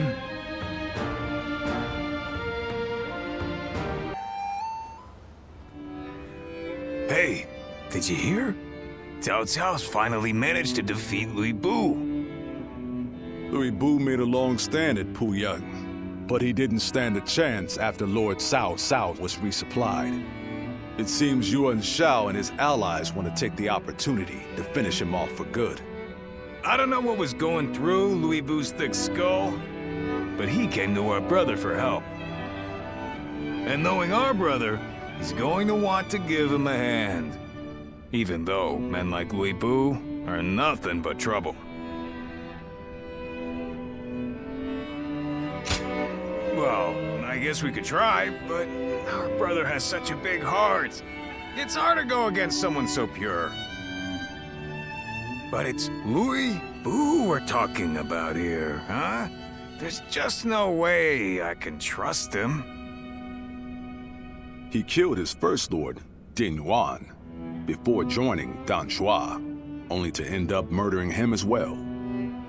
He wears the mask of a man, but has the treacherous heart of a beast.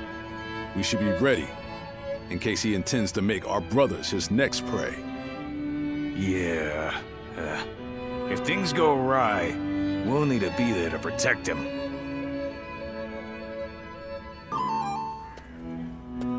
Lord Louis Bu, I'm glad you are safe.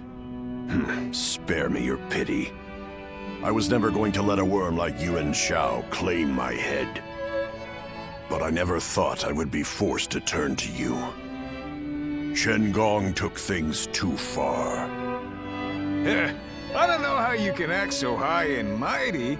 You're the one that's come begging for help, remember? Zhang Fei, that's enough. The fact of the matter is, many of our men were wounded or killed in that battle. We made a desperate effort to rescue you, but you give not even a word of thanks. You'll have to forgive those who would air their grievances. Thanks? What foolishness is this? Do you expect me to get on my knees right here and now? No, that is not what we had in mind. We want to make a deal with you. A deal?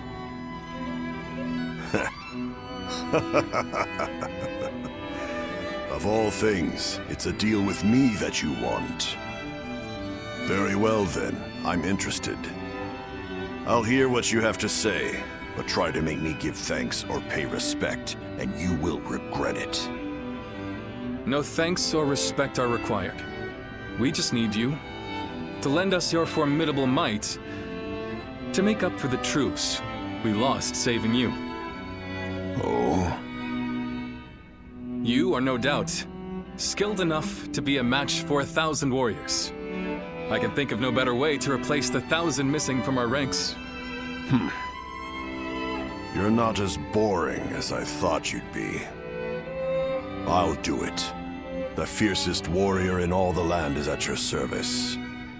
This should stave off my boredom. You have our thanks, Lord Louis Bu. Well, you must be tired. Please wait a moment. We will have a feast prepared immediately.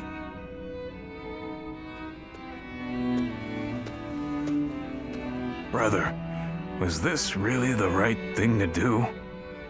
Did we have any other choice? If we cast him out, he might end up under the command of Lord Cao Cao, Lord Yuan Shao, or another rival faction. Then, what would become of Shu? How could we protect our land from such a threat? But... And when have I ever been one to deny a place at my side to a lost soul? The day will come when we will see that this was the right decision. Just wait.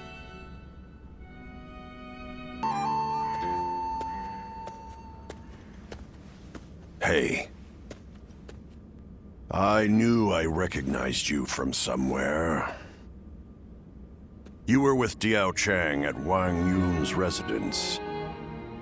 I'm surprised to see you here. Tell me one thing. Is she here with you?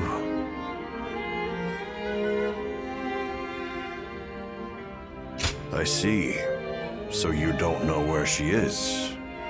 Is that it?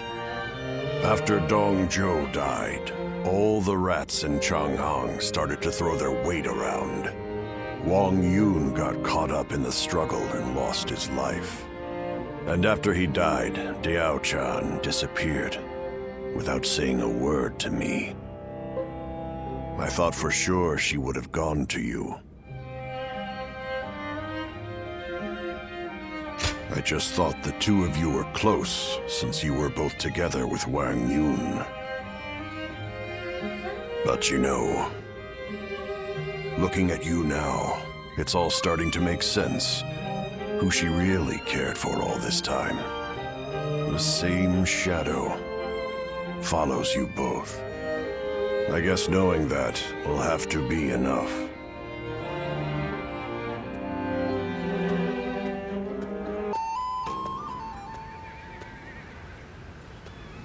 Liu Bei has overcome his indecision. He shall hold fast to his ideals, but the way ahead is unclear.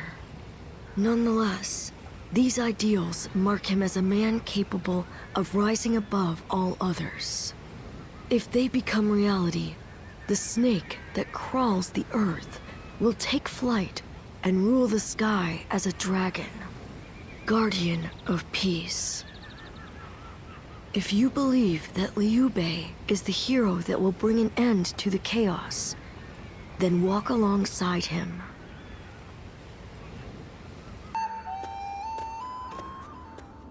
Sorry to barge in on you like this. I have something I need to talk with you about. I would go to Guan Yu and Zhang Fei with this, but let's just say it's a delicate subject with those two. Thanks. You're a great help. I wanted to discuss Lord Lui Bu. You've just welcomed him to Shu. Was I right to take him in? The choice has been made, but my uncertainty remains. No matter how much of a monster he might be, I was the one he came to when he needed help. But at the same time, the decision I made might end up bringing harm upon my comrades and the people of Shu. Who do I help? And who do I forsake? And beyond that, what goals do I set out to achieve? I am ashamed to admit it, but I think I have even lost sight of what I thought was my dream. Which is why I want to ask you, will you stay by my side and share a future with us? I know I have true friends in Guan Yu and Zhang Fei, but you're the only one I can really open up to like this. That's not to say I won't forgive you if you turn me down. This decision will change your future, so think carefully before deciding. Your life is yours to live in whatever way you wish.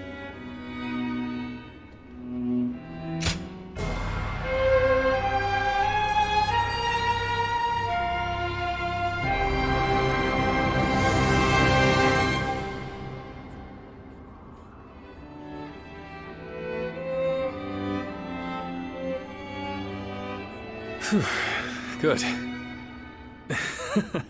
I just felt all the tension leave my body. I am so deeply relieved. What am I saying? I'm already embarrassing myself again, aren't I? You are very special to me. I hope we can make the most of the time we have together.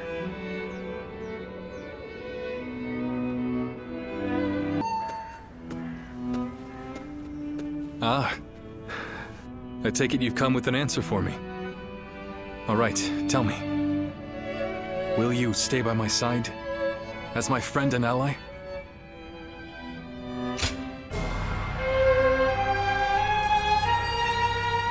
Whew. Good. I just felt all the tension leave my body. I am so deeply relieved. What am I saying? I'm already embarrassing myself again, aren't I? You are very special to me. I hope we can make the most of the time we have together. Cao rose above his many rival warlords to gain control over the imperial throne. He made great efforts to establish a new regime centered on Shu. In the face of this, Yuan Shao and the other powerful clans could not remain docile, and their ambitions were soon laid bare. Elsewhere, Sun Ce worked with Zhou Yu on a plan to gain independence from Yuan Shu. In their youthful eyes, possibilities seemed to stretch out all the way to the horizon. Although Liu Bei had now allied with the peerless warrior Lui Bu, he fell into doubt, unable to decide on the path he should take. With the entire land facing great uncertainty, its heroes also stood at a crossroads. Chapter 4. Sun Ce rises up in Jiangdong. Liu Bei faces a quandary in Xiapei. Cao Cao fights a decisive battle at Guandu.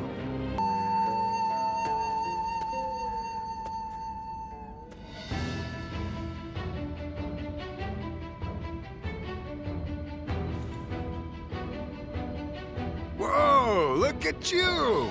A change of attire and you're practically a new man. He is an ally who would fight beside us. This is the least we can do. An ally? Yes. He says he's willing to make our camp his home. Ah, that is excellent news. But are you certain? I seem to recall that you traveled with a purpose. Did you not?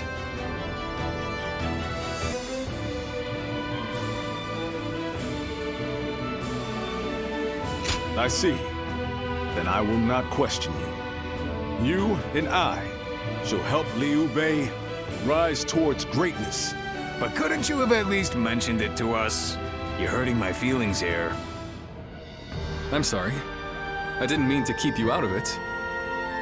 Next time I'll be sure to tell you beforehand. Look who we have here. Welcome. We are a close-knit bunch, aren't we? Lord Shen-gong.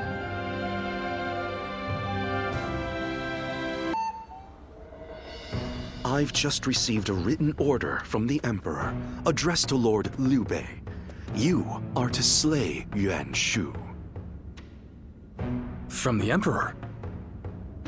They say Yuan Shu is calling himself the Emperor of Zhong. It is no wonder that His Majesty would order his death. Indeed, indeed. But as you know, it is Cao Cao who protects His Majesty. Making this document less an imperial order, and more a command sent by Cao Cao to the other lords, yourself included. It is still an imperial order. We cannot refuse. Yes, I urge you to accept. And not to worry, Lord Lui Bu and I will protect Xiapei Castle in the meantime.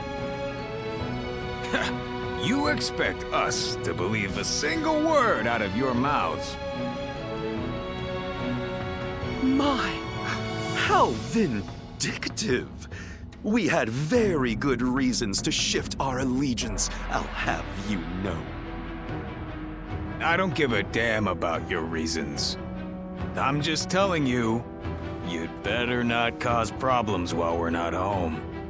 I see. And here I was, thinking that Lord Liu Bei had placed his trust in us. Both of you enough. We all serve the Han. I will gladly accept the order. But Lord Shen-gong, I need you to understand that there will be those who eye you with suspicion, like Zhang Fei here.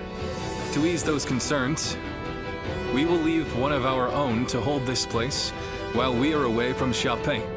Are you willing, Zhang Fei? Yeah. Wait, then I'm staying?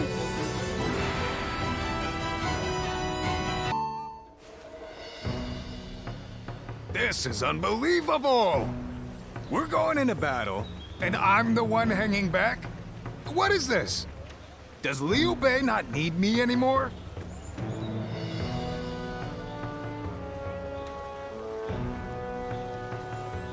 I mean, it's not as though I can refuse. Damn it! This is all Louis Bu's fault. If he weren't here, I wouldn't have to keep watch. And you know what Liu Bei asked me to do? He told me to stay near Louis Bu to watch his every move. Meaning I gotta see that bastard's face every single day. And he says I can't even drink. If I can't fight and I can't drink, what am I supposed to do? My pillow is drenched in my tears. But I can't just lay in bed doing nothing. I'll have to find some way to spend my day.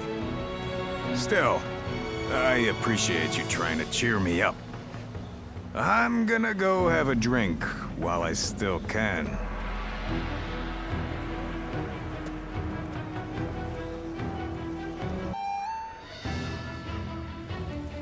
A couple of close calls, but we've won.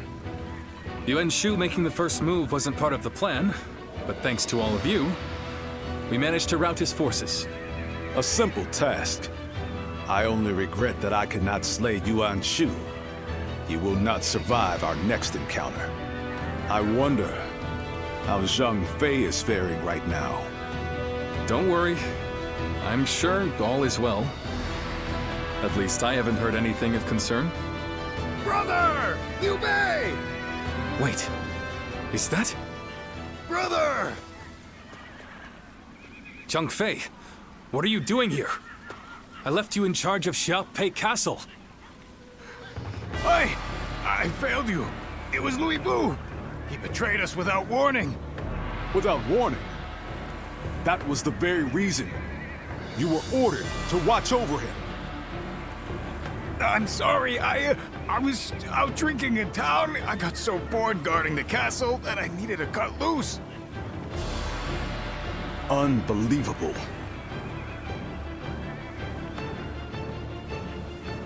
Yes, we cannot change what has already happened.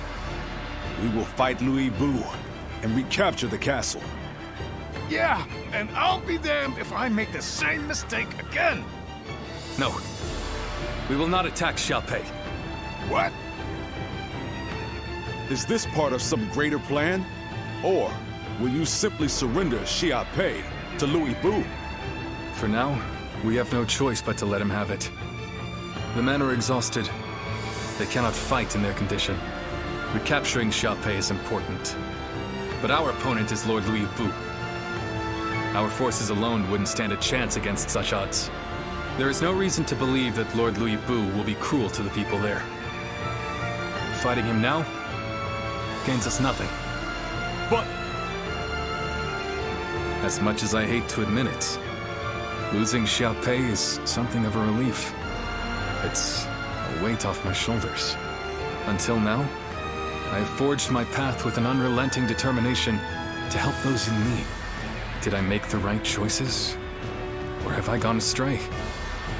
What does it truly mean to make the world a better place? I still do not know. But if there are answers to these questions, then perhaps I can find them within someone like Lord Louis Bu. We should prepare to withdraw.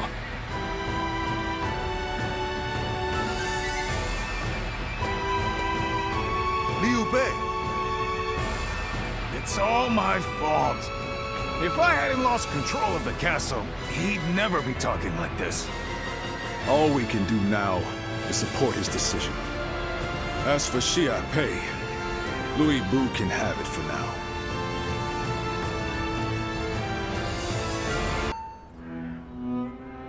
I wonder, what's happened to Liu Bei since that day? It's like he lost the guts he once had. Do you think it's all because of the blunder I made? We lost Xiaopei, and he won't even fight to take it back. He's not even angry, he just goes on about how relieved he is. Perhaps this behavior is part of his nature. His noble desire to help those in need drove him to extend a hand to someone with no sense of honor or justice. One might praise the generosity of his heart, but tolerance can be a dangerous virtue. Thanks. I wish I could help, but I don't think I'm ready to look him in the eye. Light a little fire in him for us, will you? He's likely at one of the pubs along the road. Thanks. We're counting on you.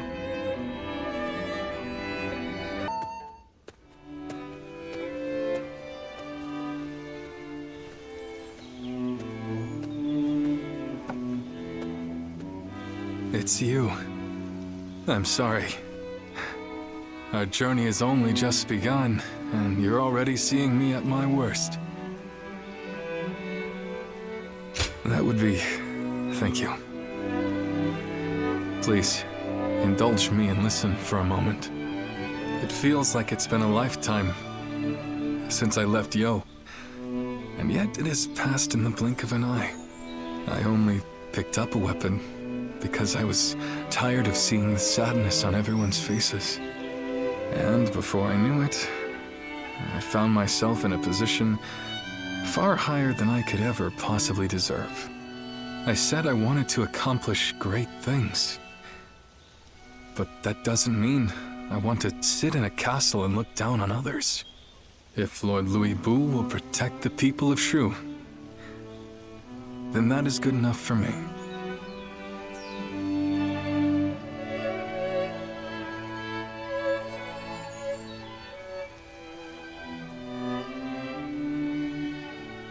Well, I think so, but this is all for the best. For Lord Louis Bu, for the people of Shu, and for us as well. Lord Liu Bei, Lord Louis Bu wishes to speak with you. Lord Louis Bu? What could he possibly want now?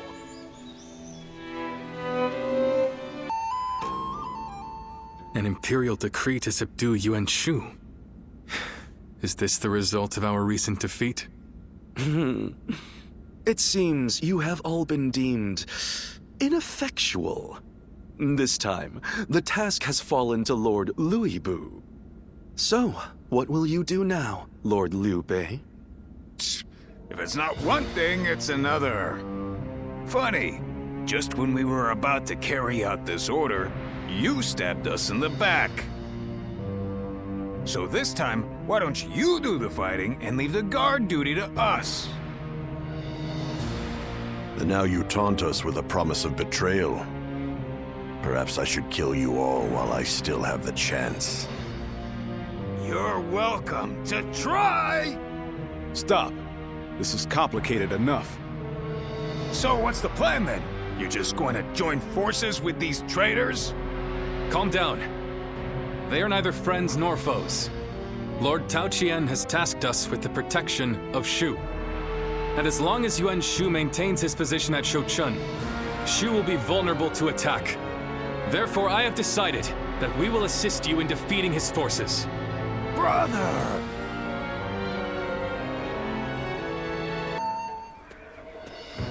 Lord Sun Ce, there you are. Allow me to thank you for heeding the call. We also have a score to settle with Yuan Shu. The Emperor's order was a blessing, if anything. We know exactly how he operates, and exactly how to counter him. That is reassuring. It feels as if I'm talking to Lord Sun Jian himself. Your father was by our side when we fought to put down the Yellow Turban Rebellion and slay Dong Zhuo. We saw for ourselves why he was known as the Tiger of Jiangdong. I hope to see you match your father in battle. Yuan Shu's army is nothing but a swarm of pests. Your assistance will not be required. You think you'll outperform us, do you? We'll see about that.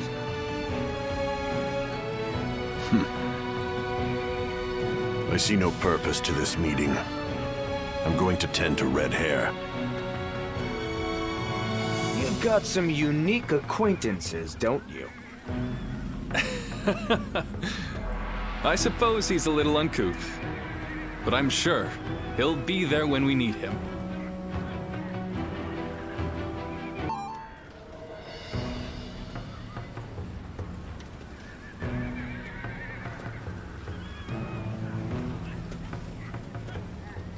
Still, it's hard to believe you ended up in the service of Lord Liu Bei. I suppose it makes some sense, considering the long history between you. But, well, it's just disappointing. I wish you had chosen Lord Sun Sa.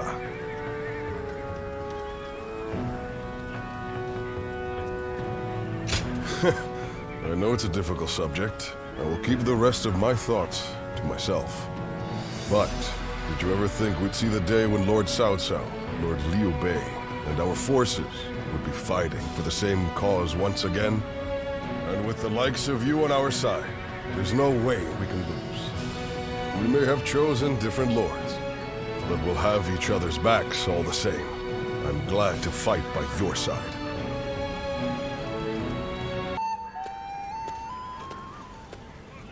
This was a bit unexpected. Or perhaps I should say, disappointing. Whatever do you mean, Lord Cao Cao? Shall I put it more plainly? Lowering yourself before that wild beast has brought you to ruin. That is what I meant to say. Ruin? I once considered you a hero. I feared that one day you might become a threat standing in my way. Great warriors flocked to your side, drawn to your mystique. For a time, my mind was constantly occupied with devising ways that I might thwart your rise.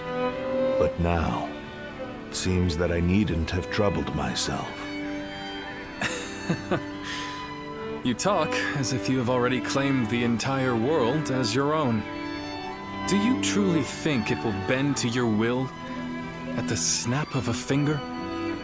Enough of your sophistry. That is, if you wish to save what remains of your dignity. You are now but a stone, tumbling down the road. No man is foolish enough to engage a stone in a struggle for power.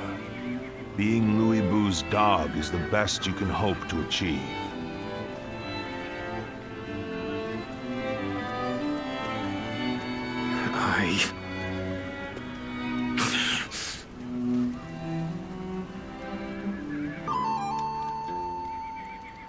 Now we're getting pushed around by both Louis Bu and Cao Cao. Makes me sick. Brothers. What is it? Liu Bei? I've finally found it. I now know what I have to do.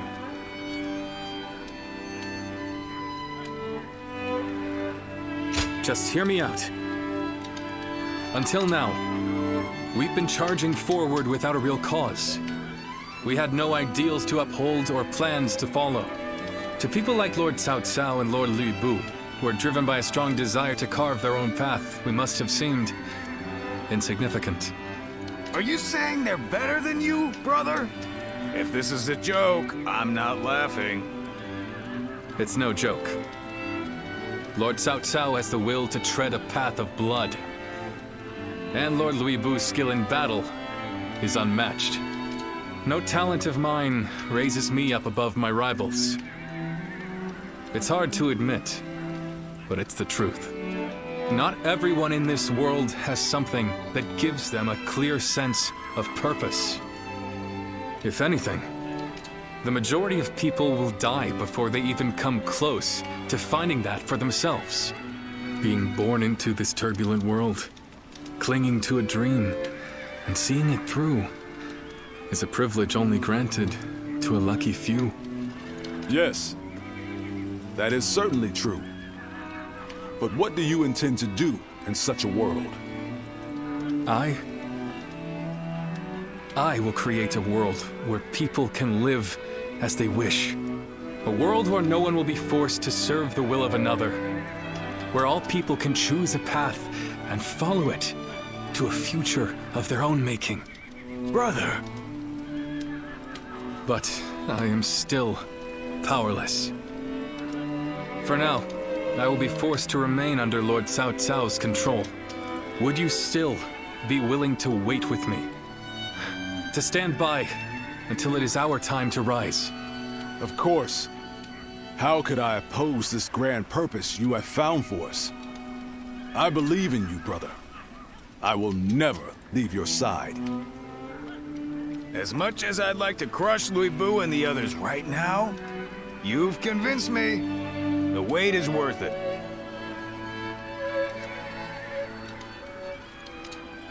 Thank you. It will be hard, but I know we can do it. No matter what anyone says, I'll stay true to myself. I will do what I believe is right, in the way I see fit. That is the only path to power. This stone on the road is about to roll its way to victory.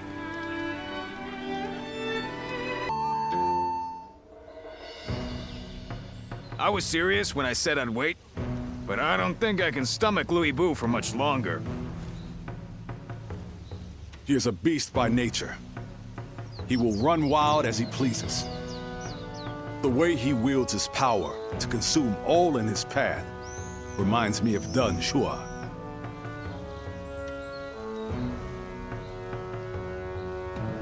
I promise to put up with this for now, so I'm not gonna do anything yet, but being stuck as Louis Bu's errand boy for this long is really killing me. Nonetheless, as long as our brother hasn't lost his will to fight, I will always be right behind him. But even Zhang Fei is starting to lose heart. How much longer can we expect the others to hold on?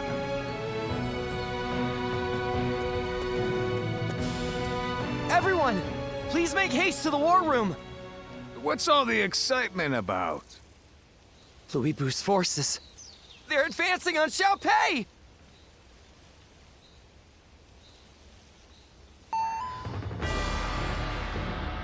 The second we show the slightest bit of humility, Louis Bu will pay for this. But why would he suddenly turn his forces on Xiaopei? This is likely Lord Cao Cao's doing. A lone messenger arrived in Xiaopei. He declared he had been carrying a letter containing plans to eliminate Louis Bu. But he says he was attacked on the way here, and the letter was taken from him. It is difficult to believe that Lord Cao Cao would be so careless. I suspect he intentionally allowed the enemy to intercept the letter. Still, it's not like we wrote back accepting Cao Cao's proposal. Chen Gong must be trying to get ahead of things. But that doesn't make attacking an ally before trying to negotiate any less dishonorable. This must be Lord Louis Bu's answer.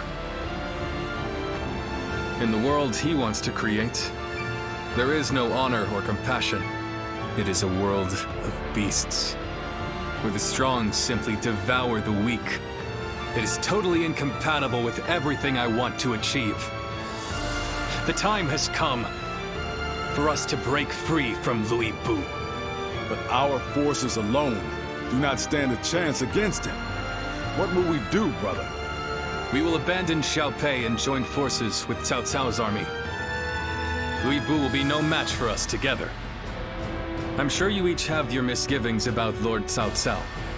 But for now, think of him as a means to an end. Yeah, I was on board from the start. As long as we get to crush Louis Bu, you won't hear me complaining. No matter who offers us help or favors, it will never come at the cost of my soul. I will subdue and consume all who would look down upon us. Neither strength nor reason will bring an end to the chaos, and it's up to us to prove it to the world.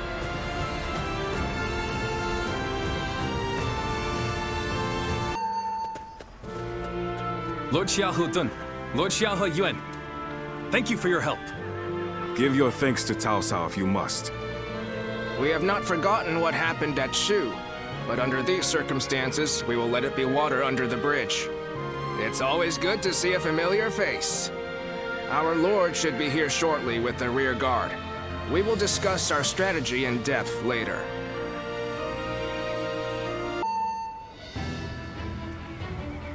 Just you wait, Louis Boo. You will pay for what you've done! You're awfully excited, Zhang Fei. Of course I am! It was my fault that we lost Xiaopei. My failure is what caused all the pain we went through. If that hadn't happened, do you think you would have ever fallen so low? Perhaps not. But without that fall, we never would have found the courage to rise to even greater heights. Guan Yu, Zhang Fei, thank you for believing in me, even at my worst. I have you to thank as well. I could not have made it this far without all of you. You've changed, brother. Have I? Yes. You look like a man of purpose now. Yeah, you were looking pretty pathetic before. I don't think he wants to hear that from you. And you're all just as you've always been. Always there to help me when I need it. I swear, your faith in me will be rewarded. Come. If we stand together as one, we can overcome any enemy.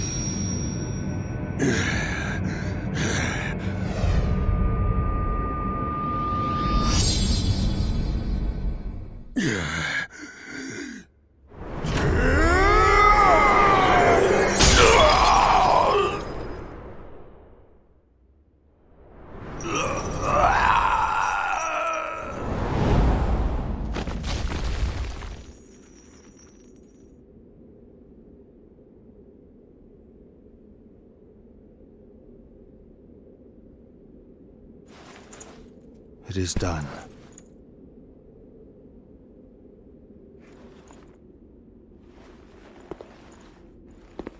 How would you have me conclude this matter? That is not for me, but for the court-martials to decide.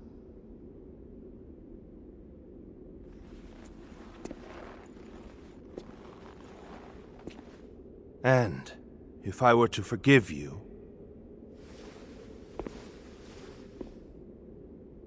I fear I must refuse.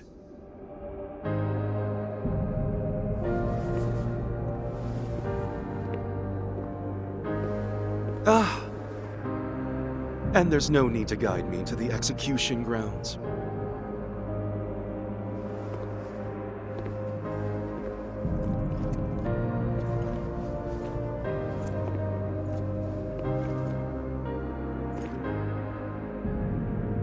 So close.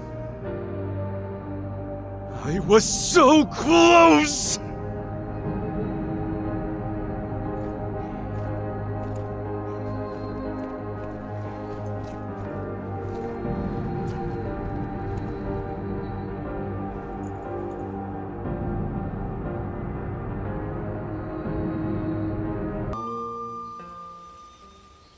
I was taken with Lord Louis Bu's strength.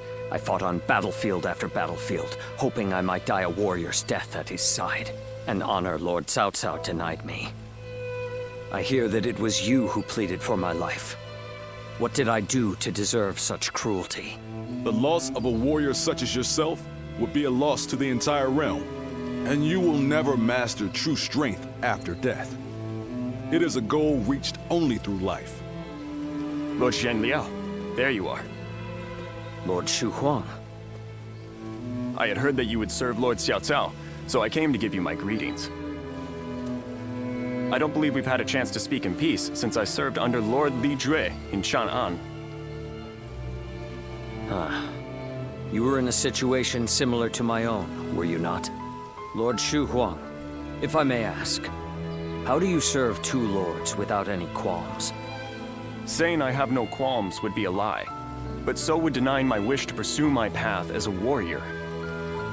Even as an enemy, I was astounded by how you fought in Xiaopei.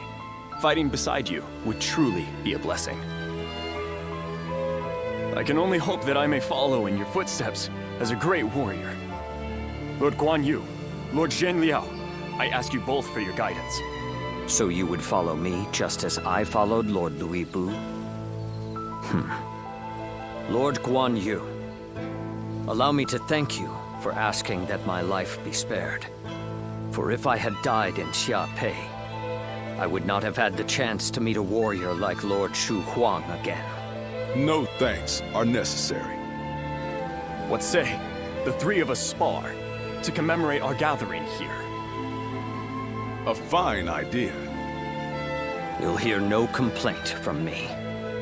After all, a warrior speaks not with their words, but with their blade.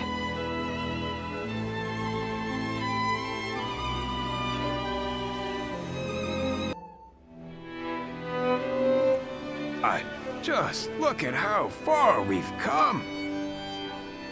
We started out as a bunch of bumpkins from Yo, but now we're great officers, getting audiences with royalty.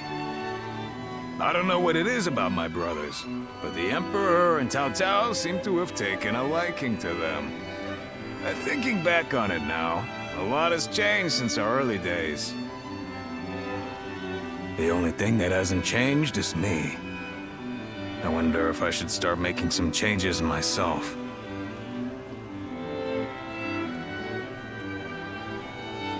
Well, how about this? I'll be Lord Zhang Fei, the brave and wise warrior with temperance enough to never lose himself to drink. Wouldn't that be something? It must be the alcohol talking. Speaking of changes, you're quite different than you were when we first met. But your heart is more or less in the same place. I always feel at ease with you.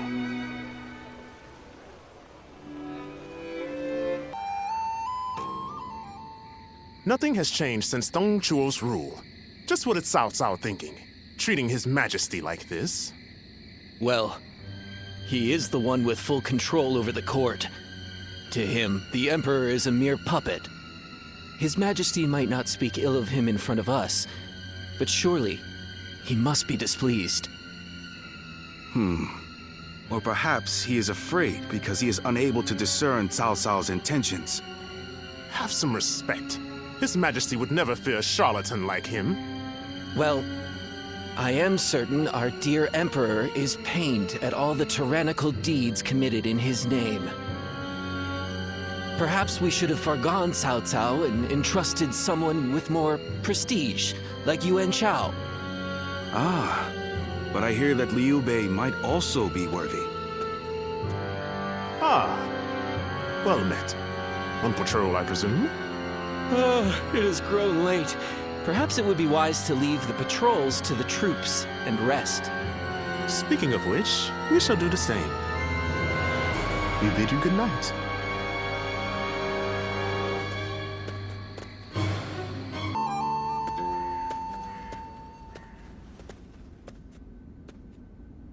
What timing? I've just received word that Lord Gong Xunzan was defeated by Lord Yuan Shao at Yijing. I owed a great deal to that man. Lord Gongsun-san took me under his wing when I was directionless. He even nominated me as a minister of Pingyuan. This chaos has claimed a dear friend. Thank you for your concern. But to be honest, it hasn't dampened my spirits as much as you might imagine. Lord Gongsun Zan's defeat has given Lord Yuan Shao the 4 provinces north of the river, making his kingdom the most powerful in the land. Conflict with Lord Cao Cao will be unavoidable. History is being written. Great changes are coming to our world. The sadness I should be feeling at the loss of a great friend has been replaced by strange excitement for the future. I have something to discuss with you. Tonight, let us enjoy drinks in the moonlight before feasting together in your room.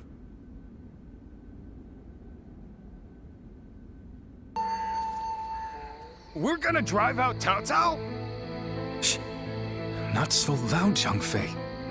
But why with the Emperor? I am not sure of His Majesty's true intentions, but he is clearly not satisfied with the current state of affairs. So, what say the 3 of you? What can I say? Your mind's already made up, isn't it? Yeah. Helping all those in need. That's what you set out to do. Yes. I suppose that is what it all comes down to. I spoke with the Emperor here, and learned how much he is suffering under the current arrangement. I will do what I believe is right, in the way I see fit. If His Majesty is asking for help, then I want to answer the call. Heh, that's the Liu Bei we all know. Besides, we never plan to just keep taking orders from Cao Cao forever, right? I have no objections. But how are we going to carry out such a plan? As it stands, we are nothing more than the guests of Lord Cao Cao's. We don't have the soldiers, let alone the support necessary to succeed. First, we will remove ourselves from Lord Cao Cao's influence and claim some land on which to establish a base. Lord Cao Cao has been talking about attacking Yuan Shu in anticipation of Yuan Shao's forces coming south. That will be our opportunity to leave Shu City. Our destination is in Shu, the castle at Xiapei. With the time we've spent there, I'm sure the people will give us a warm welcome upon our return. I'm no strategist, but do you really think we should bother with attacking Yuan Shu? If we're just going to turn on Cao Cao anyway, I don't see why we'd need to keep following his orders. I understand your thoughts, but we cannot deny that he has helped us on many occasions. I'd like to repay him for that. Perhaps. But I cannot be the hero to stand against Lord Cao Cao if I am in his debt. It's just like you to think this way, brother. But that's the part of you we admire most. Stay true to your chosen path.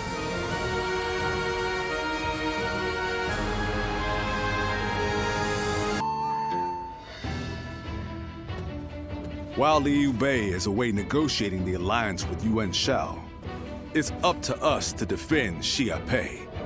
His family also resides within this castle. Should anything happen, we must be ready to guard it with our lives.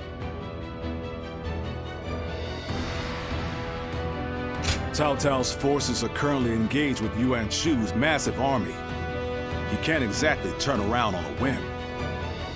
But he might still send one of his stronger officers our way. We need to stay on our guard. I am sure Liu Bei and the others will be able to secure the alliance and bring back reinforcements. All we can do is put our faith in them and perform our duty here.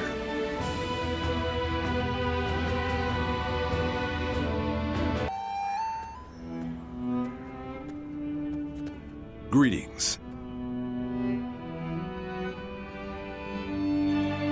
Yes.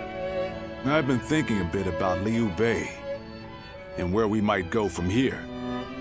When he told us that he had found his purpose, when he decided to part ways with Lord Cao Cao to establish a base of our own, I was happy. If we could spare the people of this troubled world even one source of grief, then we sworn brothers would proudly charge into battle. And yet, he still lacked a solid ambition for us to pursue. He would speak of doing great things for the world, but never decided what those great things would be. But then, after fighting Louis Bu and having that discussion with Lord Cao Cao, something changed. He found some sense of purpose. This could well be the turning point. Will he be able to seize this opportunity to rise? That is why it is more important than ever that we support him, no matter what.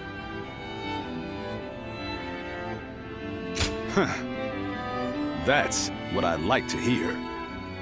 We must all work together to help him achieve greatness.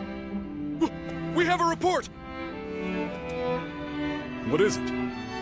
Cao Cao's forces are advancing on Xiaopei Castle!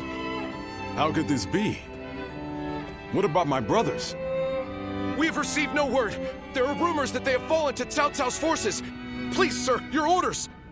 We must defend the castle at all costs. I'm counting on you to help us make it through this.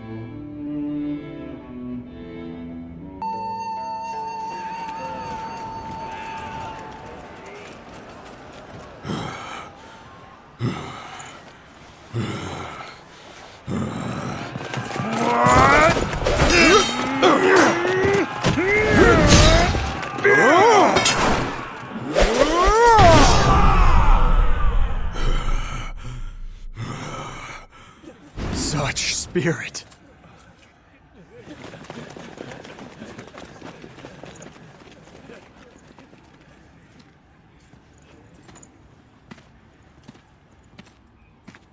Lord Guan Yu.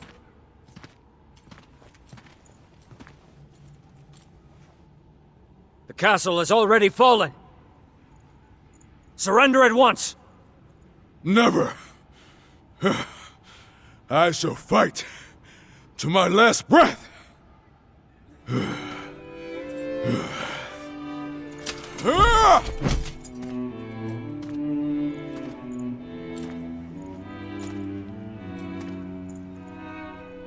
You would dishonor yourself out of stubborn pride, breaking your vow to your sworn brothers that you would die together, defying your duty to protect that which Liu Bei entrusted to you. Would your honor truly allow that?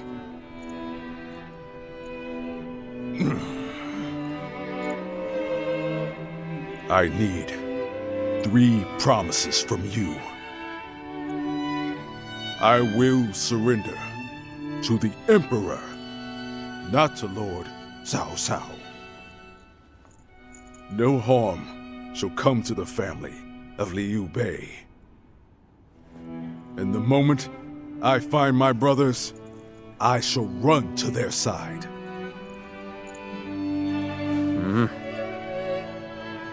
You have my word. I shall convey your wishes to... I accept those terms. How outstanding to have a renowned hero such as you on our side.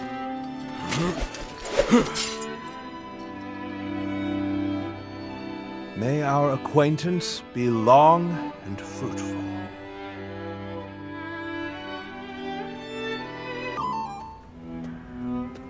Ah, there you are. Lord Cao Cao, I cannot thank you enough for ensuring the safety of Liu Bei's family. Think nothing of it. More importantly, I have something I want to ask you. Guan Yu, what would you say to an invitation to remain in my service? What?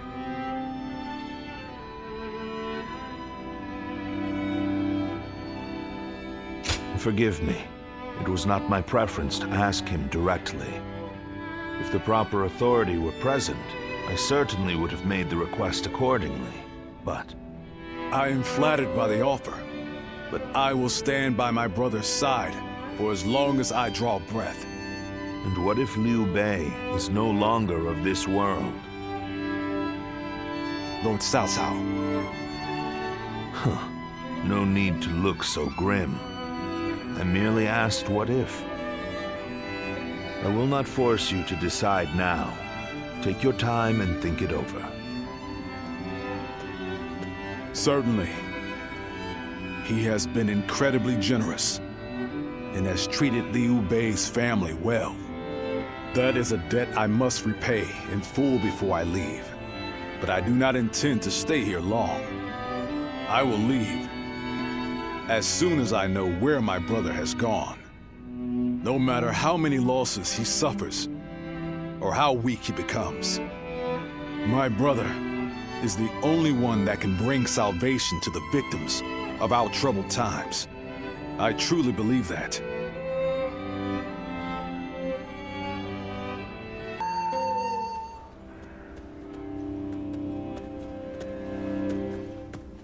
I never expected you to fall back under my influence. I'm glad to see you, Ziluan. Ever since you joined Liu Bei, I was certain we would never get another chance to meet like this. But now, both you and Guan Yu have fallen right into my hands. I can think of no greater gift. I understand how you feel. As a follower of Liu Bei, you must see me as your sworn enemy. But we have yet to hear of Liu Bei's whereabouts. If you left me now, where would you go? In any case, I see no reason to keep you under guard. I promise you will be treated with all the respect a guest is due.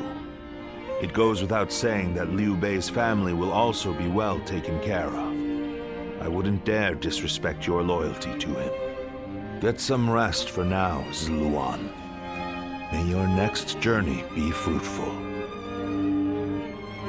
And hopefully, at my side.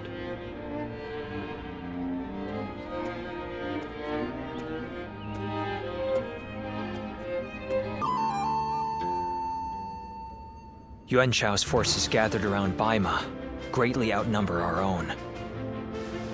They must be trying to quash our potential strategies with sheer numbers. Be that as it may, any commander who would lead such a massive army is bound to let his hubris get the better of them. We must discover and strike at where they have been negligent. The question is how? Send a small force to ambush them? No. It would be but a momentary diversion against an army that large. Though if we can separate their forces, we may be able to take them down one group at a time. Separate them how? I doubt Yuan Shao would be easily fooled. If one wants to catch a catfish sleeping at the bottom of a pond, one must use valuable bait. Bait? Very well. I will join the assault. Then even Yuan Shao will panic and send his army.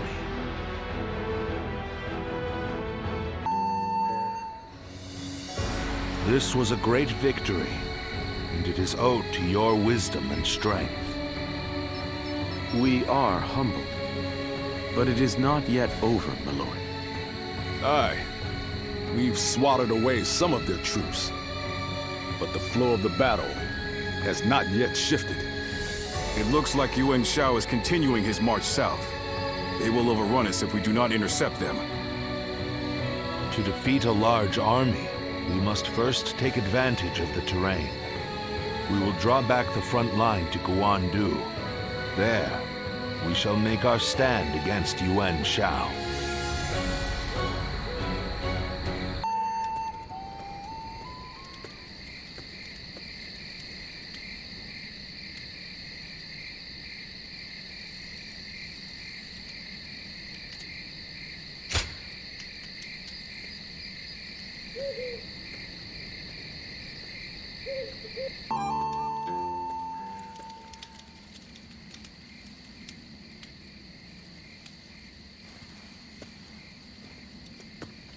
Zuluan, it's been too long. So it really was you. I never would have expected this. But why didn't you tell me where you were?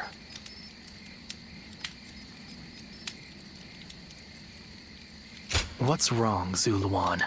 Why aren't you saying anything? Don't tell me you've forgotten who I am.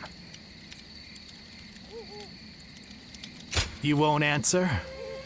Or maybe you can't. Then it's true. You really have forgotten everything. Well, I suppose I should have known. If you had your memories, you wouldn't have allied yourself with Cao Cao, the usurper of the Han. You have forgotten your mission, your ideals, and the promises you made. And now you're floating aimlessly through life. Yet even so, you are unable to escape your fate as a guardian of peace. You submit to a higher power and act as a weapon for them, just as you did as a guardian of peace once before. Though this seems even more pitiful.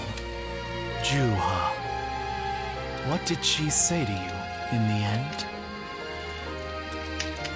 Did she tell you to forget everything and live on? Or to pursue true peace?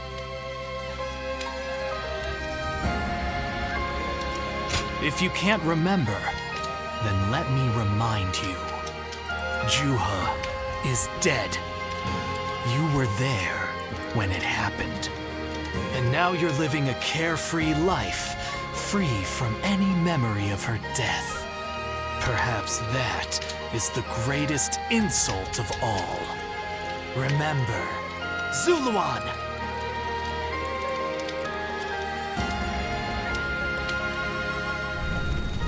Are you crying?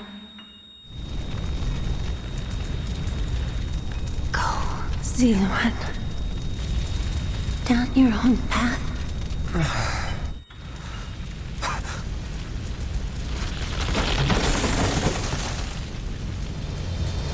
Are you crying?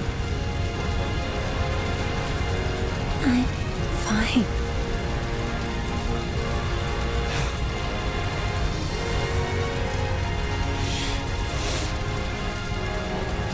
Go, Zuluan. Down your own path.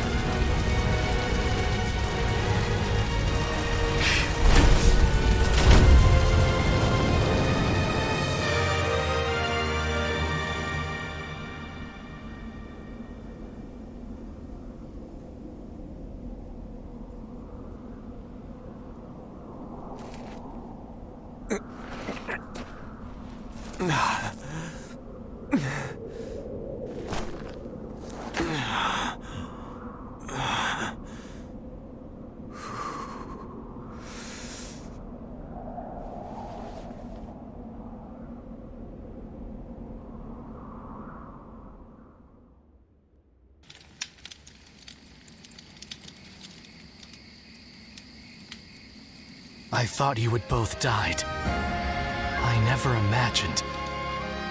I thought I was alone.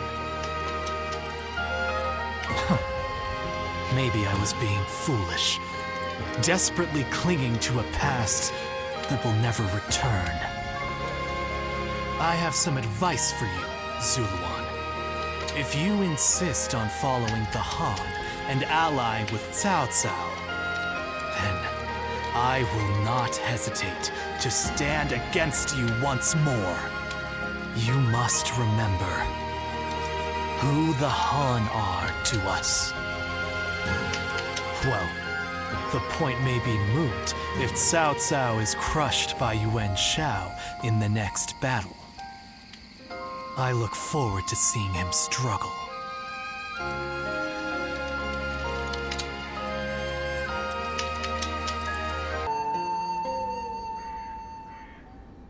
Juha. I see. I had been wondering who she was, and why she chose to help you.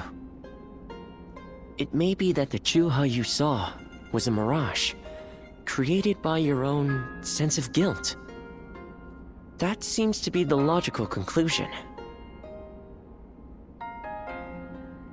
Ziluan, I believe now is the time for you to face the real Juha.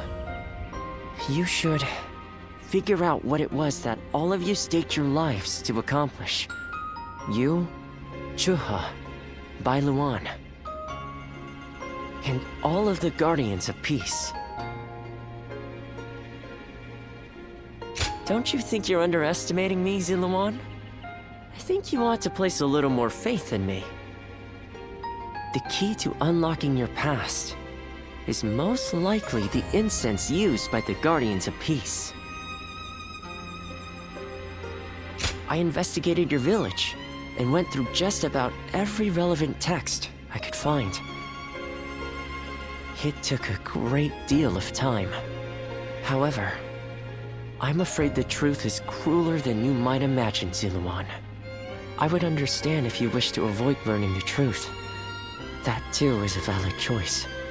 But if you do decide you want to unravel your past, it would be my duty as a doctor to offer my full assistance. That said, we had best try out the incense first of all. I will be rather embarrassed if it doesn't help you remember anything.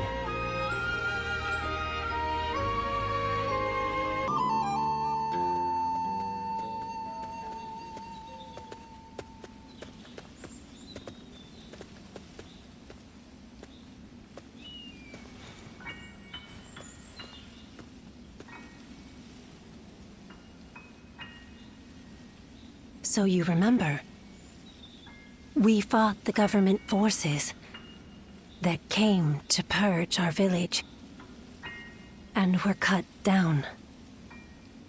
And now, you know.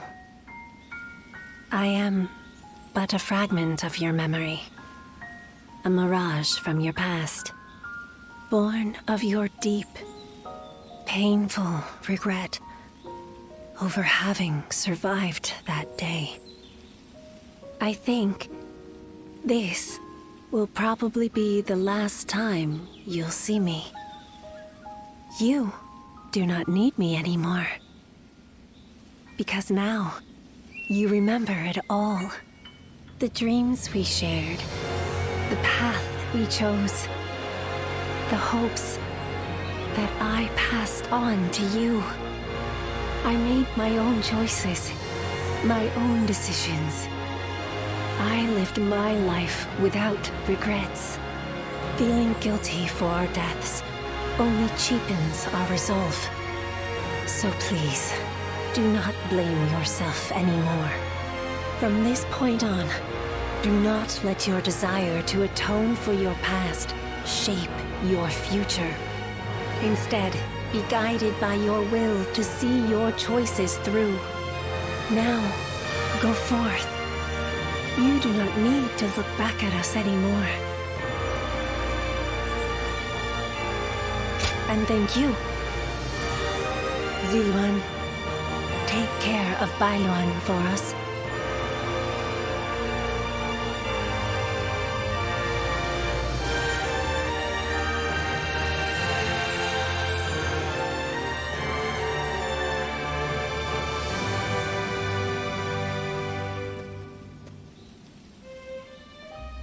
Good. It seems you were able to remember Juha. That success is a weight off my mind. You did well. I officially pronounce you cured, which means my work is complete. Yes, there is nothing more to be done.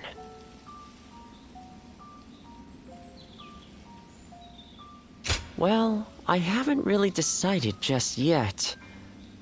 That's sad.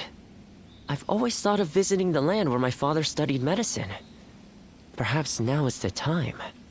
As for you, Ziluan, you will be fine without me. Now that you know who you are, you're free to live your life as you wish.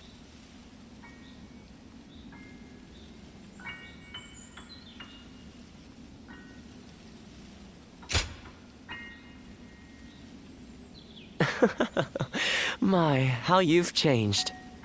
Ziluan, you're nothing like you were when we first met. The old you would have never said such a thing. Back then you were a wild warrior, hurling yourself into battle heedless of your wounds. But yes, despite my teasing, our journey has been one of the most rewarding times in my life. I met so many people, all fighting to survive this chaotic era. On second thought, maybe I could linger for a while longer yet.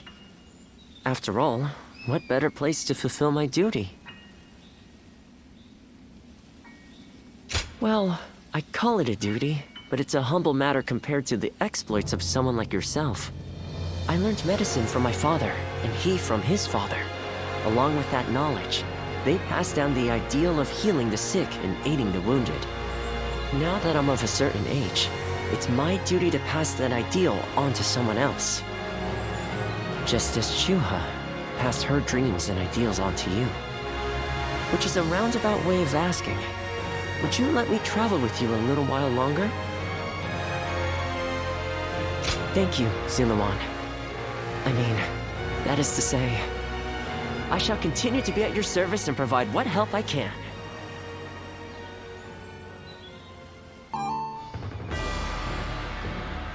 What shall we do, Lord Cao Cao? Their numbers are far too great to fight without a plan. Yuan Shao's army is growing cautious as it nears Guandu. It appears their loss in Baima has shaken them. But with our supplies dwindling, Yuan Shao must know that time is on his side. Any news from Shu City, Guojia? Lord Xun Yu says that lords in the vicinity of Shu City are showing signs of revolt. And there are rumors that Liu Bei was spotted among the leaders of the rebellion. Liu Bei? His Majesty has taken a liking to Liu Bei. If he comes to the rescue, then His Majesty will follow him. Then it is imperative that we send more troops to put the rebellion down, yes? Do not be so nervous, Lord Xun Yu. Those who lack the heart of a warrior are destined for defeat. Let us endure for a while longer. Our chance will come to us in time. Brother.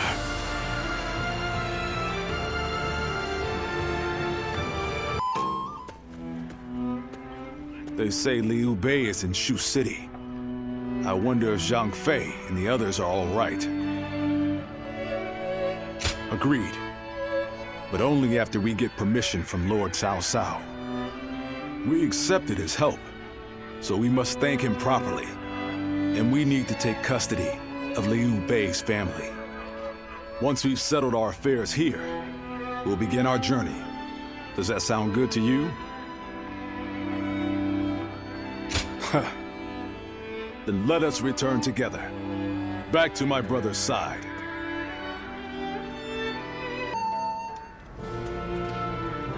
It is good to have you two back with us. We shall meet again. I made it a mantra until we were reunited. And now, I will make my oath to you once more.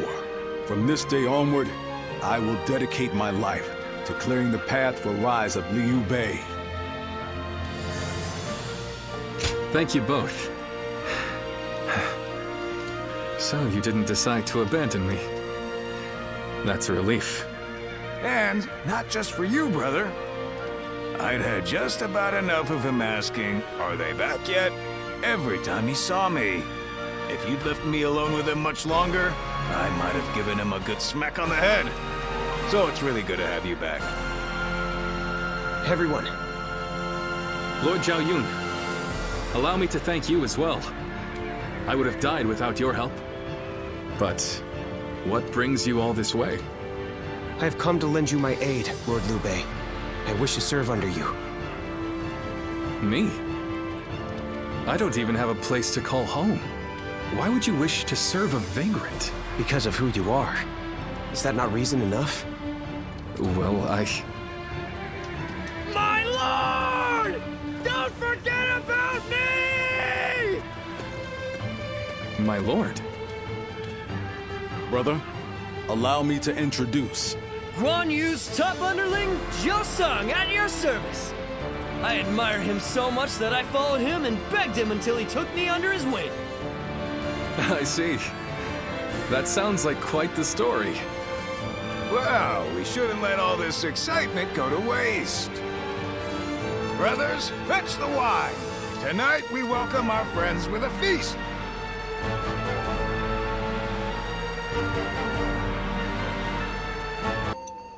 What a pleasant breeze.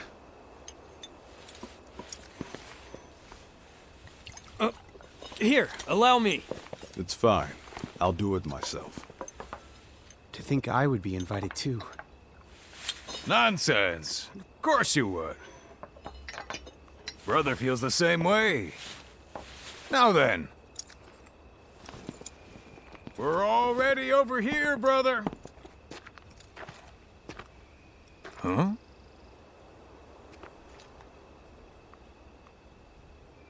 How distant they are. Those stars in the sky.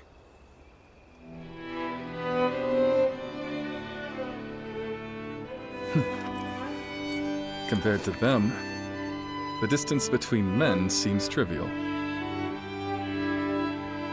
It is your open-heartedness that makes you feel so. Ever since that peach orchard, we've been close by. You'll have me at your side, doing whatever I can. That means you'll have me there too.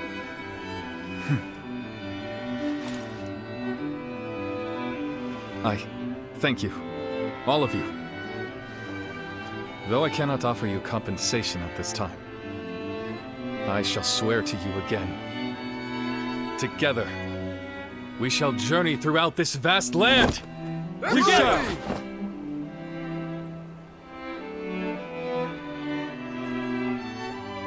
Cao Cao emerged victorious from a decisive battle with Yuan Shao, becoming the most powerful individual in the land. He actively strove to establish hegemony over Hebei, and in turn, the entire land.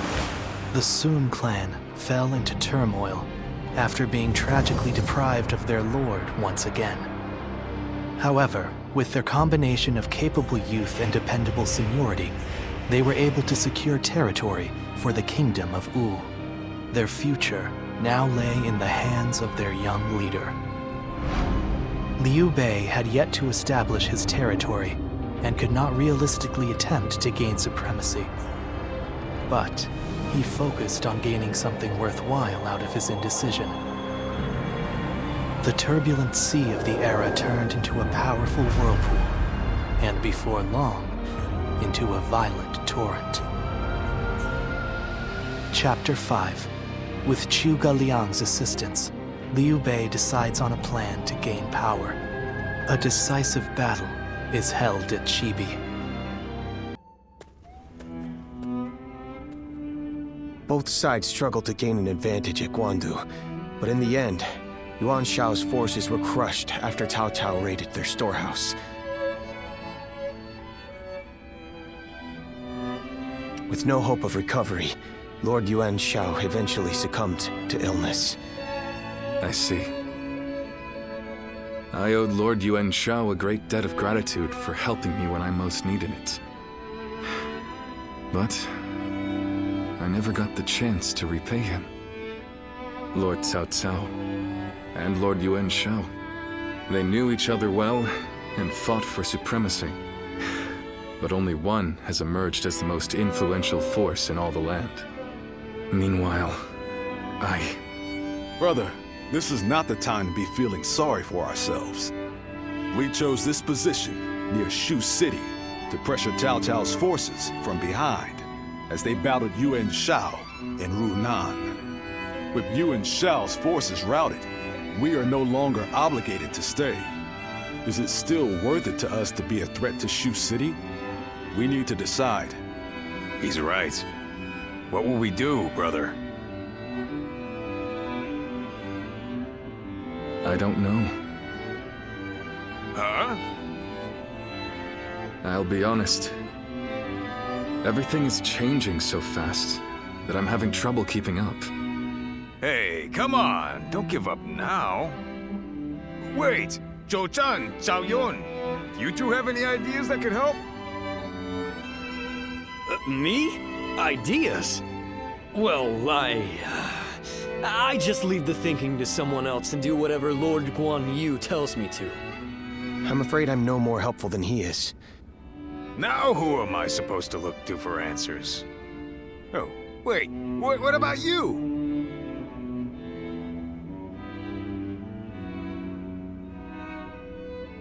Hey, I'm the one asking. Why are you turning this back on me? Ah, I get it. You're just as stumped as the rest of us, huh?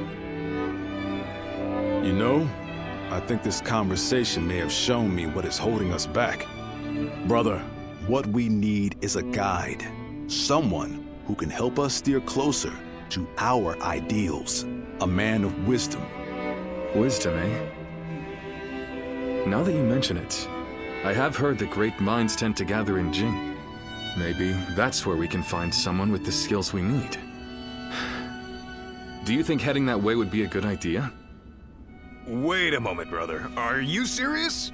How can we go anywhere right now when we've got the castle here in Runan? You're right. I'm sorry, forget I mentioned it. Perhaps some ideas are best left unsaid.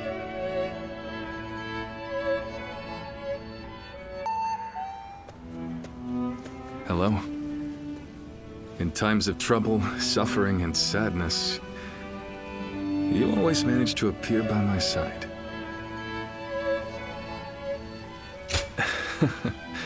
Yes, again. I'm sorry to burden you, but please listen. I've been thinking about what Guan Yu said. And he's right. I think I may be lost. A world where all people can choose their own path toward the future. I've declared time and again that this is the ideal world I wish to create, but I still have no idea how to make it a reality.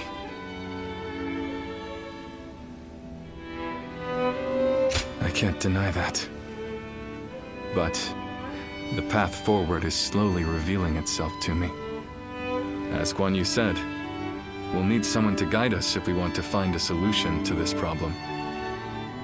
That's why we should start our search as soon as we possibly can. For us, and for everyone else searching for their own path toward the future. But, even if we did go to Jing, would we be able to find the sort of guide we seek? The longer I remain lost, the more anxious I become. Lord Cao Cao and our other rivals are gaining strength as we speak. I don't think we can afford to waste any more time here. But don't take my anxiety as a sign of wavering resolve. If that is your worry, you may rest easy. It won't be much longer until I'm ready to start chasing our dreams again.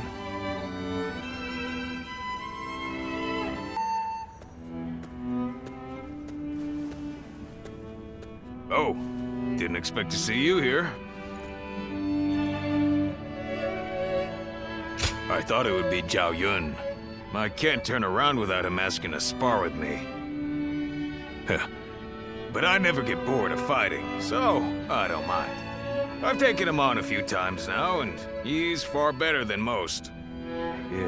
Yeah, but come to think of it, after you joined us, we went a while without adding any new faces to our ranks. Now we have a great lineup of strong fighters on our side, and my brothers want to get someone smart to point them all in the right direction. That'll make us even more powerful. I understand that. I do. But I'm worried we won't see eye to eye. Yeah, you're right. If they really are smart, they'll pick things up quick enough. So, I've got nothing to worry about. Whoever we bring into the fold, I just hope it's an honest person that I can get along with. Because there's nothing I hate more than a know-it-all with a smug look on his face telling everyone how right he is. Reporting, sir. Cao Cao's forces are mounting an attack on us here on Runan. Please, make haste to the war room. So Cao Cao's forces are already on the move. Let's go!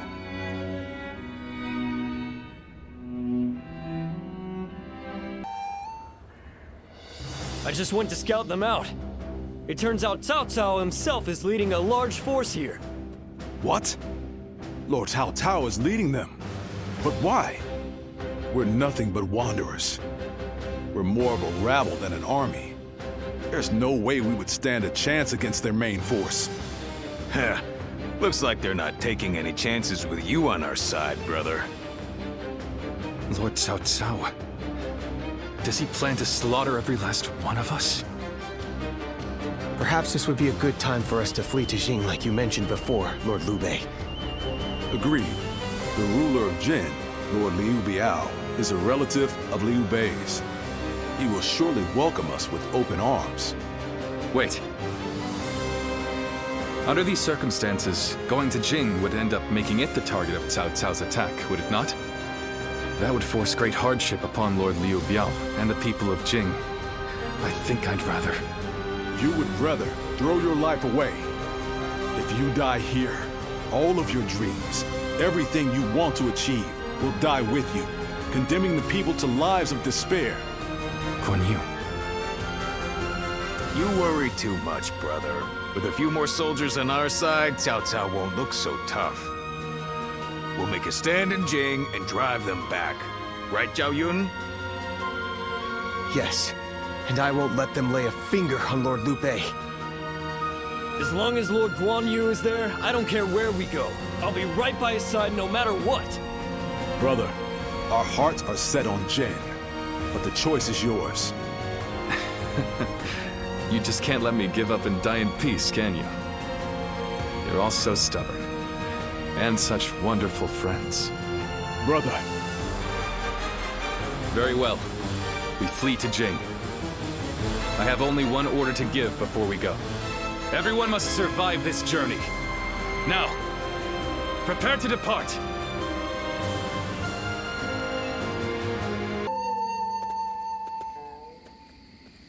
Whew. That was a narrow escape, but we made it. We were lucky everyone did their part. I lost count of the times I thought that tidal wave of soldiers would swallow us whole.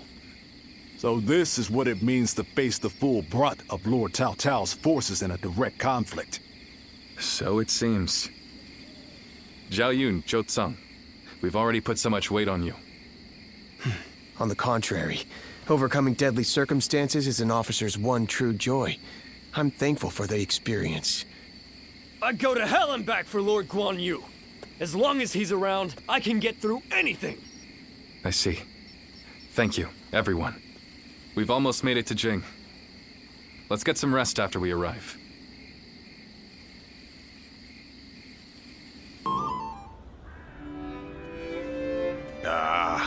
I'm so bored. On days like these, all a man can do is drink the hours away. Wouldn't you agree? What's wrong with a little wine to pass the time? It's not like we have anything better to do. Forget it, Zhang Fei. The last time you thought you had time to drink, you nearly destroyed Liu Bei's reputation.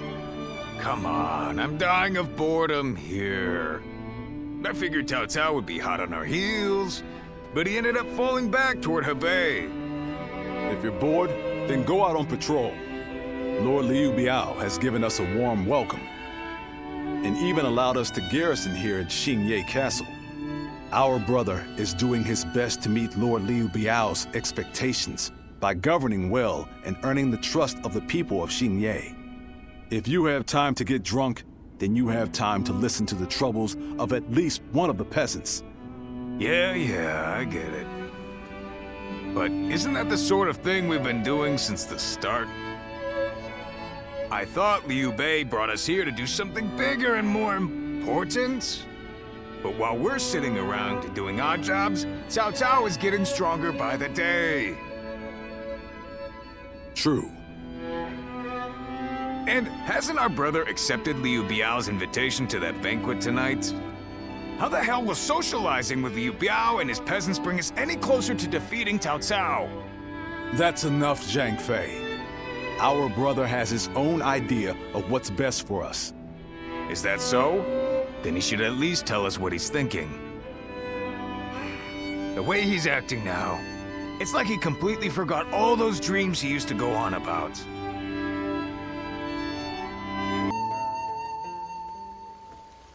Tonight, Lord Liu Biao is hosting a banquet in Xiangyan.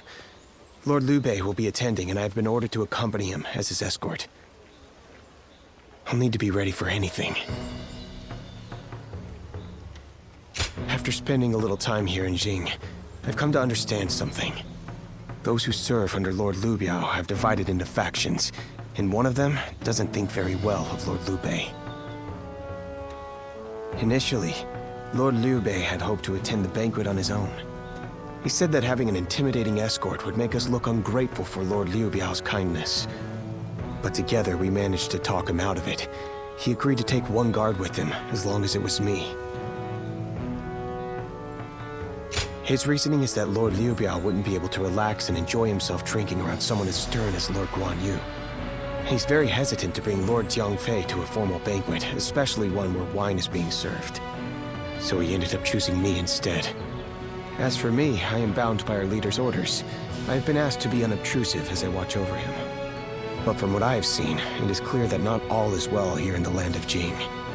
All I can do is hope for the best.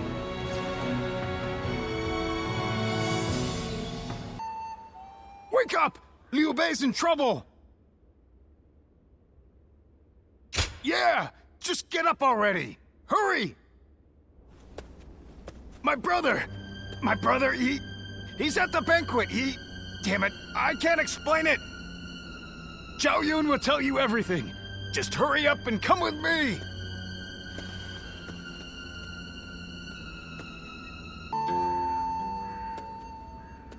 So Lord Liu Bei really hasn't returned here to Xingye. Where could he possibly have gone? Just to reiterate what you told us, Xiao Yu. Our brother disappeared sometime during the banquet, correct? Yes. One of Lord Liu Biao's retainers, Cai Mao, made the suggestion to divide the banquet with the lords and the retainers seated separately.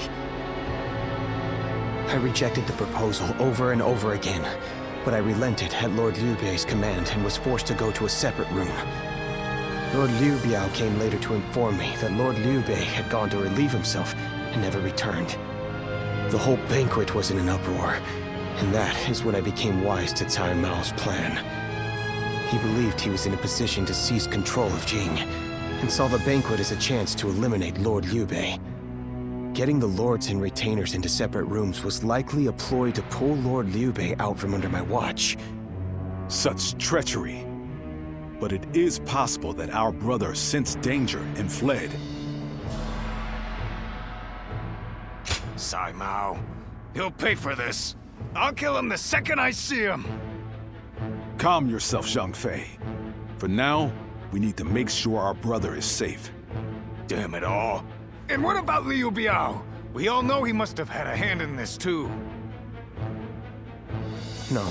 Lord Liu Biao rebuked Cai Mao and placed him under strict watch. It really seemed like he had no prior knowledge of the plot whatsoever.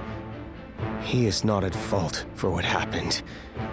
All of the blame should fall on the one who failed to guard his lordship, who shamelessly returned with nothing but excuses. I will find Lord Liu Bei, even if it costs me my life. And after that, I intend to accept whatever punishment I deserve. All you have done is faithfully guard our brother's life. You have nothing to be ashamed of. Lord Guan Yu. While we're wasting time talking, our brother could be... Right. We've no time to waste.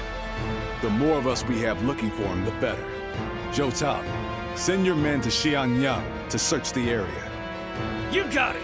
I'll run over and have a quick look for myself as well. I'm going to Shenyang too. I can't see myself getting any sleep tonight anyway. I will join you. I am sorry to trouble you, but would you be able to join the search as well? Please be safe, brother, wherever you are. Oh, You've made it here as well. Based on the information I've gathered, it is very likely that Lord Liu Bei is somewhere near this location. But why would he be out here in the middle of nowhere? Ah, there you are. Lord Liu Bei! It is so good to see you alive. I'm sorry about all this. Everyone must have been worried sick. But where could you possibly have been all this time? Well, that's a very long story. There's also something I'd like to discuss with everyone. Let's head back to Xingye for now.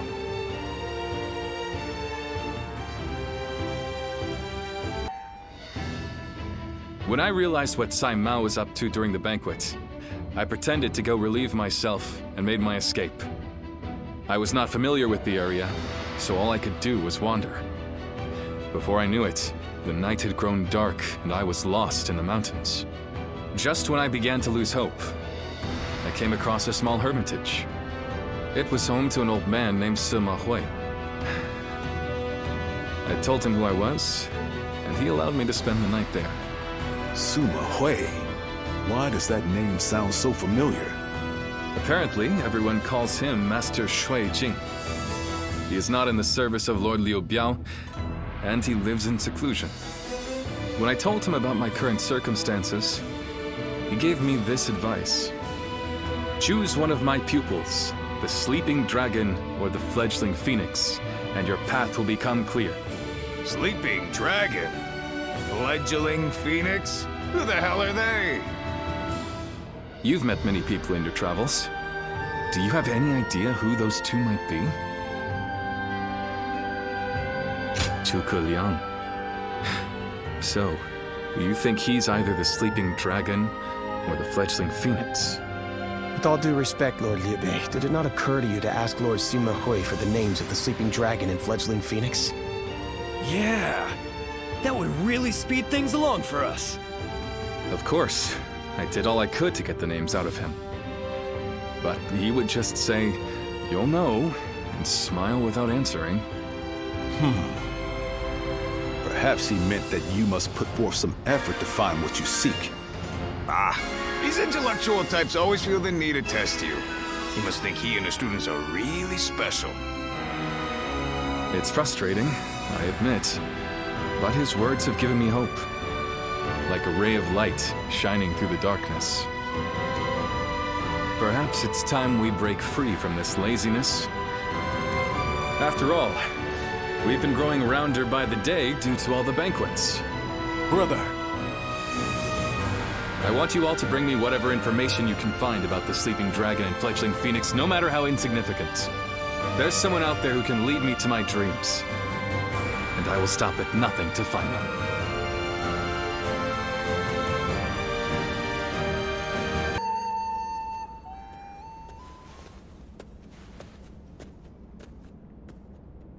I've come here to ask you a favor. I know this may seem quite sudden, but do you think you could introduce me to Lord Liu Bei? I'm sorry. I guess I should start from the beginning.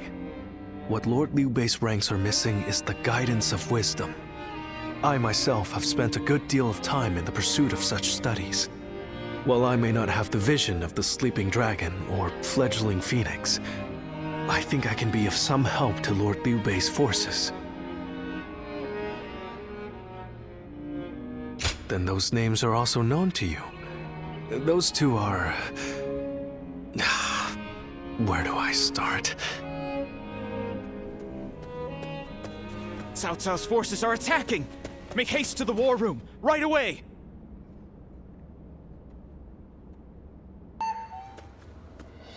Cao Cao's forces have already reached the castle gates. And they've moved into such a strange battle formation. I've never seen a formation like that before. Lord Liu Bei, how should we respond? Their army is large and they're in an unfamiliar formation. Perhaps it's best we defend from inside the castle? But there might be even more of them coming. If we stay on the defensive too long, our soldiers will lose heart. You're right. More importantly, us holding up here would be a great burden on the people of Xingye. But what else can be done? We aren't getting anywhere by talking. I'm going out there, all right? Please wait. That formation is not something you can carelessly charge into.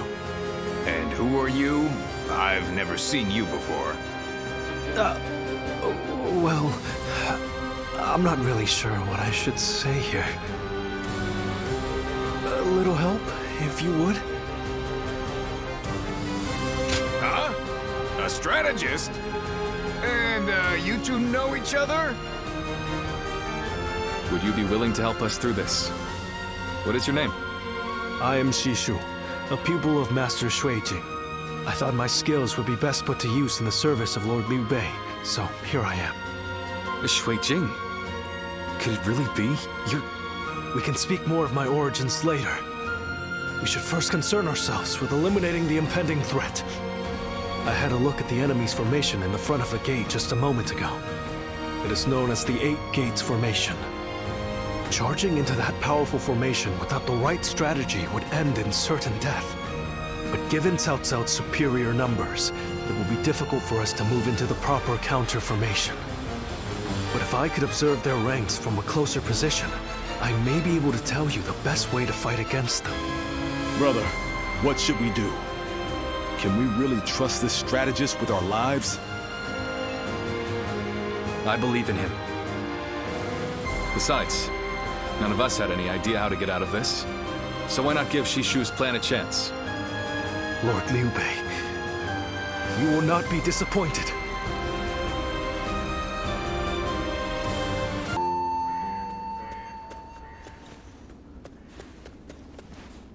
Cao Cao's forces are attacking! Quickly, prepare for battle!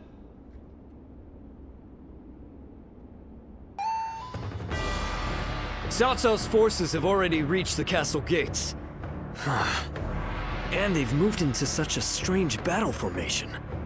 I've never seen a formation like that before. Lord Liu Bei, how should we respond? Their army is large and they're in an unfamiliar formation. Perhaps it's best we defend from inside the castle? But there might be even more of them coming. If we stay on the defensive too long, our soldiers will lose heart. You're right. More importantly, us holding up here would be a great burden on the people of Xinya. But what else can be done? We aren't getting anywhere by talking. I'm going out there, all right?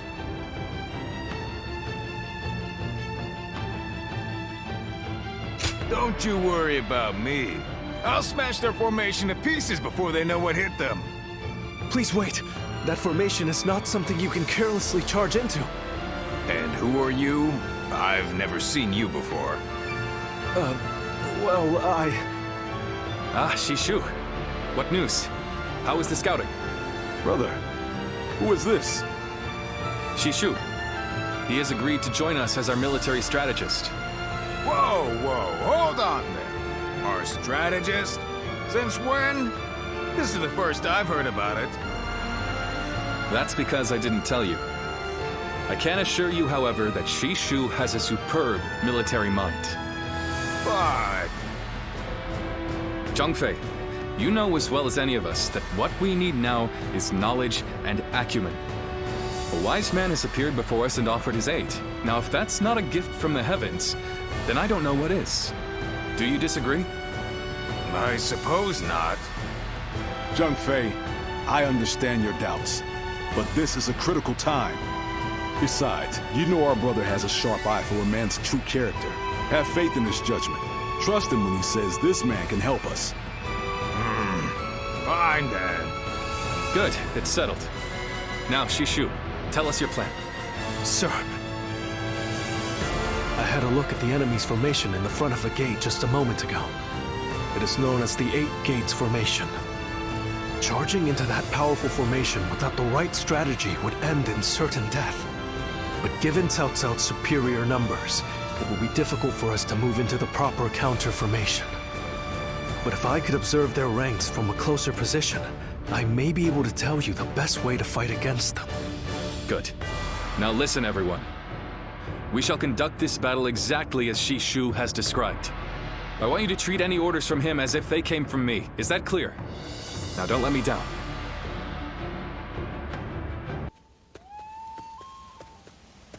Zuluan, I thought you served Cao Cao, but now I see you in the camp of Liu Bei.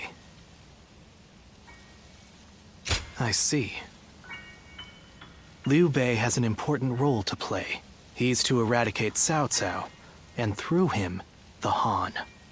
He must be protected.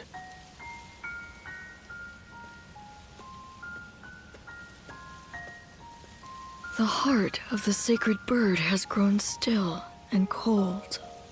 The young boy grew to be a man, and over the years, grief and remorse gave way to rage and hatred. Wandering the boundless world, searching for the purest revenge.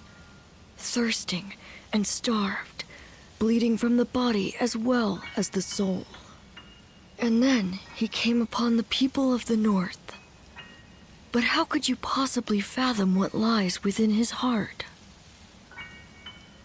How can one who has forgotten everything possibly see into the mind of one who remembers everything?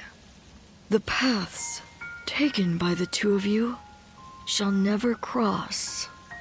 Now, there is only one way to reach the end. Through your shared trust and mutual resolve.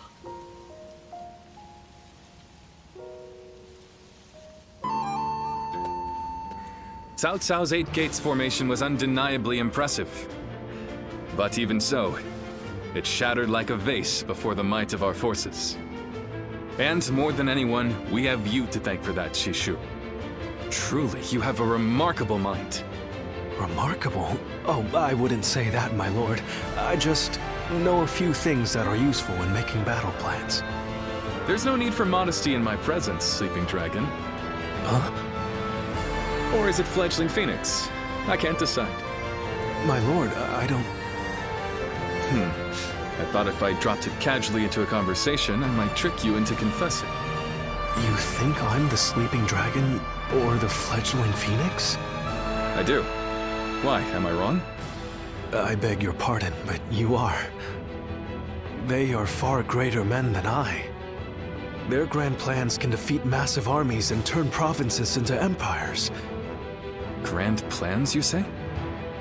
When you seek nothing less than to unite the entire world under your rule, there are only 2 men who can assure your victory.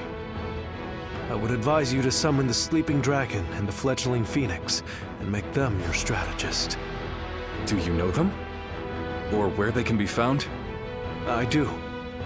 They both live in Jing Province. They were classmates of mine, studying under the tutelage of Master Shui Jing. The Sleeping Dragon's real name is Zhuge Liang.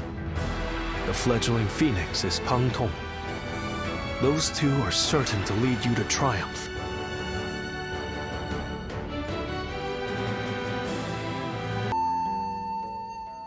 The Fledgling Phoenix. Yes, I suppose I have been known by that name. And I'm sure Shishu has told you that I would be delighted to serve Lord Liu Bei. But I'm afraid you were misled. I've had my fill of generals and warlords. For now, I'm leading a peaceful life. Well, I didn't say I wouldn't hear you out. Lord Liu Bei is a great man. I truly believe that.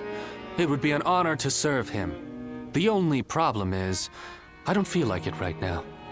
No, right now, it's the quiet life for me.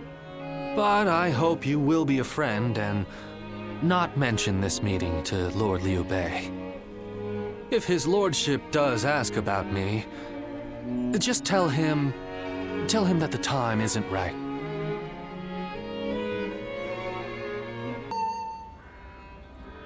The other day, I told Lord Liu Bei about Zhuge Liang and Pang Tong. I wanted to help his lordship in any way I could. But now I'm worried they'll be angry at me for doing so. You see, they're quite, well, they've become hermits, in essence.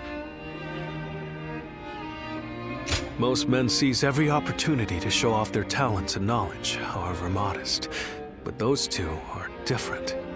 Unless it's for a cause they care about, they prefer to keep their talents to themselves.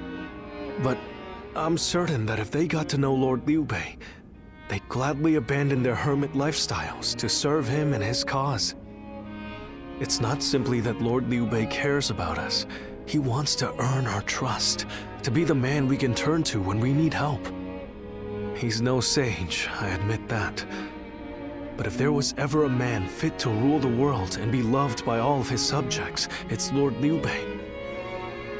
And if he is the man I believe him to be, then I have no doubt he would win Zhuge Liang and Peng Tong to his side. I have chosen to devote my life to his cause, so perhaps they will too.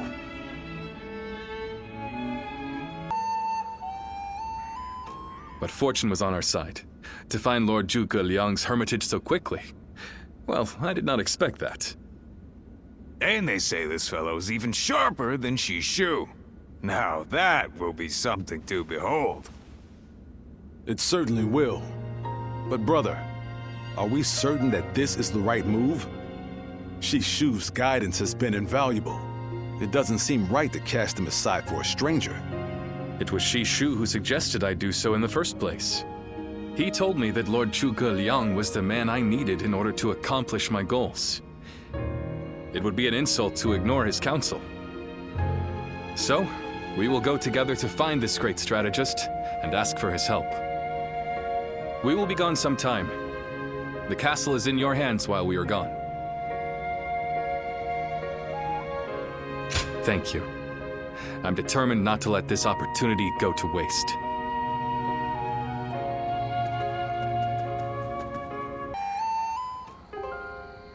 Do not look so glum, brother. He may not have been home, but we did leave him a message. I am certain he'll come to us, sooner rather than later. Yeah, after all, Liu Bei himself went to him for a visit. Zhuge Liang's bound to return the favor after a gift like that. I think you may be overselling the value of my presence. I'm sure Lord Zhuge Liang has good reasons for not seeing us right away.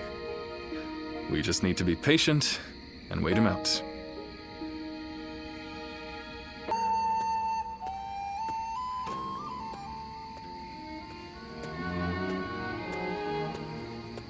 Ah, there you are.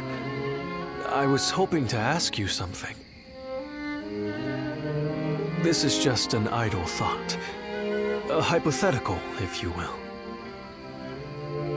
Imagine that you found out someone you cared for was in grave danger. If it meant saving that person, would you be willing to sacrifice something very, very important to you? A dream, perhaps, or an aspiration, something that gave your life meaning. I see. That doesn't surprise me, coming from you. You are far stronger than I could ever hope to be. I suppose it's the men who can act decisively, regardless of the choice being made, that end up having a true effect on the world. I suppose it just goes to show that I'm out of my depth. A decision half made is no decision at all, and indecisiveness only ever leads to regret. Forgive me. When you are around, it seems I can't help but burden you with such matters. Disregard everything I said.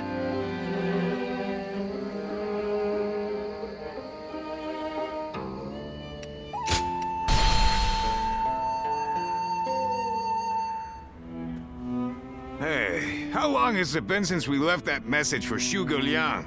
We hear anything yet? No. There's been no sign of a reply.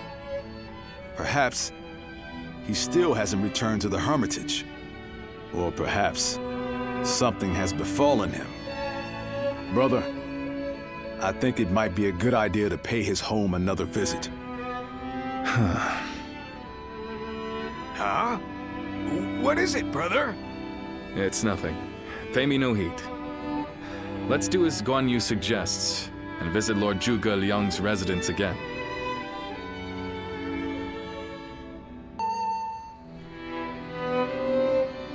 That Zhuge still isn't there. Something strange, I tell you. What's he playing at? I don't understand it either. Could it be that he's trying to avoid our brother?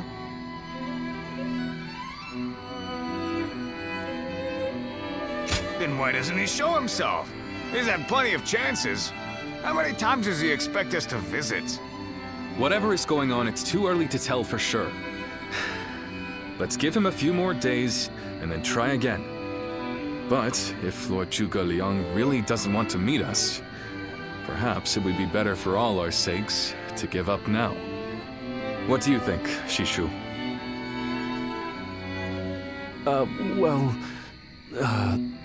If Zhuge Liang had no interest in meeting you, he would have made that clear the first time you came.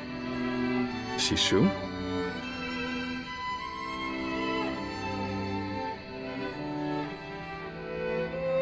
Hey, Shishu.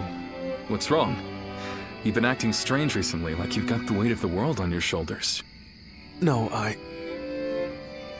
Forgive me, Lord Liu Bei. I can't. That is to say, I'm unable to continue to serve you. I am very sorry. What? What are you saying? I'm sorry, but I cannot explain why.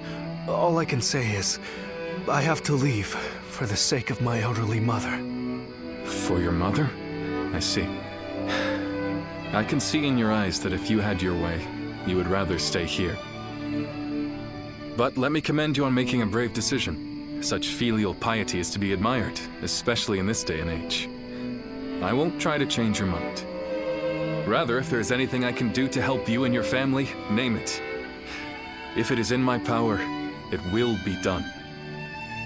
My lord, thank you for having given me the opportunity to serve you.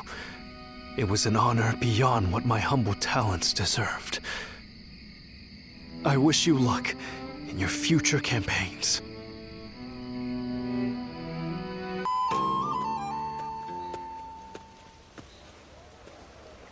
Oh, it's you. I'll be leaving Xinye soon. I wanted to thank you for everything that you've done for me. I can tell you, but no one else. A short while ago, I received a message from one of Cao Cao's men. It was an invitation to join his council. But that wasn't all. It also said that my mother was under the protection of Cao Cao's army. At first blush, that sounds reassuring, doesn't it? But I knew immediately what it really meant. She is their hostage. But Lord Liu Bei would have tried to do something to help, and I don't want him to be distracted any further from his true mission. Like everyone else here, I only wanted to serve Lord Liu Bei. But that, it seems, is an aspiration, a dream I must give up. Perhaps this is the selfish choice, but I agonized over it for days, and now that I have made the decision, I cannot regret it. Still, I would like to ask you for one last favor. Will you look after Lord Liu Bei? He is a great man, and I truly believe he will unite the land. Thank you. Knowing that is great comfort to me.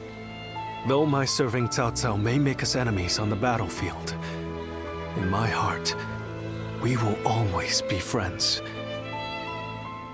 I hope you will continue to follow your true path.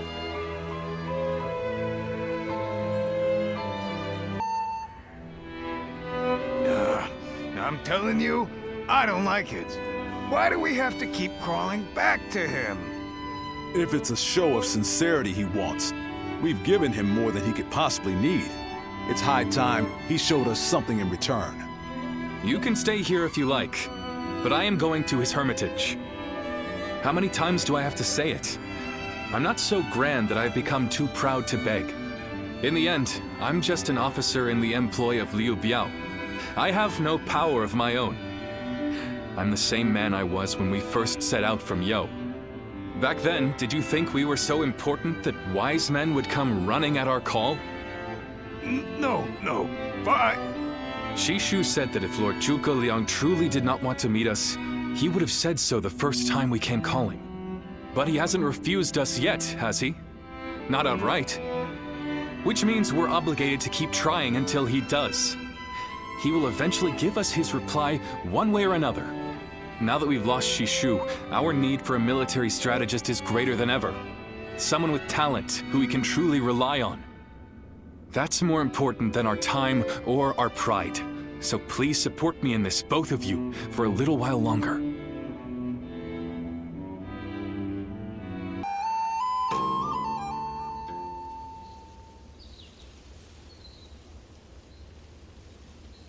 You are a tenacious visitor, I will give you that.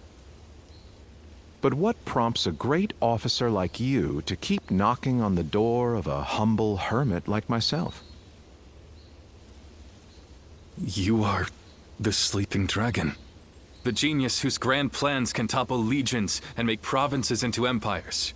I, Liu Bei, am here to ask for your help and wisdom.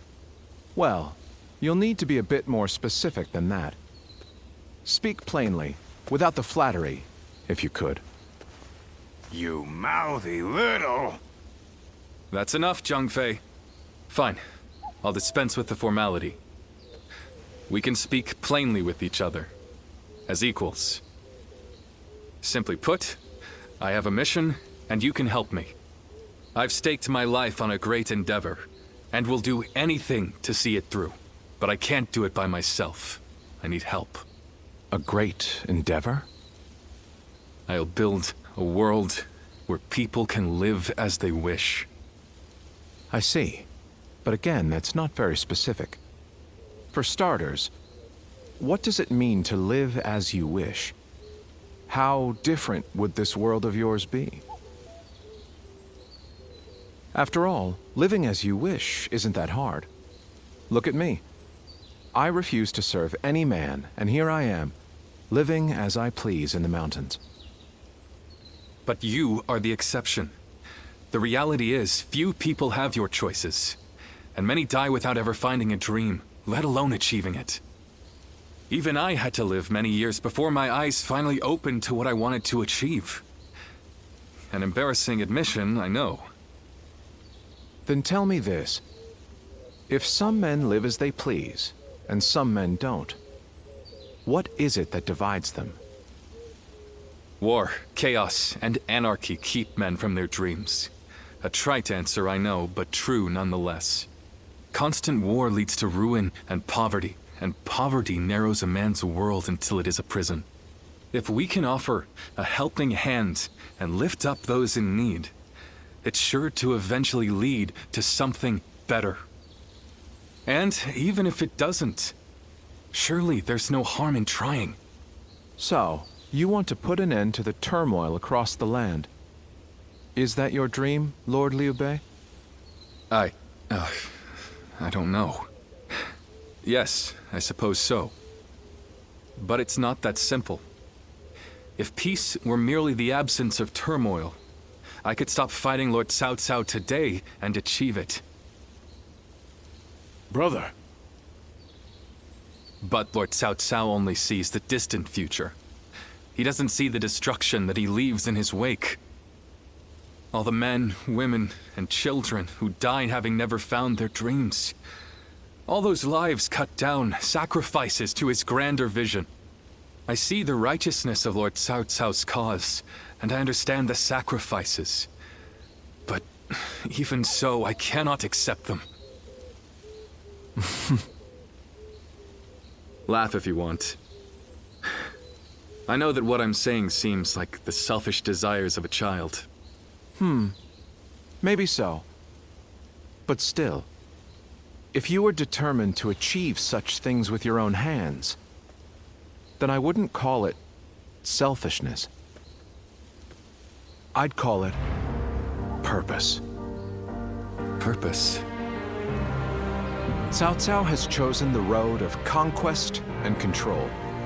He uses the sword to end turmoil, and the rule of reason to impose peace.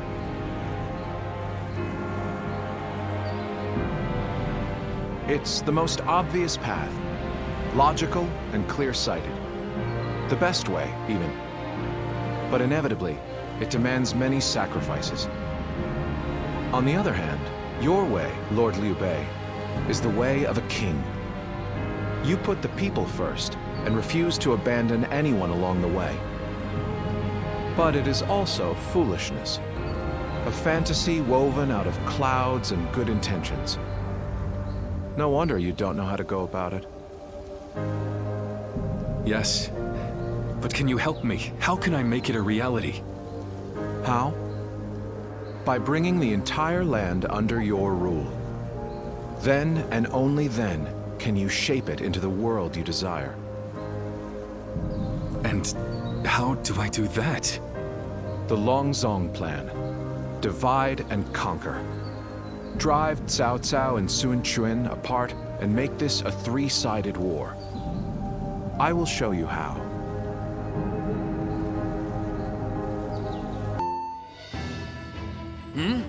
Where's Lord Liu Bei? Is he with Lord Zhuge Liang again?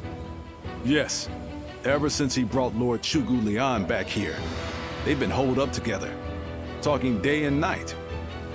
He said he feels like a fish who's finally found water. All his vague ideas for a better world are being hammered into solid plans. I don't think I've ever seen our brother look happier. That's all well and good. But what exactly are they talking about every day? I don't like it. Not one bit. We stood by him through thick and thin ever since Yo. I'm not sure I like it either. But as much as we'd like to, we cannot help him with this. He needs more than we can offer. We don't know what advice this Lord Zhuge Liang is giving our brother, or what plans they're hatching. All we can do is watch and wait.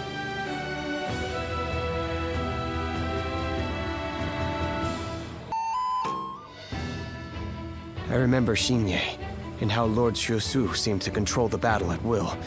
I've never seen anything like it.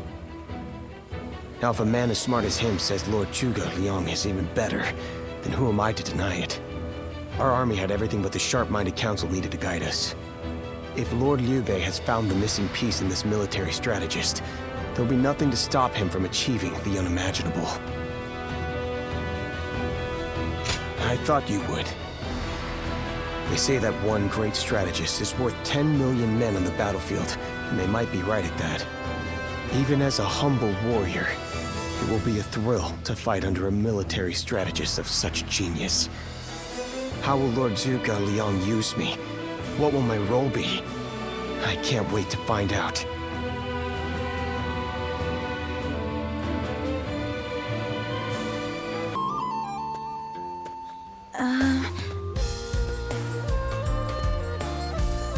It's you! How long has it been? Yes, it has. You look well. We studied weaponry together, remember? I'm Yue Ying of Mianan. I heard you had become a vassal of Lord Liu Bei, so I thought I'd take the opportunity to come see you again. The fact is, I recently entered Lord Liu Bei's service myself, which makes us allies and comrades. You see... Lord Zhuge Liang wishes to speak with you. He wants to talk to you about plans for the next battle. We have sent out scouts, but so far there have been no reports of any approaching armies. That's all I was ordered to tell you. Please, come with me to the castle. Lord Zhuge Liang. Come on, let's go.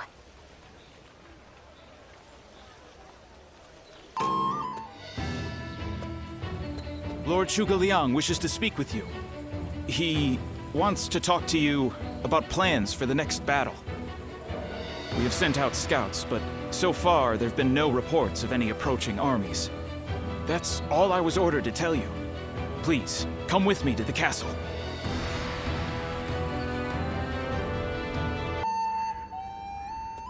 In the next battle, we expect the enemy to attack with a large force, which means we will need to defeat them with wits. Whoa, hold on, slow down there. What's this next battle? Who's going to be attacking? And when? Forgive me.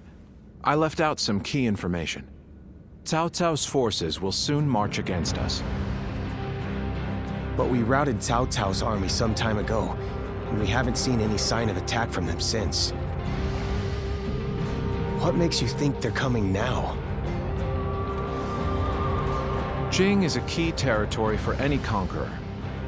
And because Lord Liu Bei stands in direct opposition to Cao Cao's ideals, he is his natural enemy. Being fought off once will not be enough to break their spirit. They will come again for the kill, so long as the opportunity remains. Taking into account their losses in the last battle, I believe they should be more or less ready to make their move. Are you sure? That would be remarkably persistent of them. I doubt they'll give up. Not until you kneel before Cao Cao. They've eliminated the remnants of Yuan Shao's forces, and the situation in Hubei has stabilized. There is little reason for them to hold back. So Lord Zhuge Liang, how might we defeat Cao Cao's forces? We establish a position at Boangpo to defend against the enemy. It is complex terrain with natural obstacles, perfect for fire traps and ambushes to confuse their advance. But their army will be closing in mass. It is hard to believe a trick or two would put a stop to that. Well, I'm interested. Let's see how far our master strategist can turn things around for us. By the way, I was wondering about something. Who are you? Forgive me for the lack of introductions. This is my wife, Yue Ying. What? It is a pleasure to meet you. I will be serving Lord Liu Bei alongside my husband. Although inventing things is my main interest, I'm also a capable fighter. My role will be to make sure his plans go smoothly on the battlefield. Whoa, wait. Did you both know about this? Yes, we did. Come to think of it, maybe you weren't there when we heard.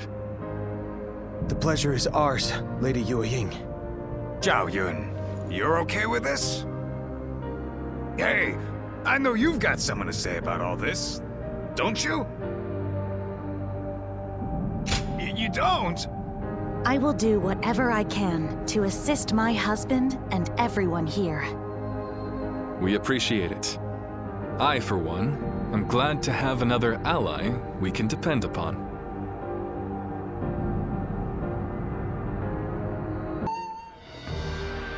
Incredible. I cannot believe we won. Lord Cao Cao was not holding back. If we were by ourselves, we would have been well on our way to retreat, but now... I hope I was able to show some of what I am capable of. You did. I can now see why Brother regards you so highly. Yes, well, fine. I'll consider you on par with Shishu. That is more than I could ask for. I wish to build good relations with all of you here. A strategist acts as the mind of an army. But we are powerless without capable limbs. And warriors such as you, who have assisted Lord Liu Bei for so long, are a necessary part of the plans I've laid towards our ultimate victory. Now, do excuse me. I must see to some post-battle matters. You know, he may be a schemer, but the way he flatters people might be a bit like brother. But only a tiny bit.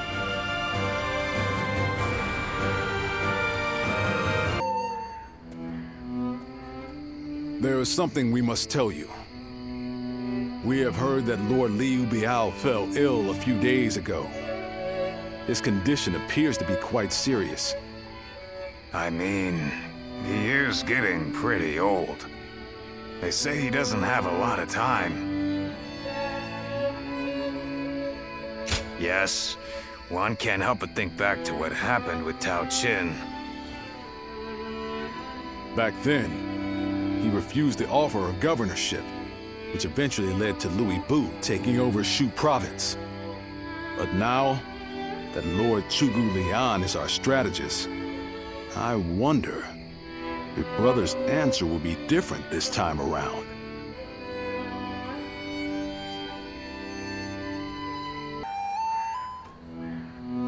So, you wish for me to take over as Jing's leader? Cao Cao currently controls the entirety of Hebei and will continue to focus on invading Jing. Should he succeed, no one in the land will have the strength to oppose him. Now that Lord Liu Biao has fallen ill, you may be the only one who can defend the province from Cao Cao, my lord. But... given the circumstances, perhaps I should be more blunt. Taking Jing is a way for us to put a stop to Cao Cao's advance, but at the same time, it will be a first step toward a greater goal. Once Jing is under our control, let us go on and obtain Yi. It is a region of complex terrain and fertile soil, making it particularly important. Liu Zhang, who currently rules Yi, is known to be generous, but he lacks the boldness and decisiveness needed to protect his subjects. My lord, if you were to decide to rule both Yi and Jing, the common folk would accept it with open arms. By taking both provinces and allying ourselves with Sun Quan, who controls Jiangdong, our faction's strength will be on par with Cao Cao's. I won't deny that I hope to one day control the entire realm. That will require me to stand up against Lord Cao Cao. And I recognize the logic in your plan, which will see Lord Cao Cao, Lord Sun Quan, and myself sharing power, splitting the realm into 3.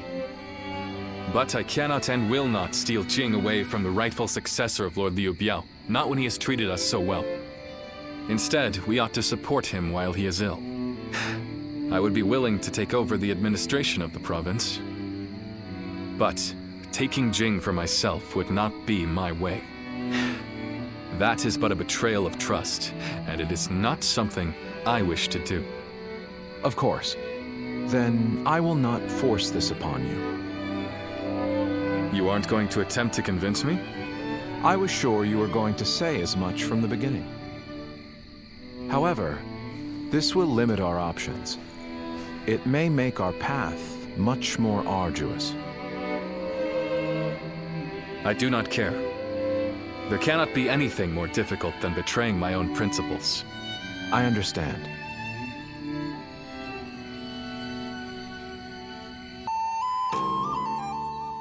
You know, this might be weird for me to say, but I'm actually glad that Liu Song took over for Liu Biao. Well, Zhuge Liang tried to talk Brother into succeeding Liu Biao, but he said no. It just goes to show that he's still the same man as ever, one who sticks to his principles. We might have talked about this before, but you know how our responsibilities have changed a lot, right? But Brother, his heart hasn't changed since the very beginning. His decision made that obvious.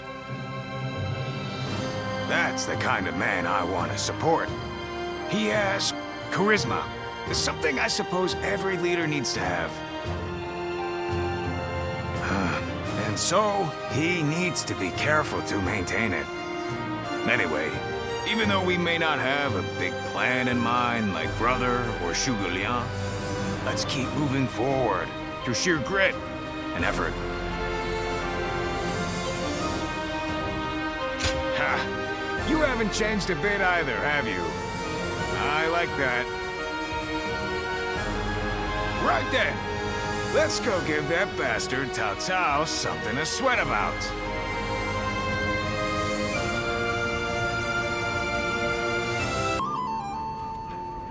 Hey, Hey, Lord Guan Yu! Training up? Yes. And from the looks of it, you've been doing likewise. Yes, sir. Lord Zhuge Liang said that Cao Cao is going to be marching on us with a huge army. So I figured I would do what I can while I can. Just finished up helping carry some supplies. Well, that is a good start. Lord Cao Cao appears intent on getting rid of Liu Bei and bringing Jin Province under his own control. And we cannot let that happen. Zhou Ta, spar with me for a round. Oh, seriously? Absolutely! How could I say no to a request like that from you?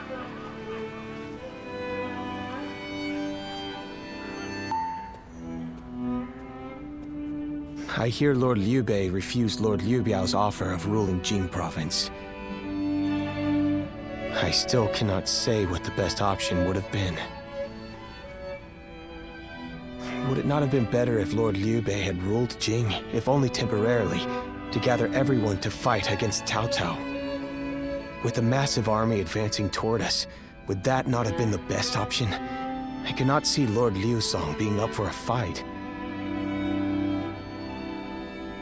I had a feeling you may be thinking the same thing. Still, I am also somewhat glad that things have gone this way. Lord Liu Bei is a man who brings honor to these lands.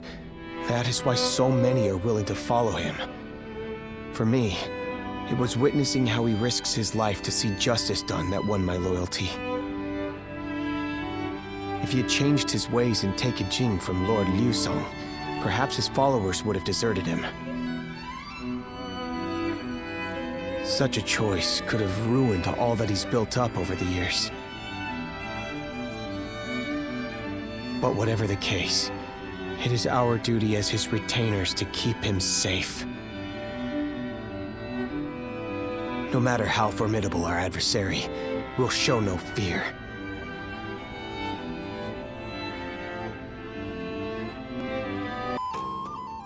Shishu, why are you here? Lord Liu Bei. You have come to call for our surrender, have you not? As a messenger of Cao Cao? I see you have not changed, Zhuge Liang. You see through it all, even without a word. Lord Liu Zong has already surrendered to Cao Cao's forces. He supposedly promised that he would hand you over. No.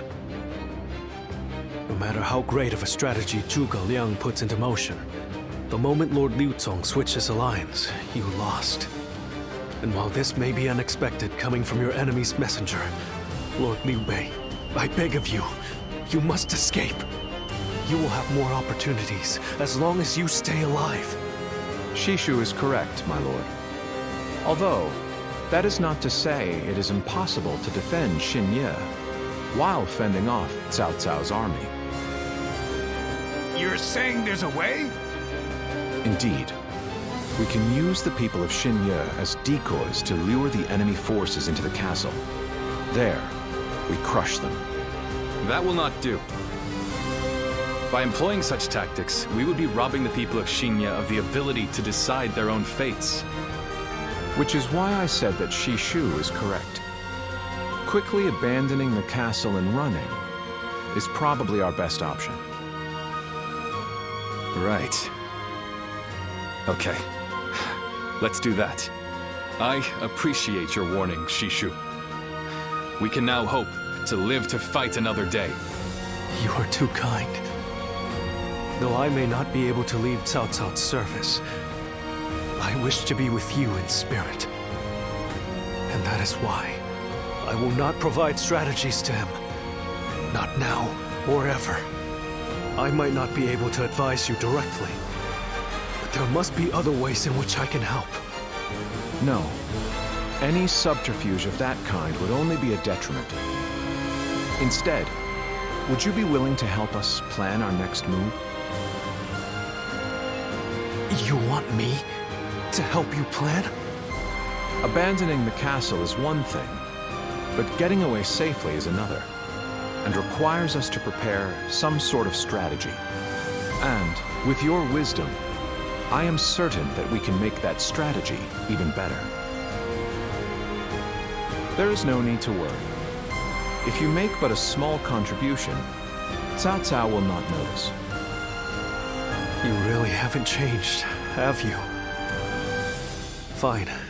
A small contribution it shall be.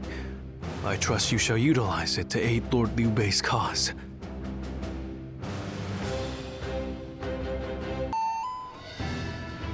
I'm all prepared and ready to go. I think I'm getting used to abandoning castles and running away. I am sorry. My stubbornness just keeps causing more trouble. You need not worry, brother. All we need to do is survive, just like we've always done. Right. We will protect you and your family with every bit of our strength. I suppose I can't afford to waver now. Especially with my brothers cheering me up. All right. Let's go. We are all going to survive this.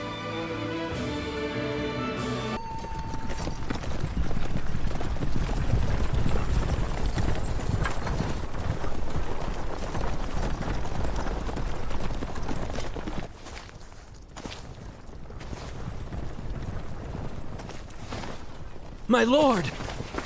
My lord! I'm grateful to see you. Some of the peasants here escaped from Cao Cao's invading forces. Others barred from their castle since Governor Liu Song's surrender.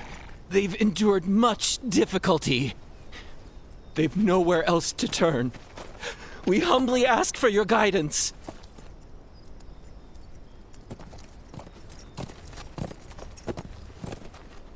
Bringing them along would inevitably slow our march's pace. Just advise them to avoid any rash acts. Cao Cao's forces are unlikely to raise a hand to peasants who have shown no resistance.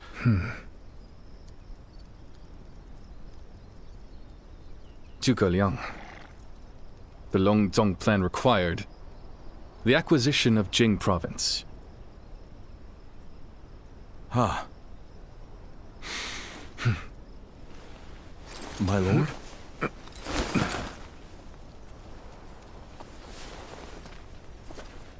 And now, I have taken Jing province.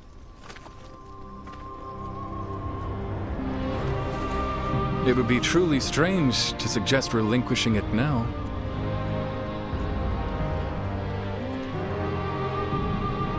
My apologies.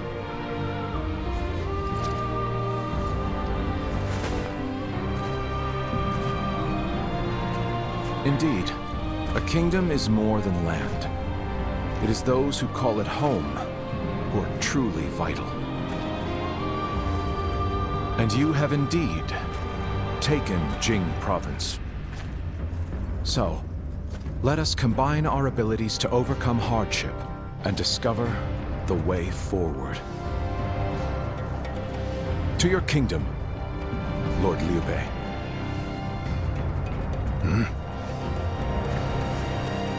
Forgive me, everyone. I wish for them to accompany us. That is my desire.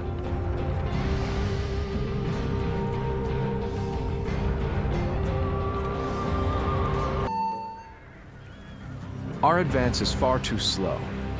We need to put some distance between us and Cao Cao's forces, but at this rate, they'll catch up to us. The cause is fairly obvious.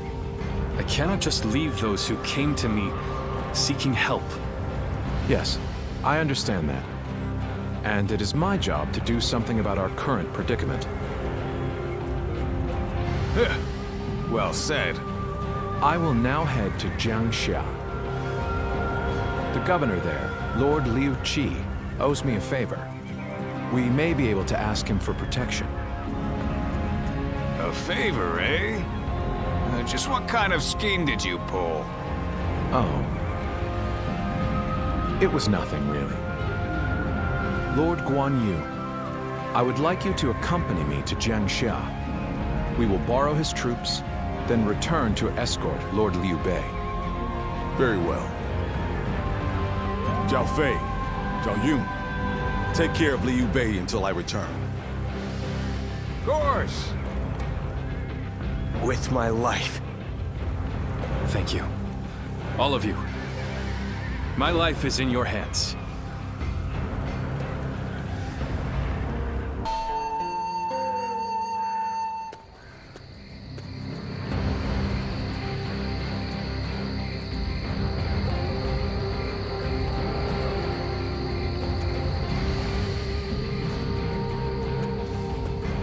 There you are, Zuluan. I see you are still with Liu Bei, assisting him in his struggle to stop Cao Cao. That is good. But what is going on? What is Liu Bei trying to do by taking this many commoners with him as he flees? Impossible. Cao Cao's army will inevitably catch up to them.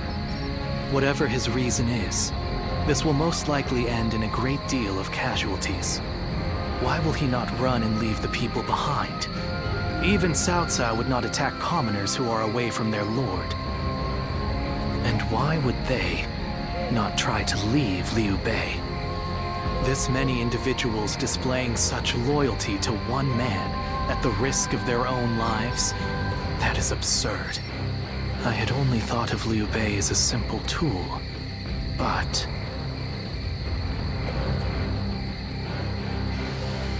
What?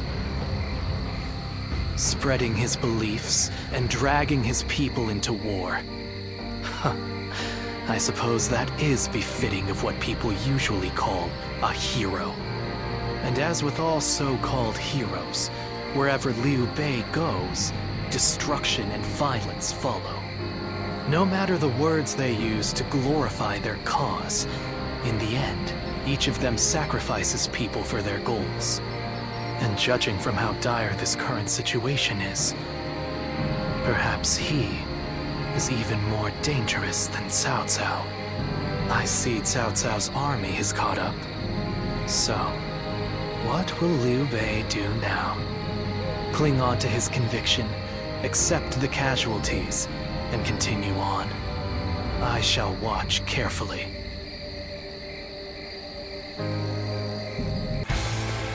What the? Who is that? Zhang Fei. That's Zhang Fei. Do not fear. That may be Zhang Fei, but he is alone. We can take him together. Huh. Pathetic. There better be tens of thousands of you, because a bunch of foot soldiers like you are no match for me. Now, which one of you wants to die first? I'll take you all on at once! There you are! How about we have a little fun here? Here we go! No one is getting across this bridge!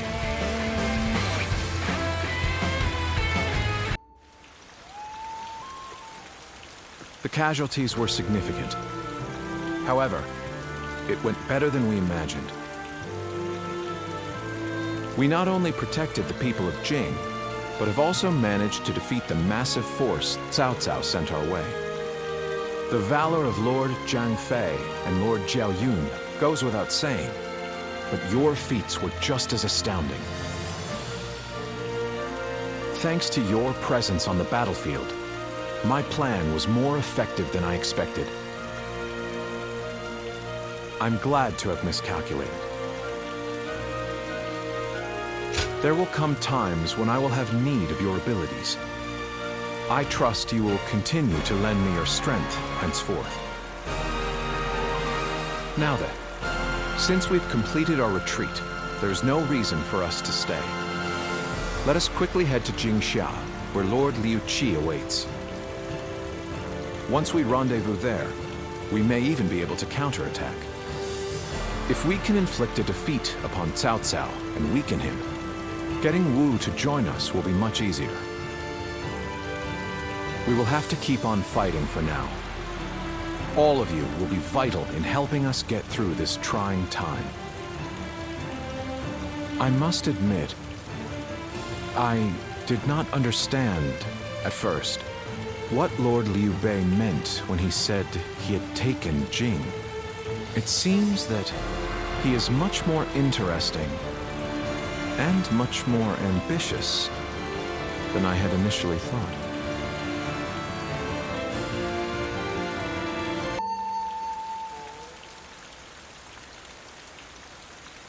Do you mean to kill me, Zuluan?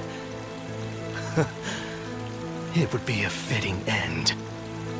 But as long as these heroes exist in the world, there will always be someone like me who opposes them.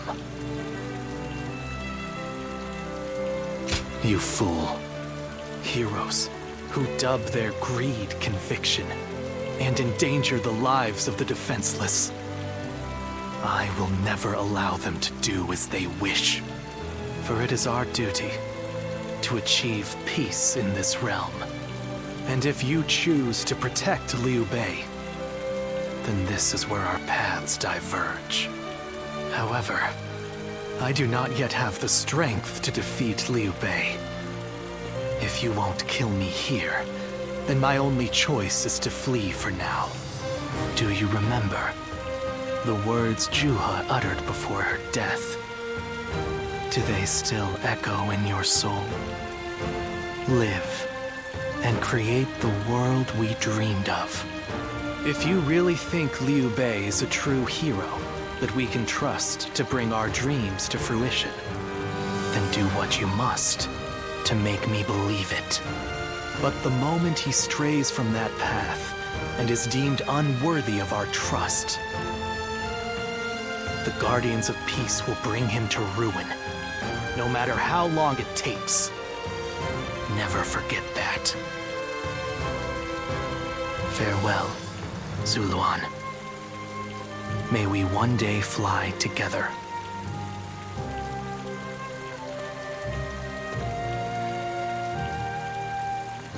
Those who have been long divided must unite, while those who have been long united must diverge. Thus has it always been for empires and their people alike. Guardian of peace, the time has come to part ways. One will champion heroes, striving to bring peace to the world. The other will lurk in the shadows, keeping the heroes true to their path. That is the new way of the Guardians of Peace. And thus shall our purpose be fulfilled. This is the last time I appear before you. Well, it is said that the founders of our order were mystical beings. That they had the faces of children, with hair as white as snow, and eyes as blue as the surface of a frozen lake, and that no number of years could ever age them. Zuluan, you must go now. Let your eyes guide you along your true path, and carry all that has been entrusted to you.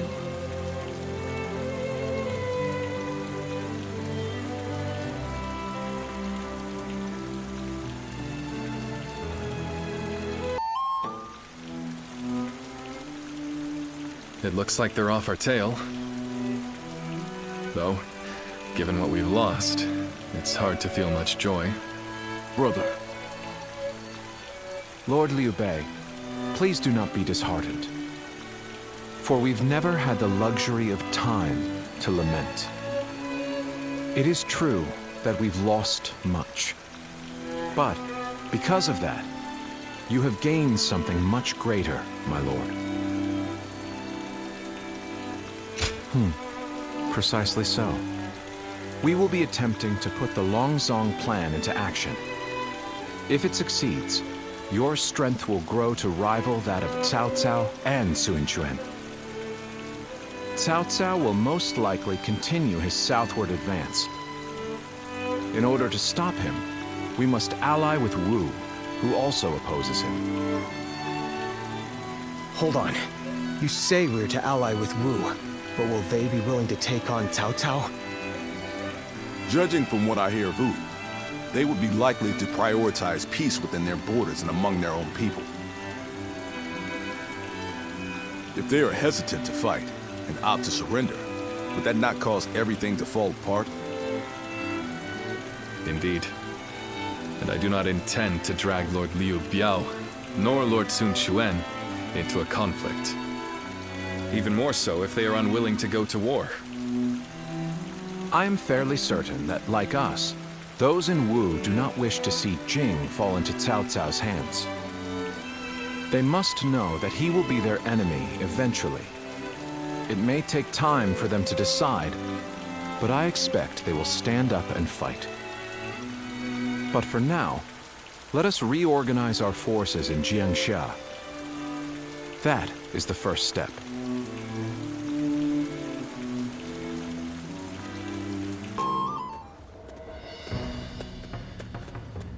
Ah, it's you. Sorry, but Lord Zhuge Liang is away, and he won't be returning for a while. Just a little earlier, a man named Lu Su from Wu paid him a visit. He had been looking for a way of securing an alliance with our lord in order to oppose Cao Cao. Although Wu is powerful in its own right, Cao Cao's faction far outstrips them, and having us as allies makes little difference. Given the enormous gap in strength, many within Wu are advocating for surrender. However, if Lord Zhuge Liang's bold plan is to succeed, it is essential for the alliance to come to fruition. As such, Lord Zhuge Liang proposed that he himself would act as an envoy to Wu. I don't know. All I can say is that when I saw him go, I sensed a kind of aura from him, both fierce and resolute. If anyone is capable of stirring Wu's military into action, it's him. Now we must trust in our strategist and wait.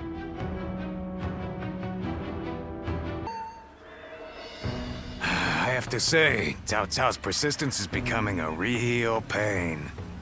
The situation was uncertain for a while, but thanks to you, we made it to Jiangxia in one piece. Of course not! As if the great Zhang Fei of Yan could even be scratched by the likes of them. We were outnumbered, but it was nothing we couldn't handle. Definitely not compared to the battles Brother has awaiting him. I can barely even imagine how much work it's gonna take to build his ideal world. A place where everyone can live as they wish. I ain't nearly as cunning as Zhuge Liang, but if he points my blade in the right direction, that's where I'll swing. You know, I've thought it over often enough, but in the end, fighting's about all I can bring to the table. Anyway, if Brother's gonna be taking on overwhelming odds, I guess I'll just have to use my overwhelming might to clear a path for him. Well, that may be what I always do, but having a clear goal in mind takes some of the weight off of my shoulders for some reason. I don't really like the way Zhuge Liang talks, but I guess I ought to give credit where credit is due.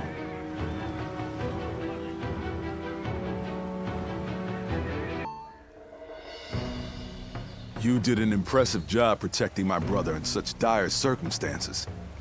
Allow me to express my thanks once again. You have done far more than that. We could hardly have made it this far without you on our side. Lord Lu Qi, the ruler of Chengsha, and an acquaintance of Lord Zhuge Liang, has promised to lend us his aid. But as I'm sure you know, Cao Cao's forces will neither bend nor break so easily. The many talented officers under his banner will no doubt demonstrate their might and their cunning on the battlefield. To call them the strongest army in the realm would be no exaggeration. Our brother faces no greater threat than this. However, we have no choice but to overcome them. Brother now has an ambition to fulfill and people to protect. All that remains is to make his dream a reality.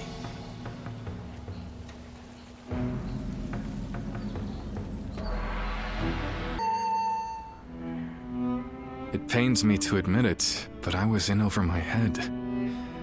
My desire to lead the people to freedom led to some losing their lives. Even so, I just had to try. The people of Jing wanted me to lead them. Needed me to. If I had left them behind, I could never again have spoken of my ideal for a world in which all can live as they wish.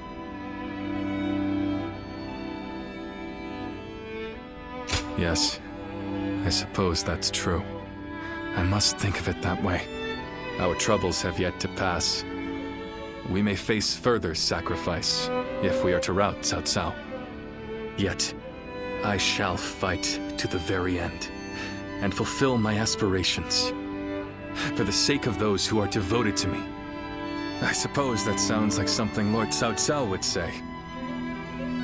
Perhaps it is only now that I bear the weight of these lives on my shoulders that I am able to stand shoulder to shoulder with such a giant. At any rate, let us wait for Zhuge Liang.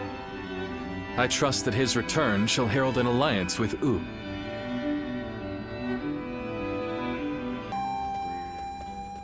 We have returned. Oh, greetings, my friends. How went negotiations? The fleet commanded by Wu's General Zhou Yu awaits at Fan Ko, ready for battle. Before long, they shall take up arms against Cao Cao's advance force. Then that means? Indeed. Lord Xuan Chuan has decided to join hands with Lord Liu Bei in his fight against Cao Cao. Well, auspicious news indeed. You have my sincere thanks, Lord Lu Su. I fear that without Zhuge Liang's tenacity, Wu may have long since chosen surrender. Tenacity, you say? I suppose it was necessary to draw those advocating surrender into a debate. He acted as quite the villain, to put it lightly. No need to hold back. I'm sure he wasn't acting. After all, he's always had a disagreeable personality. We're in front of the man himself. Allow me to keep my opinions to myself. Even if we've secured an alliance with Wu, the fact remains that our forces are scarce in number. That Lord Sun Quan decided to fight with us means he must have seen some chance of winning. And what is this path to victory that you have envisaged? To compensate for our numerical disadvantage, we will intercept the enemy on the river. After discussions with Lord Zhou Yu, we decided the battle would take place at Chibi, in Jing. There, we will rendezvous with Wu's navy. So, we're taking the fight to the water. Perhaps that may offer some chance of winning. Most of Cao Cao's men were raised north of the Central Plains. To speak plainly, they are inexperienced when it comes to naval combat. The people of Wu, conversely, were practically born with their sea legs. No doubt this will offer a huge advantage in the fighting ahead. Still, this is Cao Cao we're facing. Surely he will attack with enough numbers to cancel out that advantage. Yet, on the water, such caution will only work against him. That massive fleet, tired from the long journey, will be disorganized. Fatigue will lower morale, and the Yangtze will hamper their maneuvers. The enemy won't be able to deploy quickly, which will effectively immobilize them. And when that happens, we shall set them ablaze. Thus shall Cao Cao's forces lose any hope of fleeing and sink into the Yangtze. Amazing. Do you truly think we could pull off such a feat? This is no time for conjecture, my lord. We simply must. Our lives depend on it. Lord Lu Su. Yes. Yes. It is as you say. All the more reason for us to hurry to the rendezvous. To Chibi, with all speed.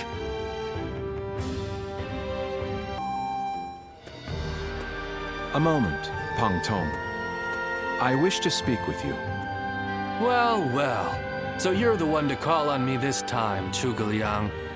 I distinctly expressed that I've no intention of putting my neck on the line. Or have you forgotten? Even for me, the very idea of dragging a dear friend into battle pains me to no end. All the more reason to leave then, don't you think?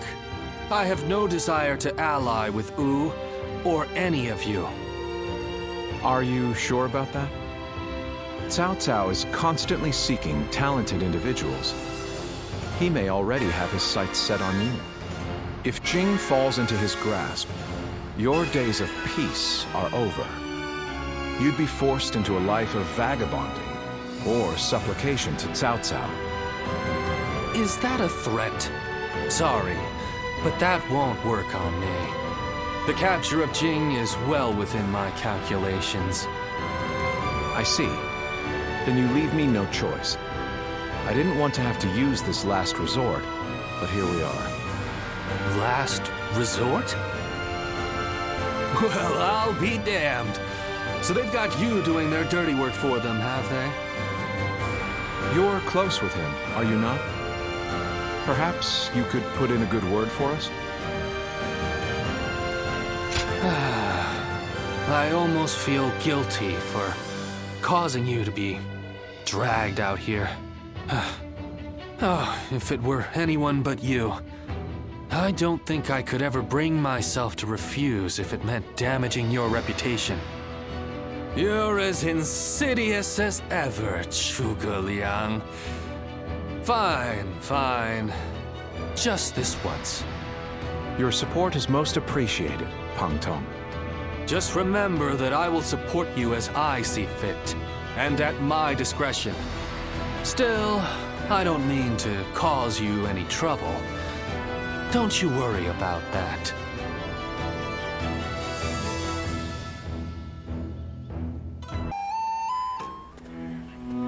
I know it is late in the night, but I have something urgent to discuss with you.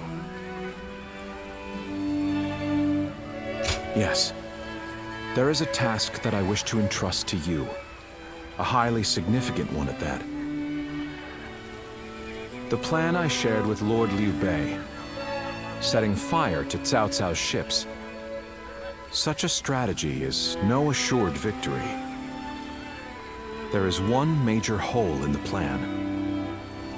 Cao Cao's forces will march southward, and thus, they will naturally take up camp to our north. This time of year, the winds of the Yangtze River Basin blow from the west and the north. But if we simply set Cao Cao's ships ablaze, the northern wind will scatter the flames, preventing them from spreading to the entire fleet. Cao Cao knows this very well, and likely intends to take up position to the north. Oh no, the plan shall surely succeed. As long as we have your power. The power to read the wind. Perhaps due to the climate or terrain, a southern wind sometimes blows down from the cliffs of Chibi at night. I need you to sense that change coming and give the signal to loose our flames. You have my thanks. In order for our fire attack to succeed, we must exploit all means at our disposal. This is a vital task I could entrust to no other. Perhaps I shouldn't say this, but we're counting on that power of yours. Victory or defeat is in your hands.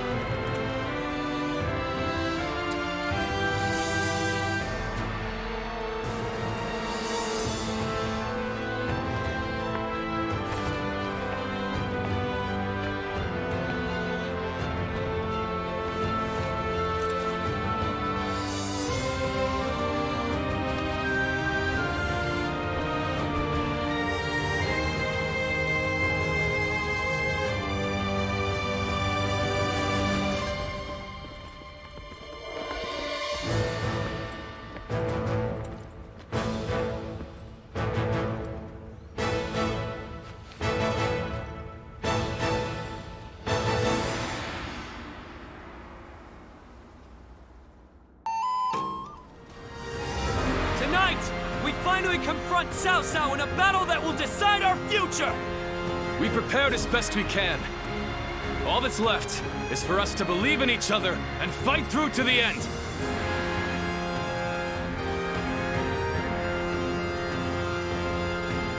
Hold your heads high! This is a fight we will win!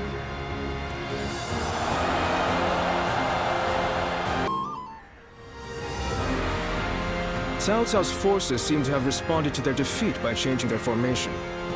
They have linked their ships together into a solid platform, which will enable them to fight as if they are on land. I suppose such quick decision-making is to be expected from the ruler of the Central Plains. But this time, those quick wits of his will be the cause of his downfall. Pang Tong's abilities have proven to be very impressive indeed. For one so reluctant to join us, he has greatly exceeded expectations. Lord Pang Tong was tasked with infiltrating the enemy ranks to offer a proposal to Cao Cao. A plan to prevent his ships from rocking, that is. A fire attack against a scattered fleet would give the flames no path to spread, rendering it largely ineffective. Having their vessels clustered together and bound by chains will make the fire much more devastating. In short, Lord Pang Tong's scheme is but the first step in our greater plan to defeat Cao Cao's army. The chain stratagem, implemented by connecting several plans together in order to topple a powerful foe. Still, we must keep in mind that a chain is only as strong as its weakest link. And for that reason, we cannot abide even a single failure. We must all be aware of the consequences of the slightest mistake.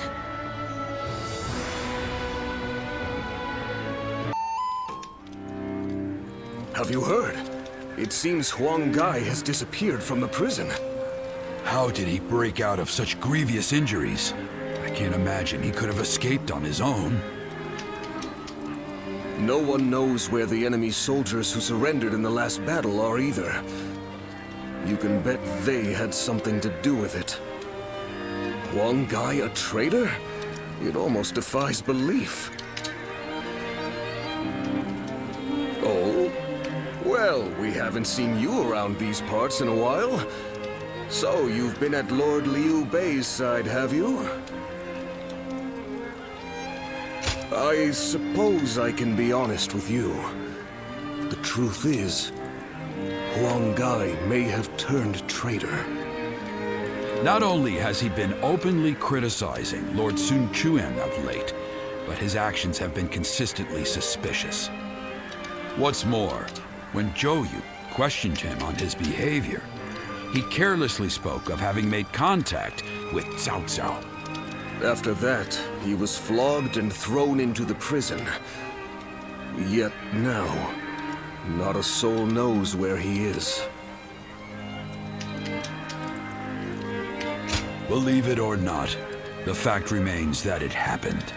I wish I had taken the opportunity to question him myself. Regardless, if Huang Gai has defected to the enemy, Cao Cao may be aware of our plans. We must proceed with the utmost caution in the next battle.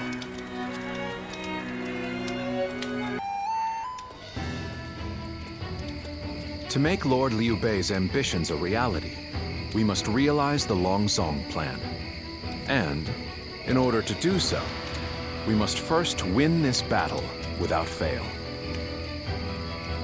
I'll say it again, but this mission relies on the outcome of the fire attack.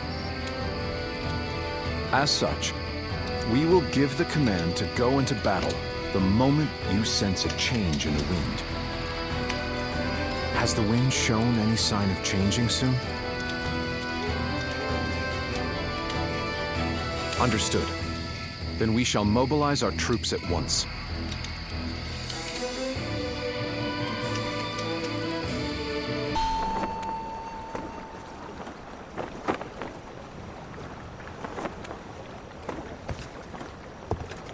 Ah, a lovely wind.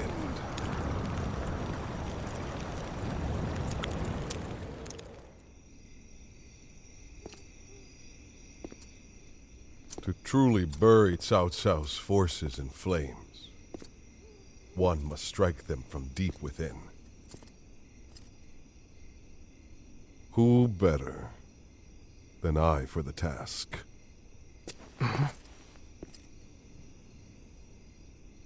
I see. Given that you've been willing to oppose even allies in the name of Wu, everyone would find your defection believable. But doing this will result in much grief for you, Lord Huanggai. Are you still willing?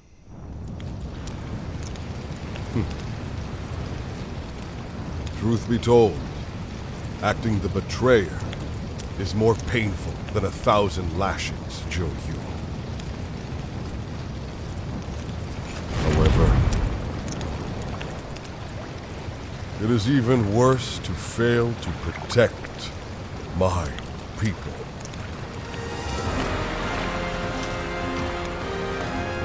Lord Cao, this is where you and I part ways. So please accept this grand apology! It flames on! The roar of ooze! Counterattack!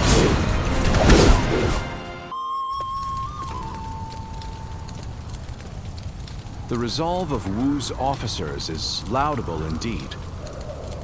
And yet, the thread of Cao Cao's life has yet to be severed. It would seem he means to converge with his rearguard from Huarong Path. That is why I have tasked Lords Zhao Yun, Zhang Fei, and Guan Yu to lie in wait and ambush him. I need you to pursue Cao Cao and pin him between you and those three.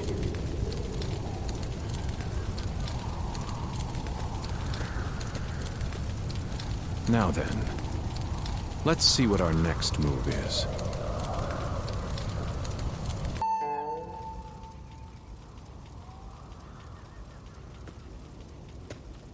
Go, Lord Cao Cao. You won't cut me down? I shall not. You saved the lives of people dear to me, and my brother, and so I owe you a deep debt of gratitude. Disregarding that would not be a righteous act, and would not lead towards the future my brother dreams of. Still, remember well, Cao Cao. One day, Liu Bei will surely surpass you.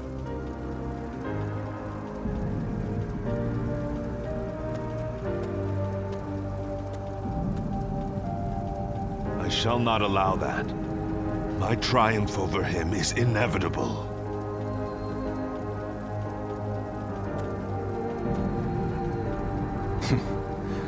With this, I have repaid my debt.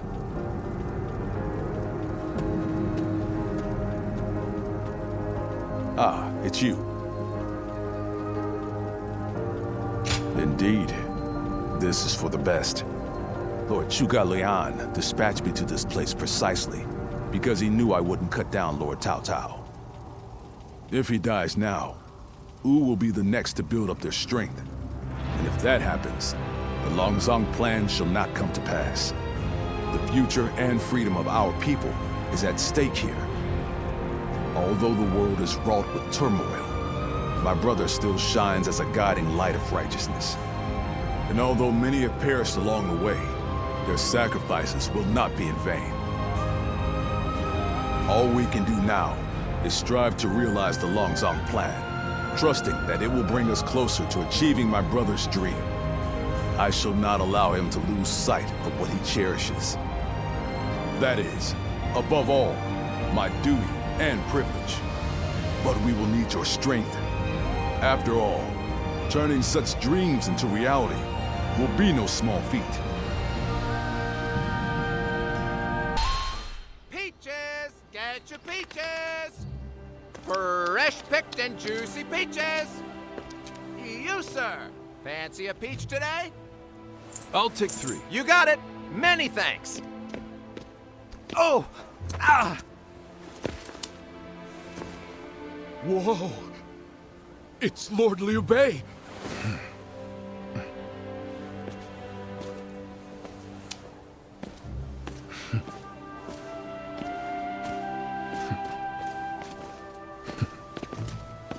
The people seem to be living relatively carefree lives.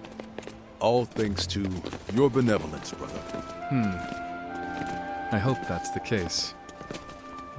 They used to be down in the dirt alongside us, and now they're living happily.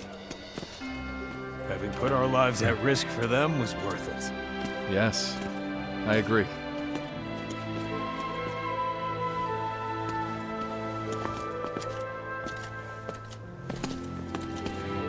This is what I sought to achieve.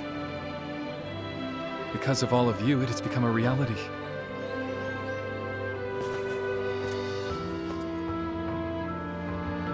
Thank you. We must not grow satisfied yet. Gaining Jing Province was only the beginning. The first step in seeing your will realized throughout the land, my lord. I shall remember that. When our army was formed, I was full of baseless confidence. I felt sure we'd be able to accomplish great things. That's something I continue to believe. But I now have a basis for that confidence.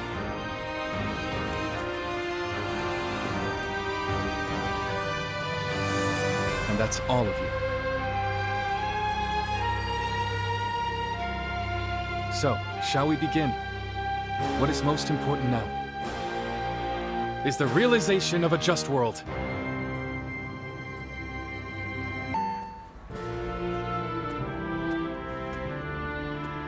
There you are. The four of us were just talking about you. Without a doubt, your deeds in the last battle were heroic. According to military regulations, you must be rewarded with a rank and command befitting your achievements. Then again, your ability to act freely is your strong point, isn't it? I get the feeling a position like this wouldn't suit you all that well.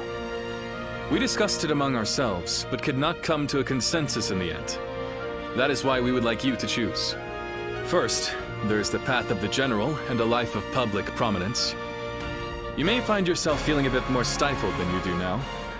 Still, the fame and standing a generalship provides is well worth it.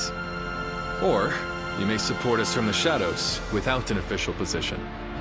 You may find this role somewhat lacking in benefits, but in exchange, you can maintain a life of freedom. You'll hear no objections from us, no matter which road you take. Choice is entirely up to you.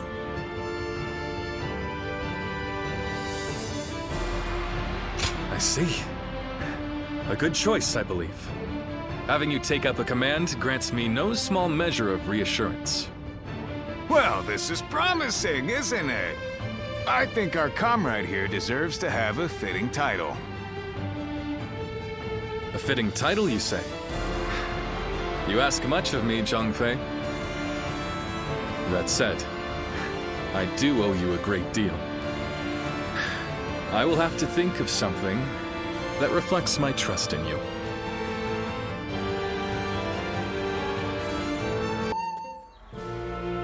How can I ever thank you enough for curing my father of that dreadful disease? It is I who should be thanking you. Your request allowed me to gain yet another valuable experience as a doctor. And I am always glad to be of service. Please tell him to take care of himself as he recovers. I will. By the way, Master Yuan Hua, do you plan on leaving town already? Yes, I do. I've received word that my companion is waiting for me outside the castle. But I am not really sure where we will be going next. And with that, I bid you farewell. I hope you never need to see me again.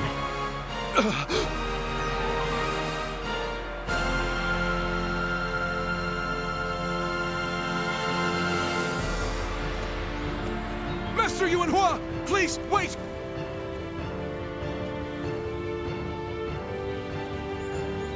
Didn't I just say I hoped you'd never need to see me again?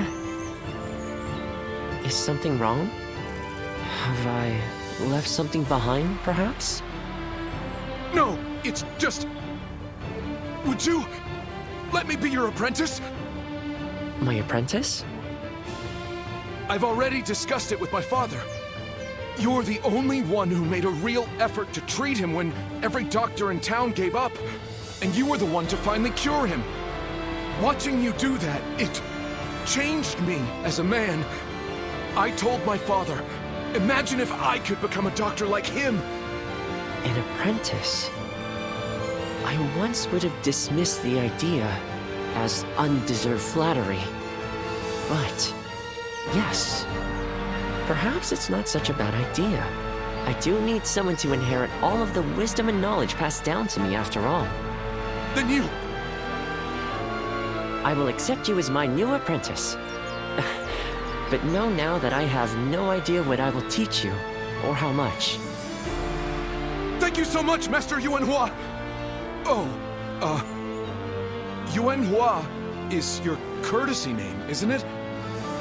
I think I should know the true name of someone who's to be my mentor. Would you mind telling it to me? Oh, I suppose I haven't properly introduced myself. My name is Hua Tuo. Please, call me Hua Yuanhua.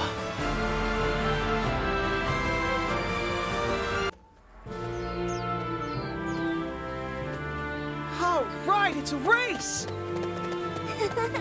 I'm next! Wait! I am a bird with no wings, dashed against the earth. Blood clouds my sight, blinding me to the true hero's visage. He rouses the people's spirits, and thereby stokes the all-consuming flames of war. Even if peace lies at the end of his path, will it be worth it? The answer still eludes me.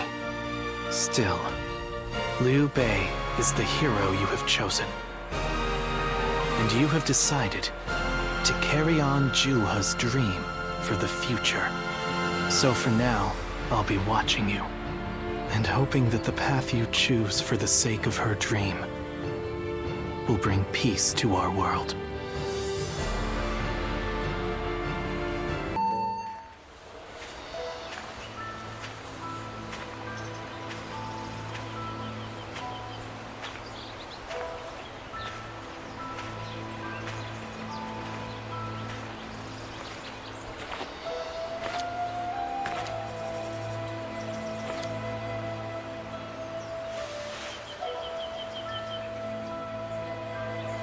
Go, Ziluan.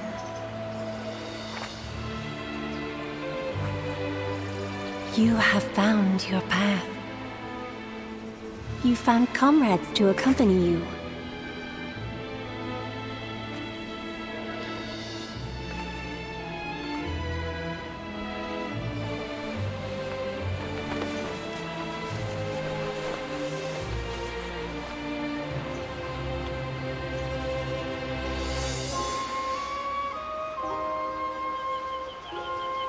And you're certain to reach it.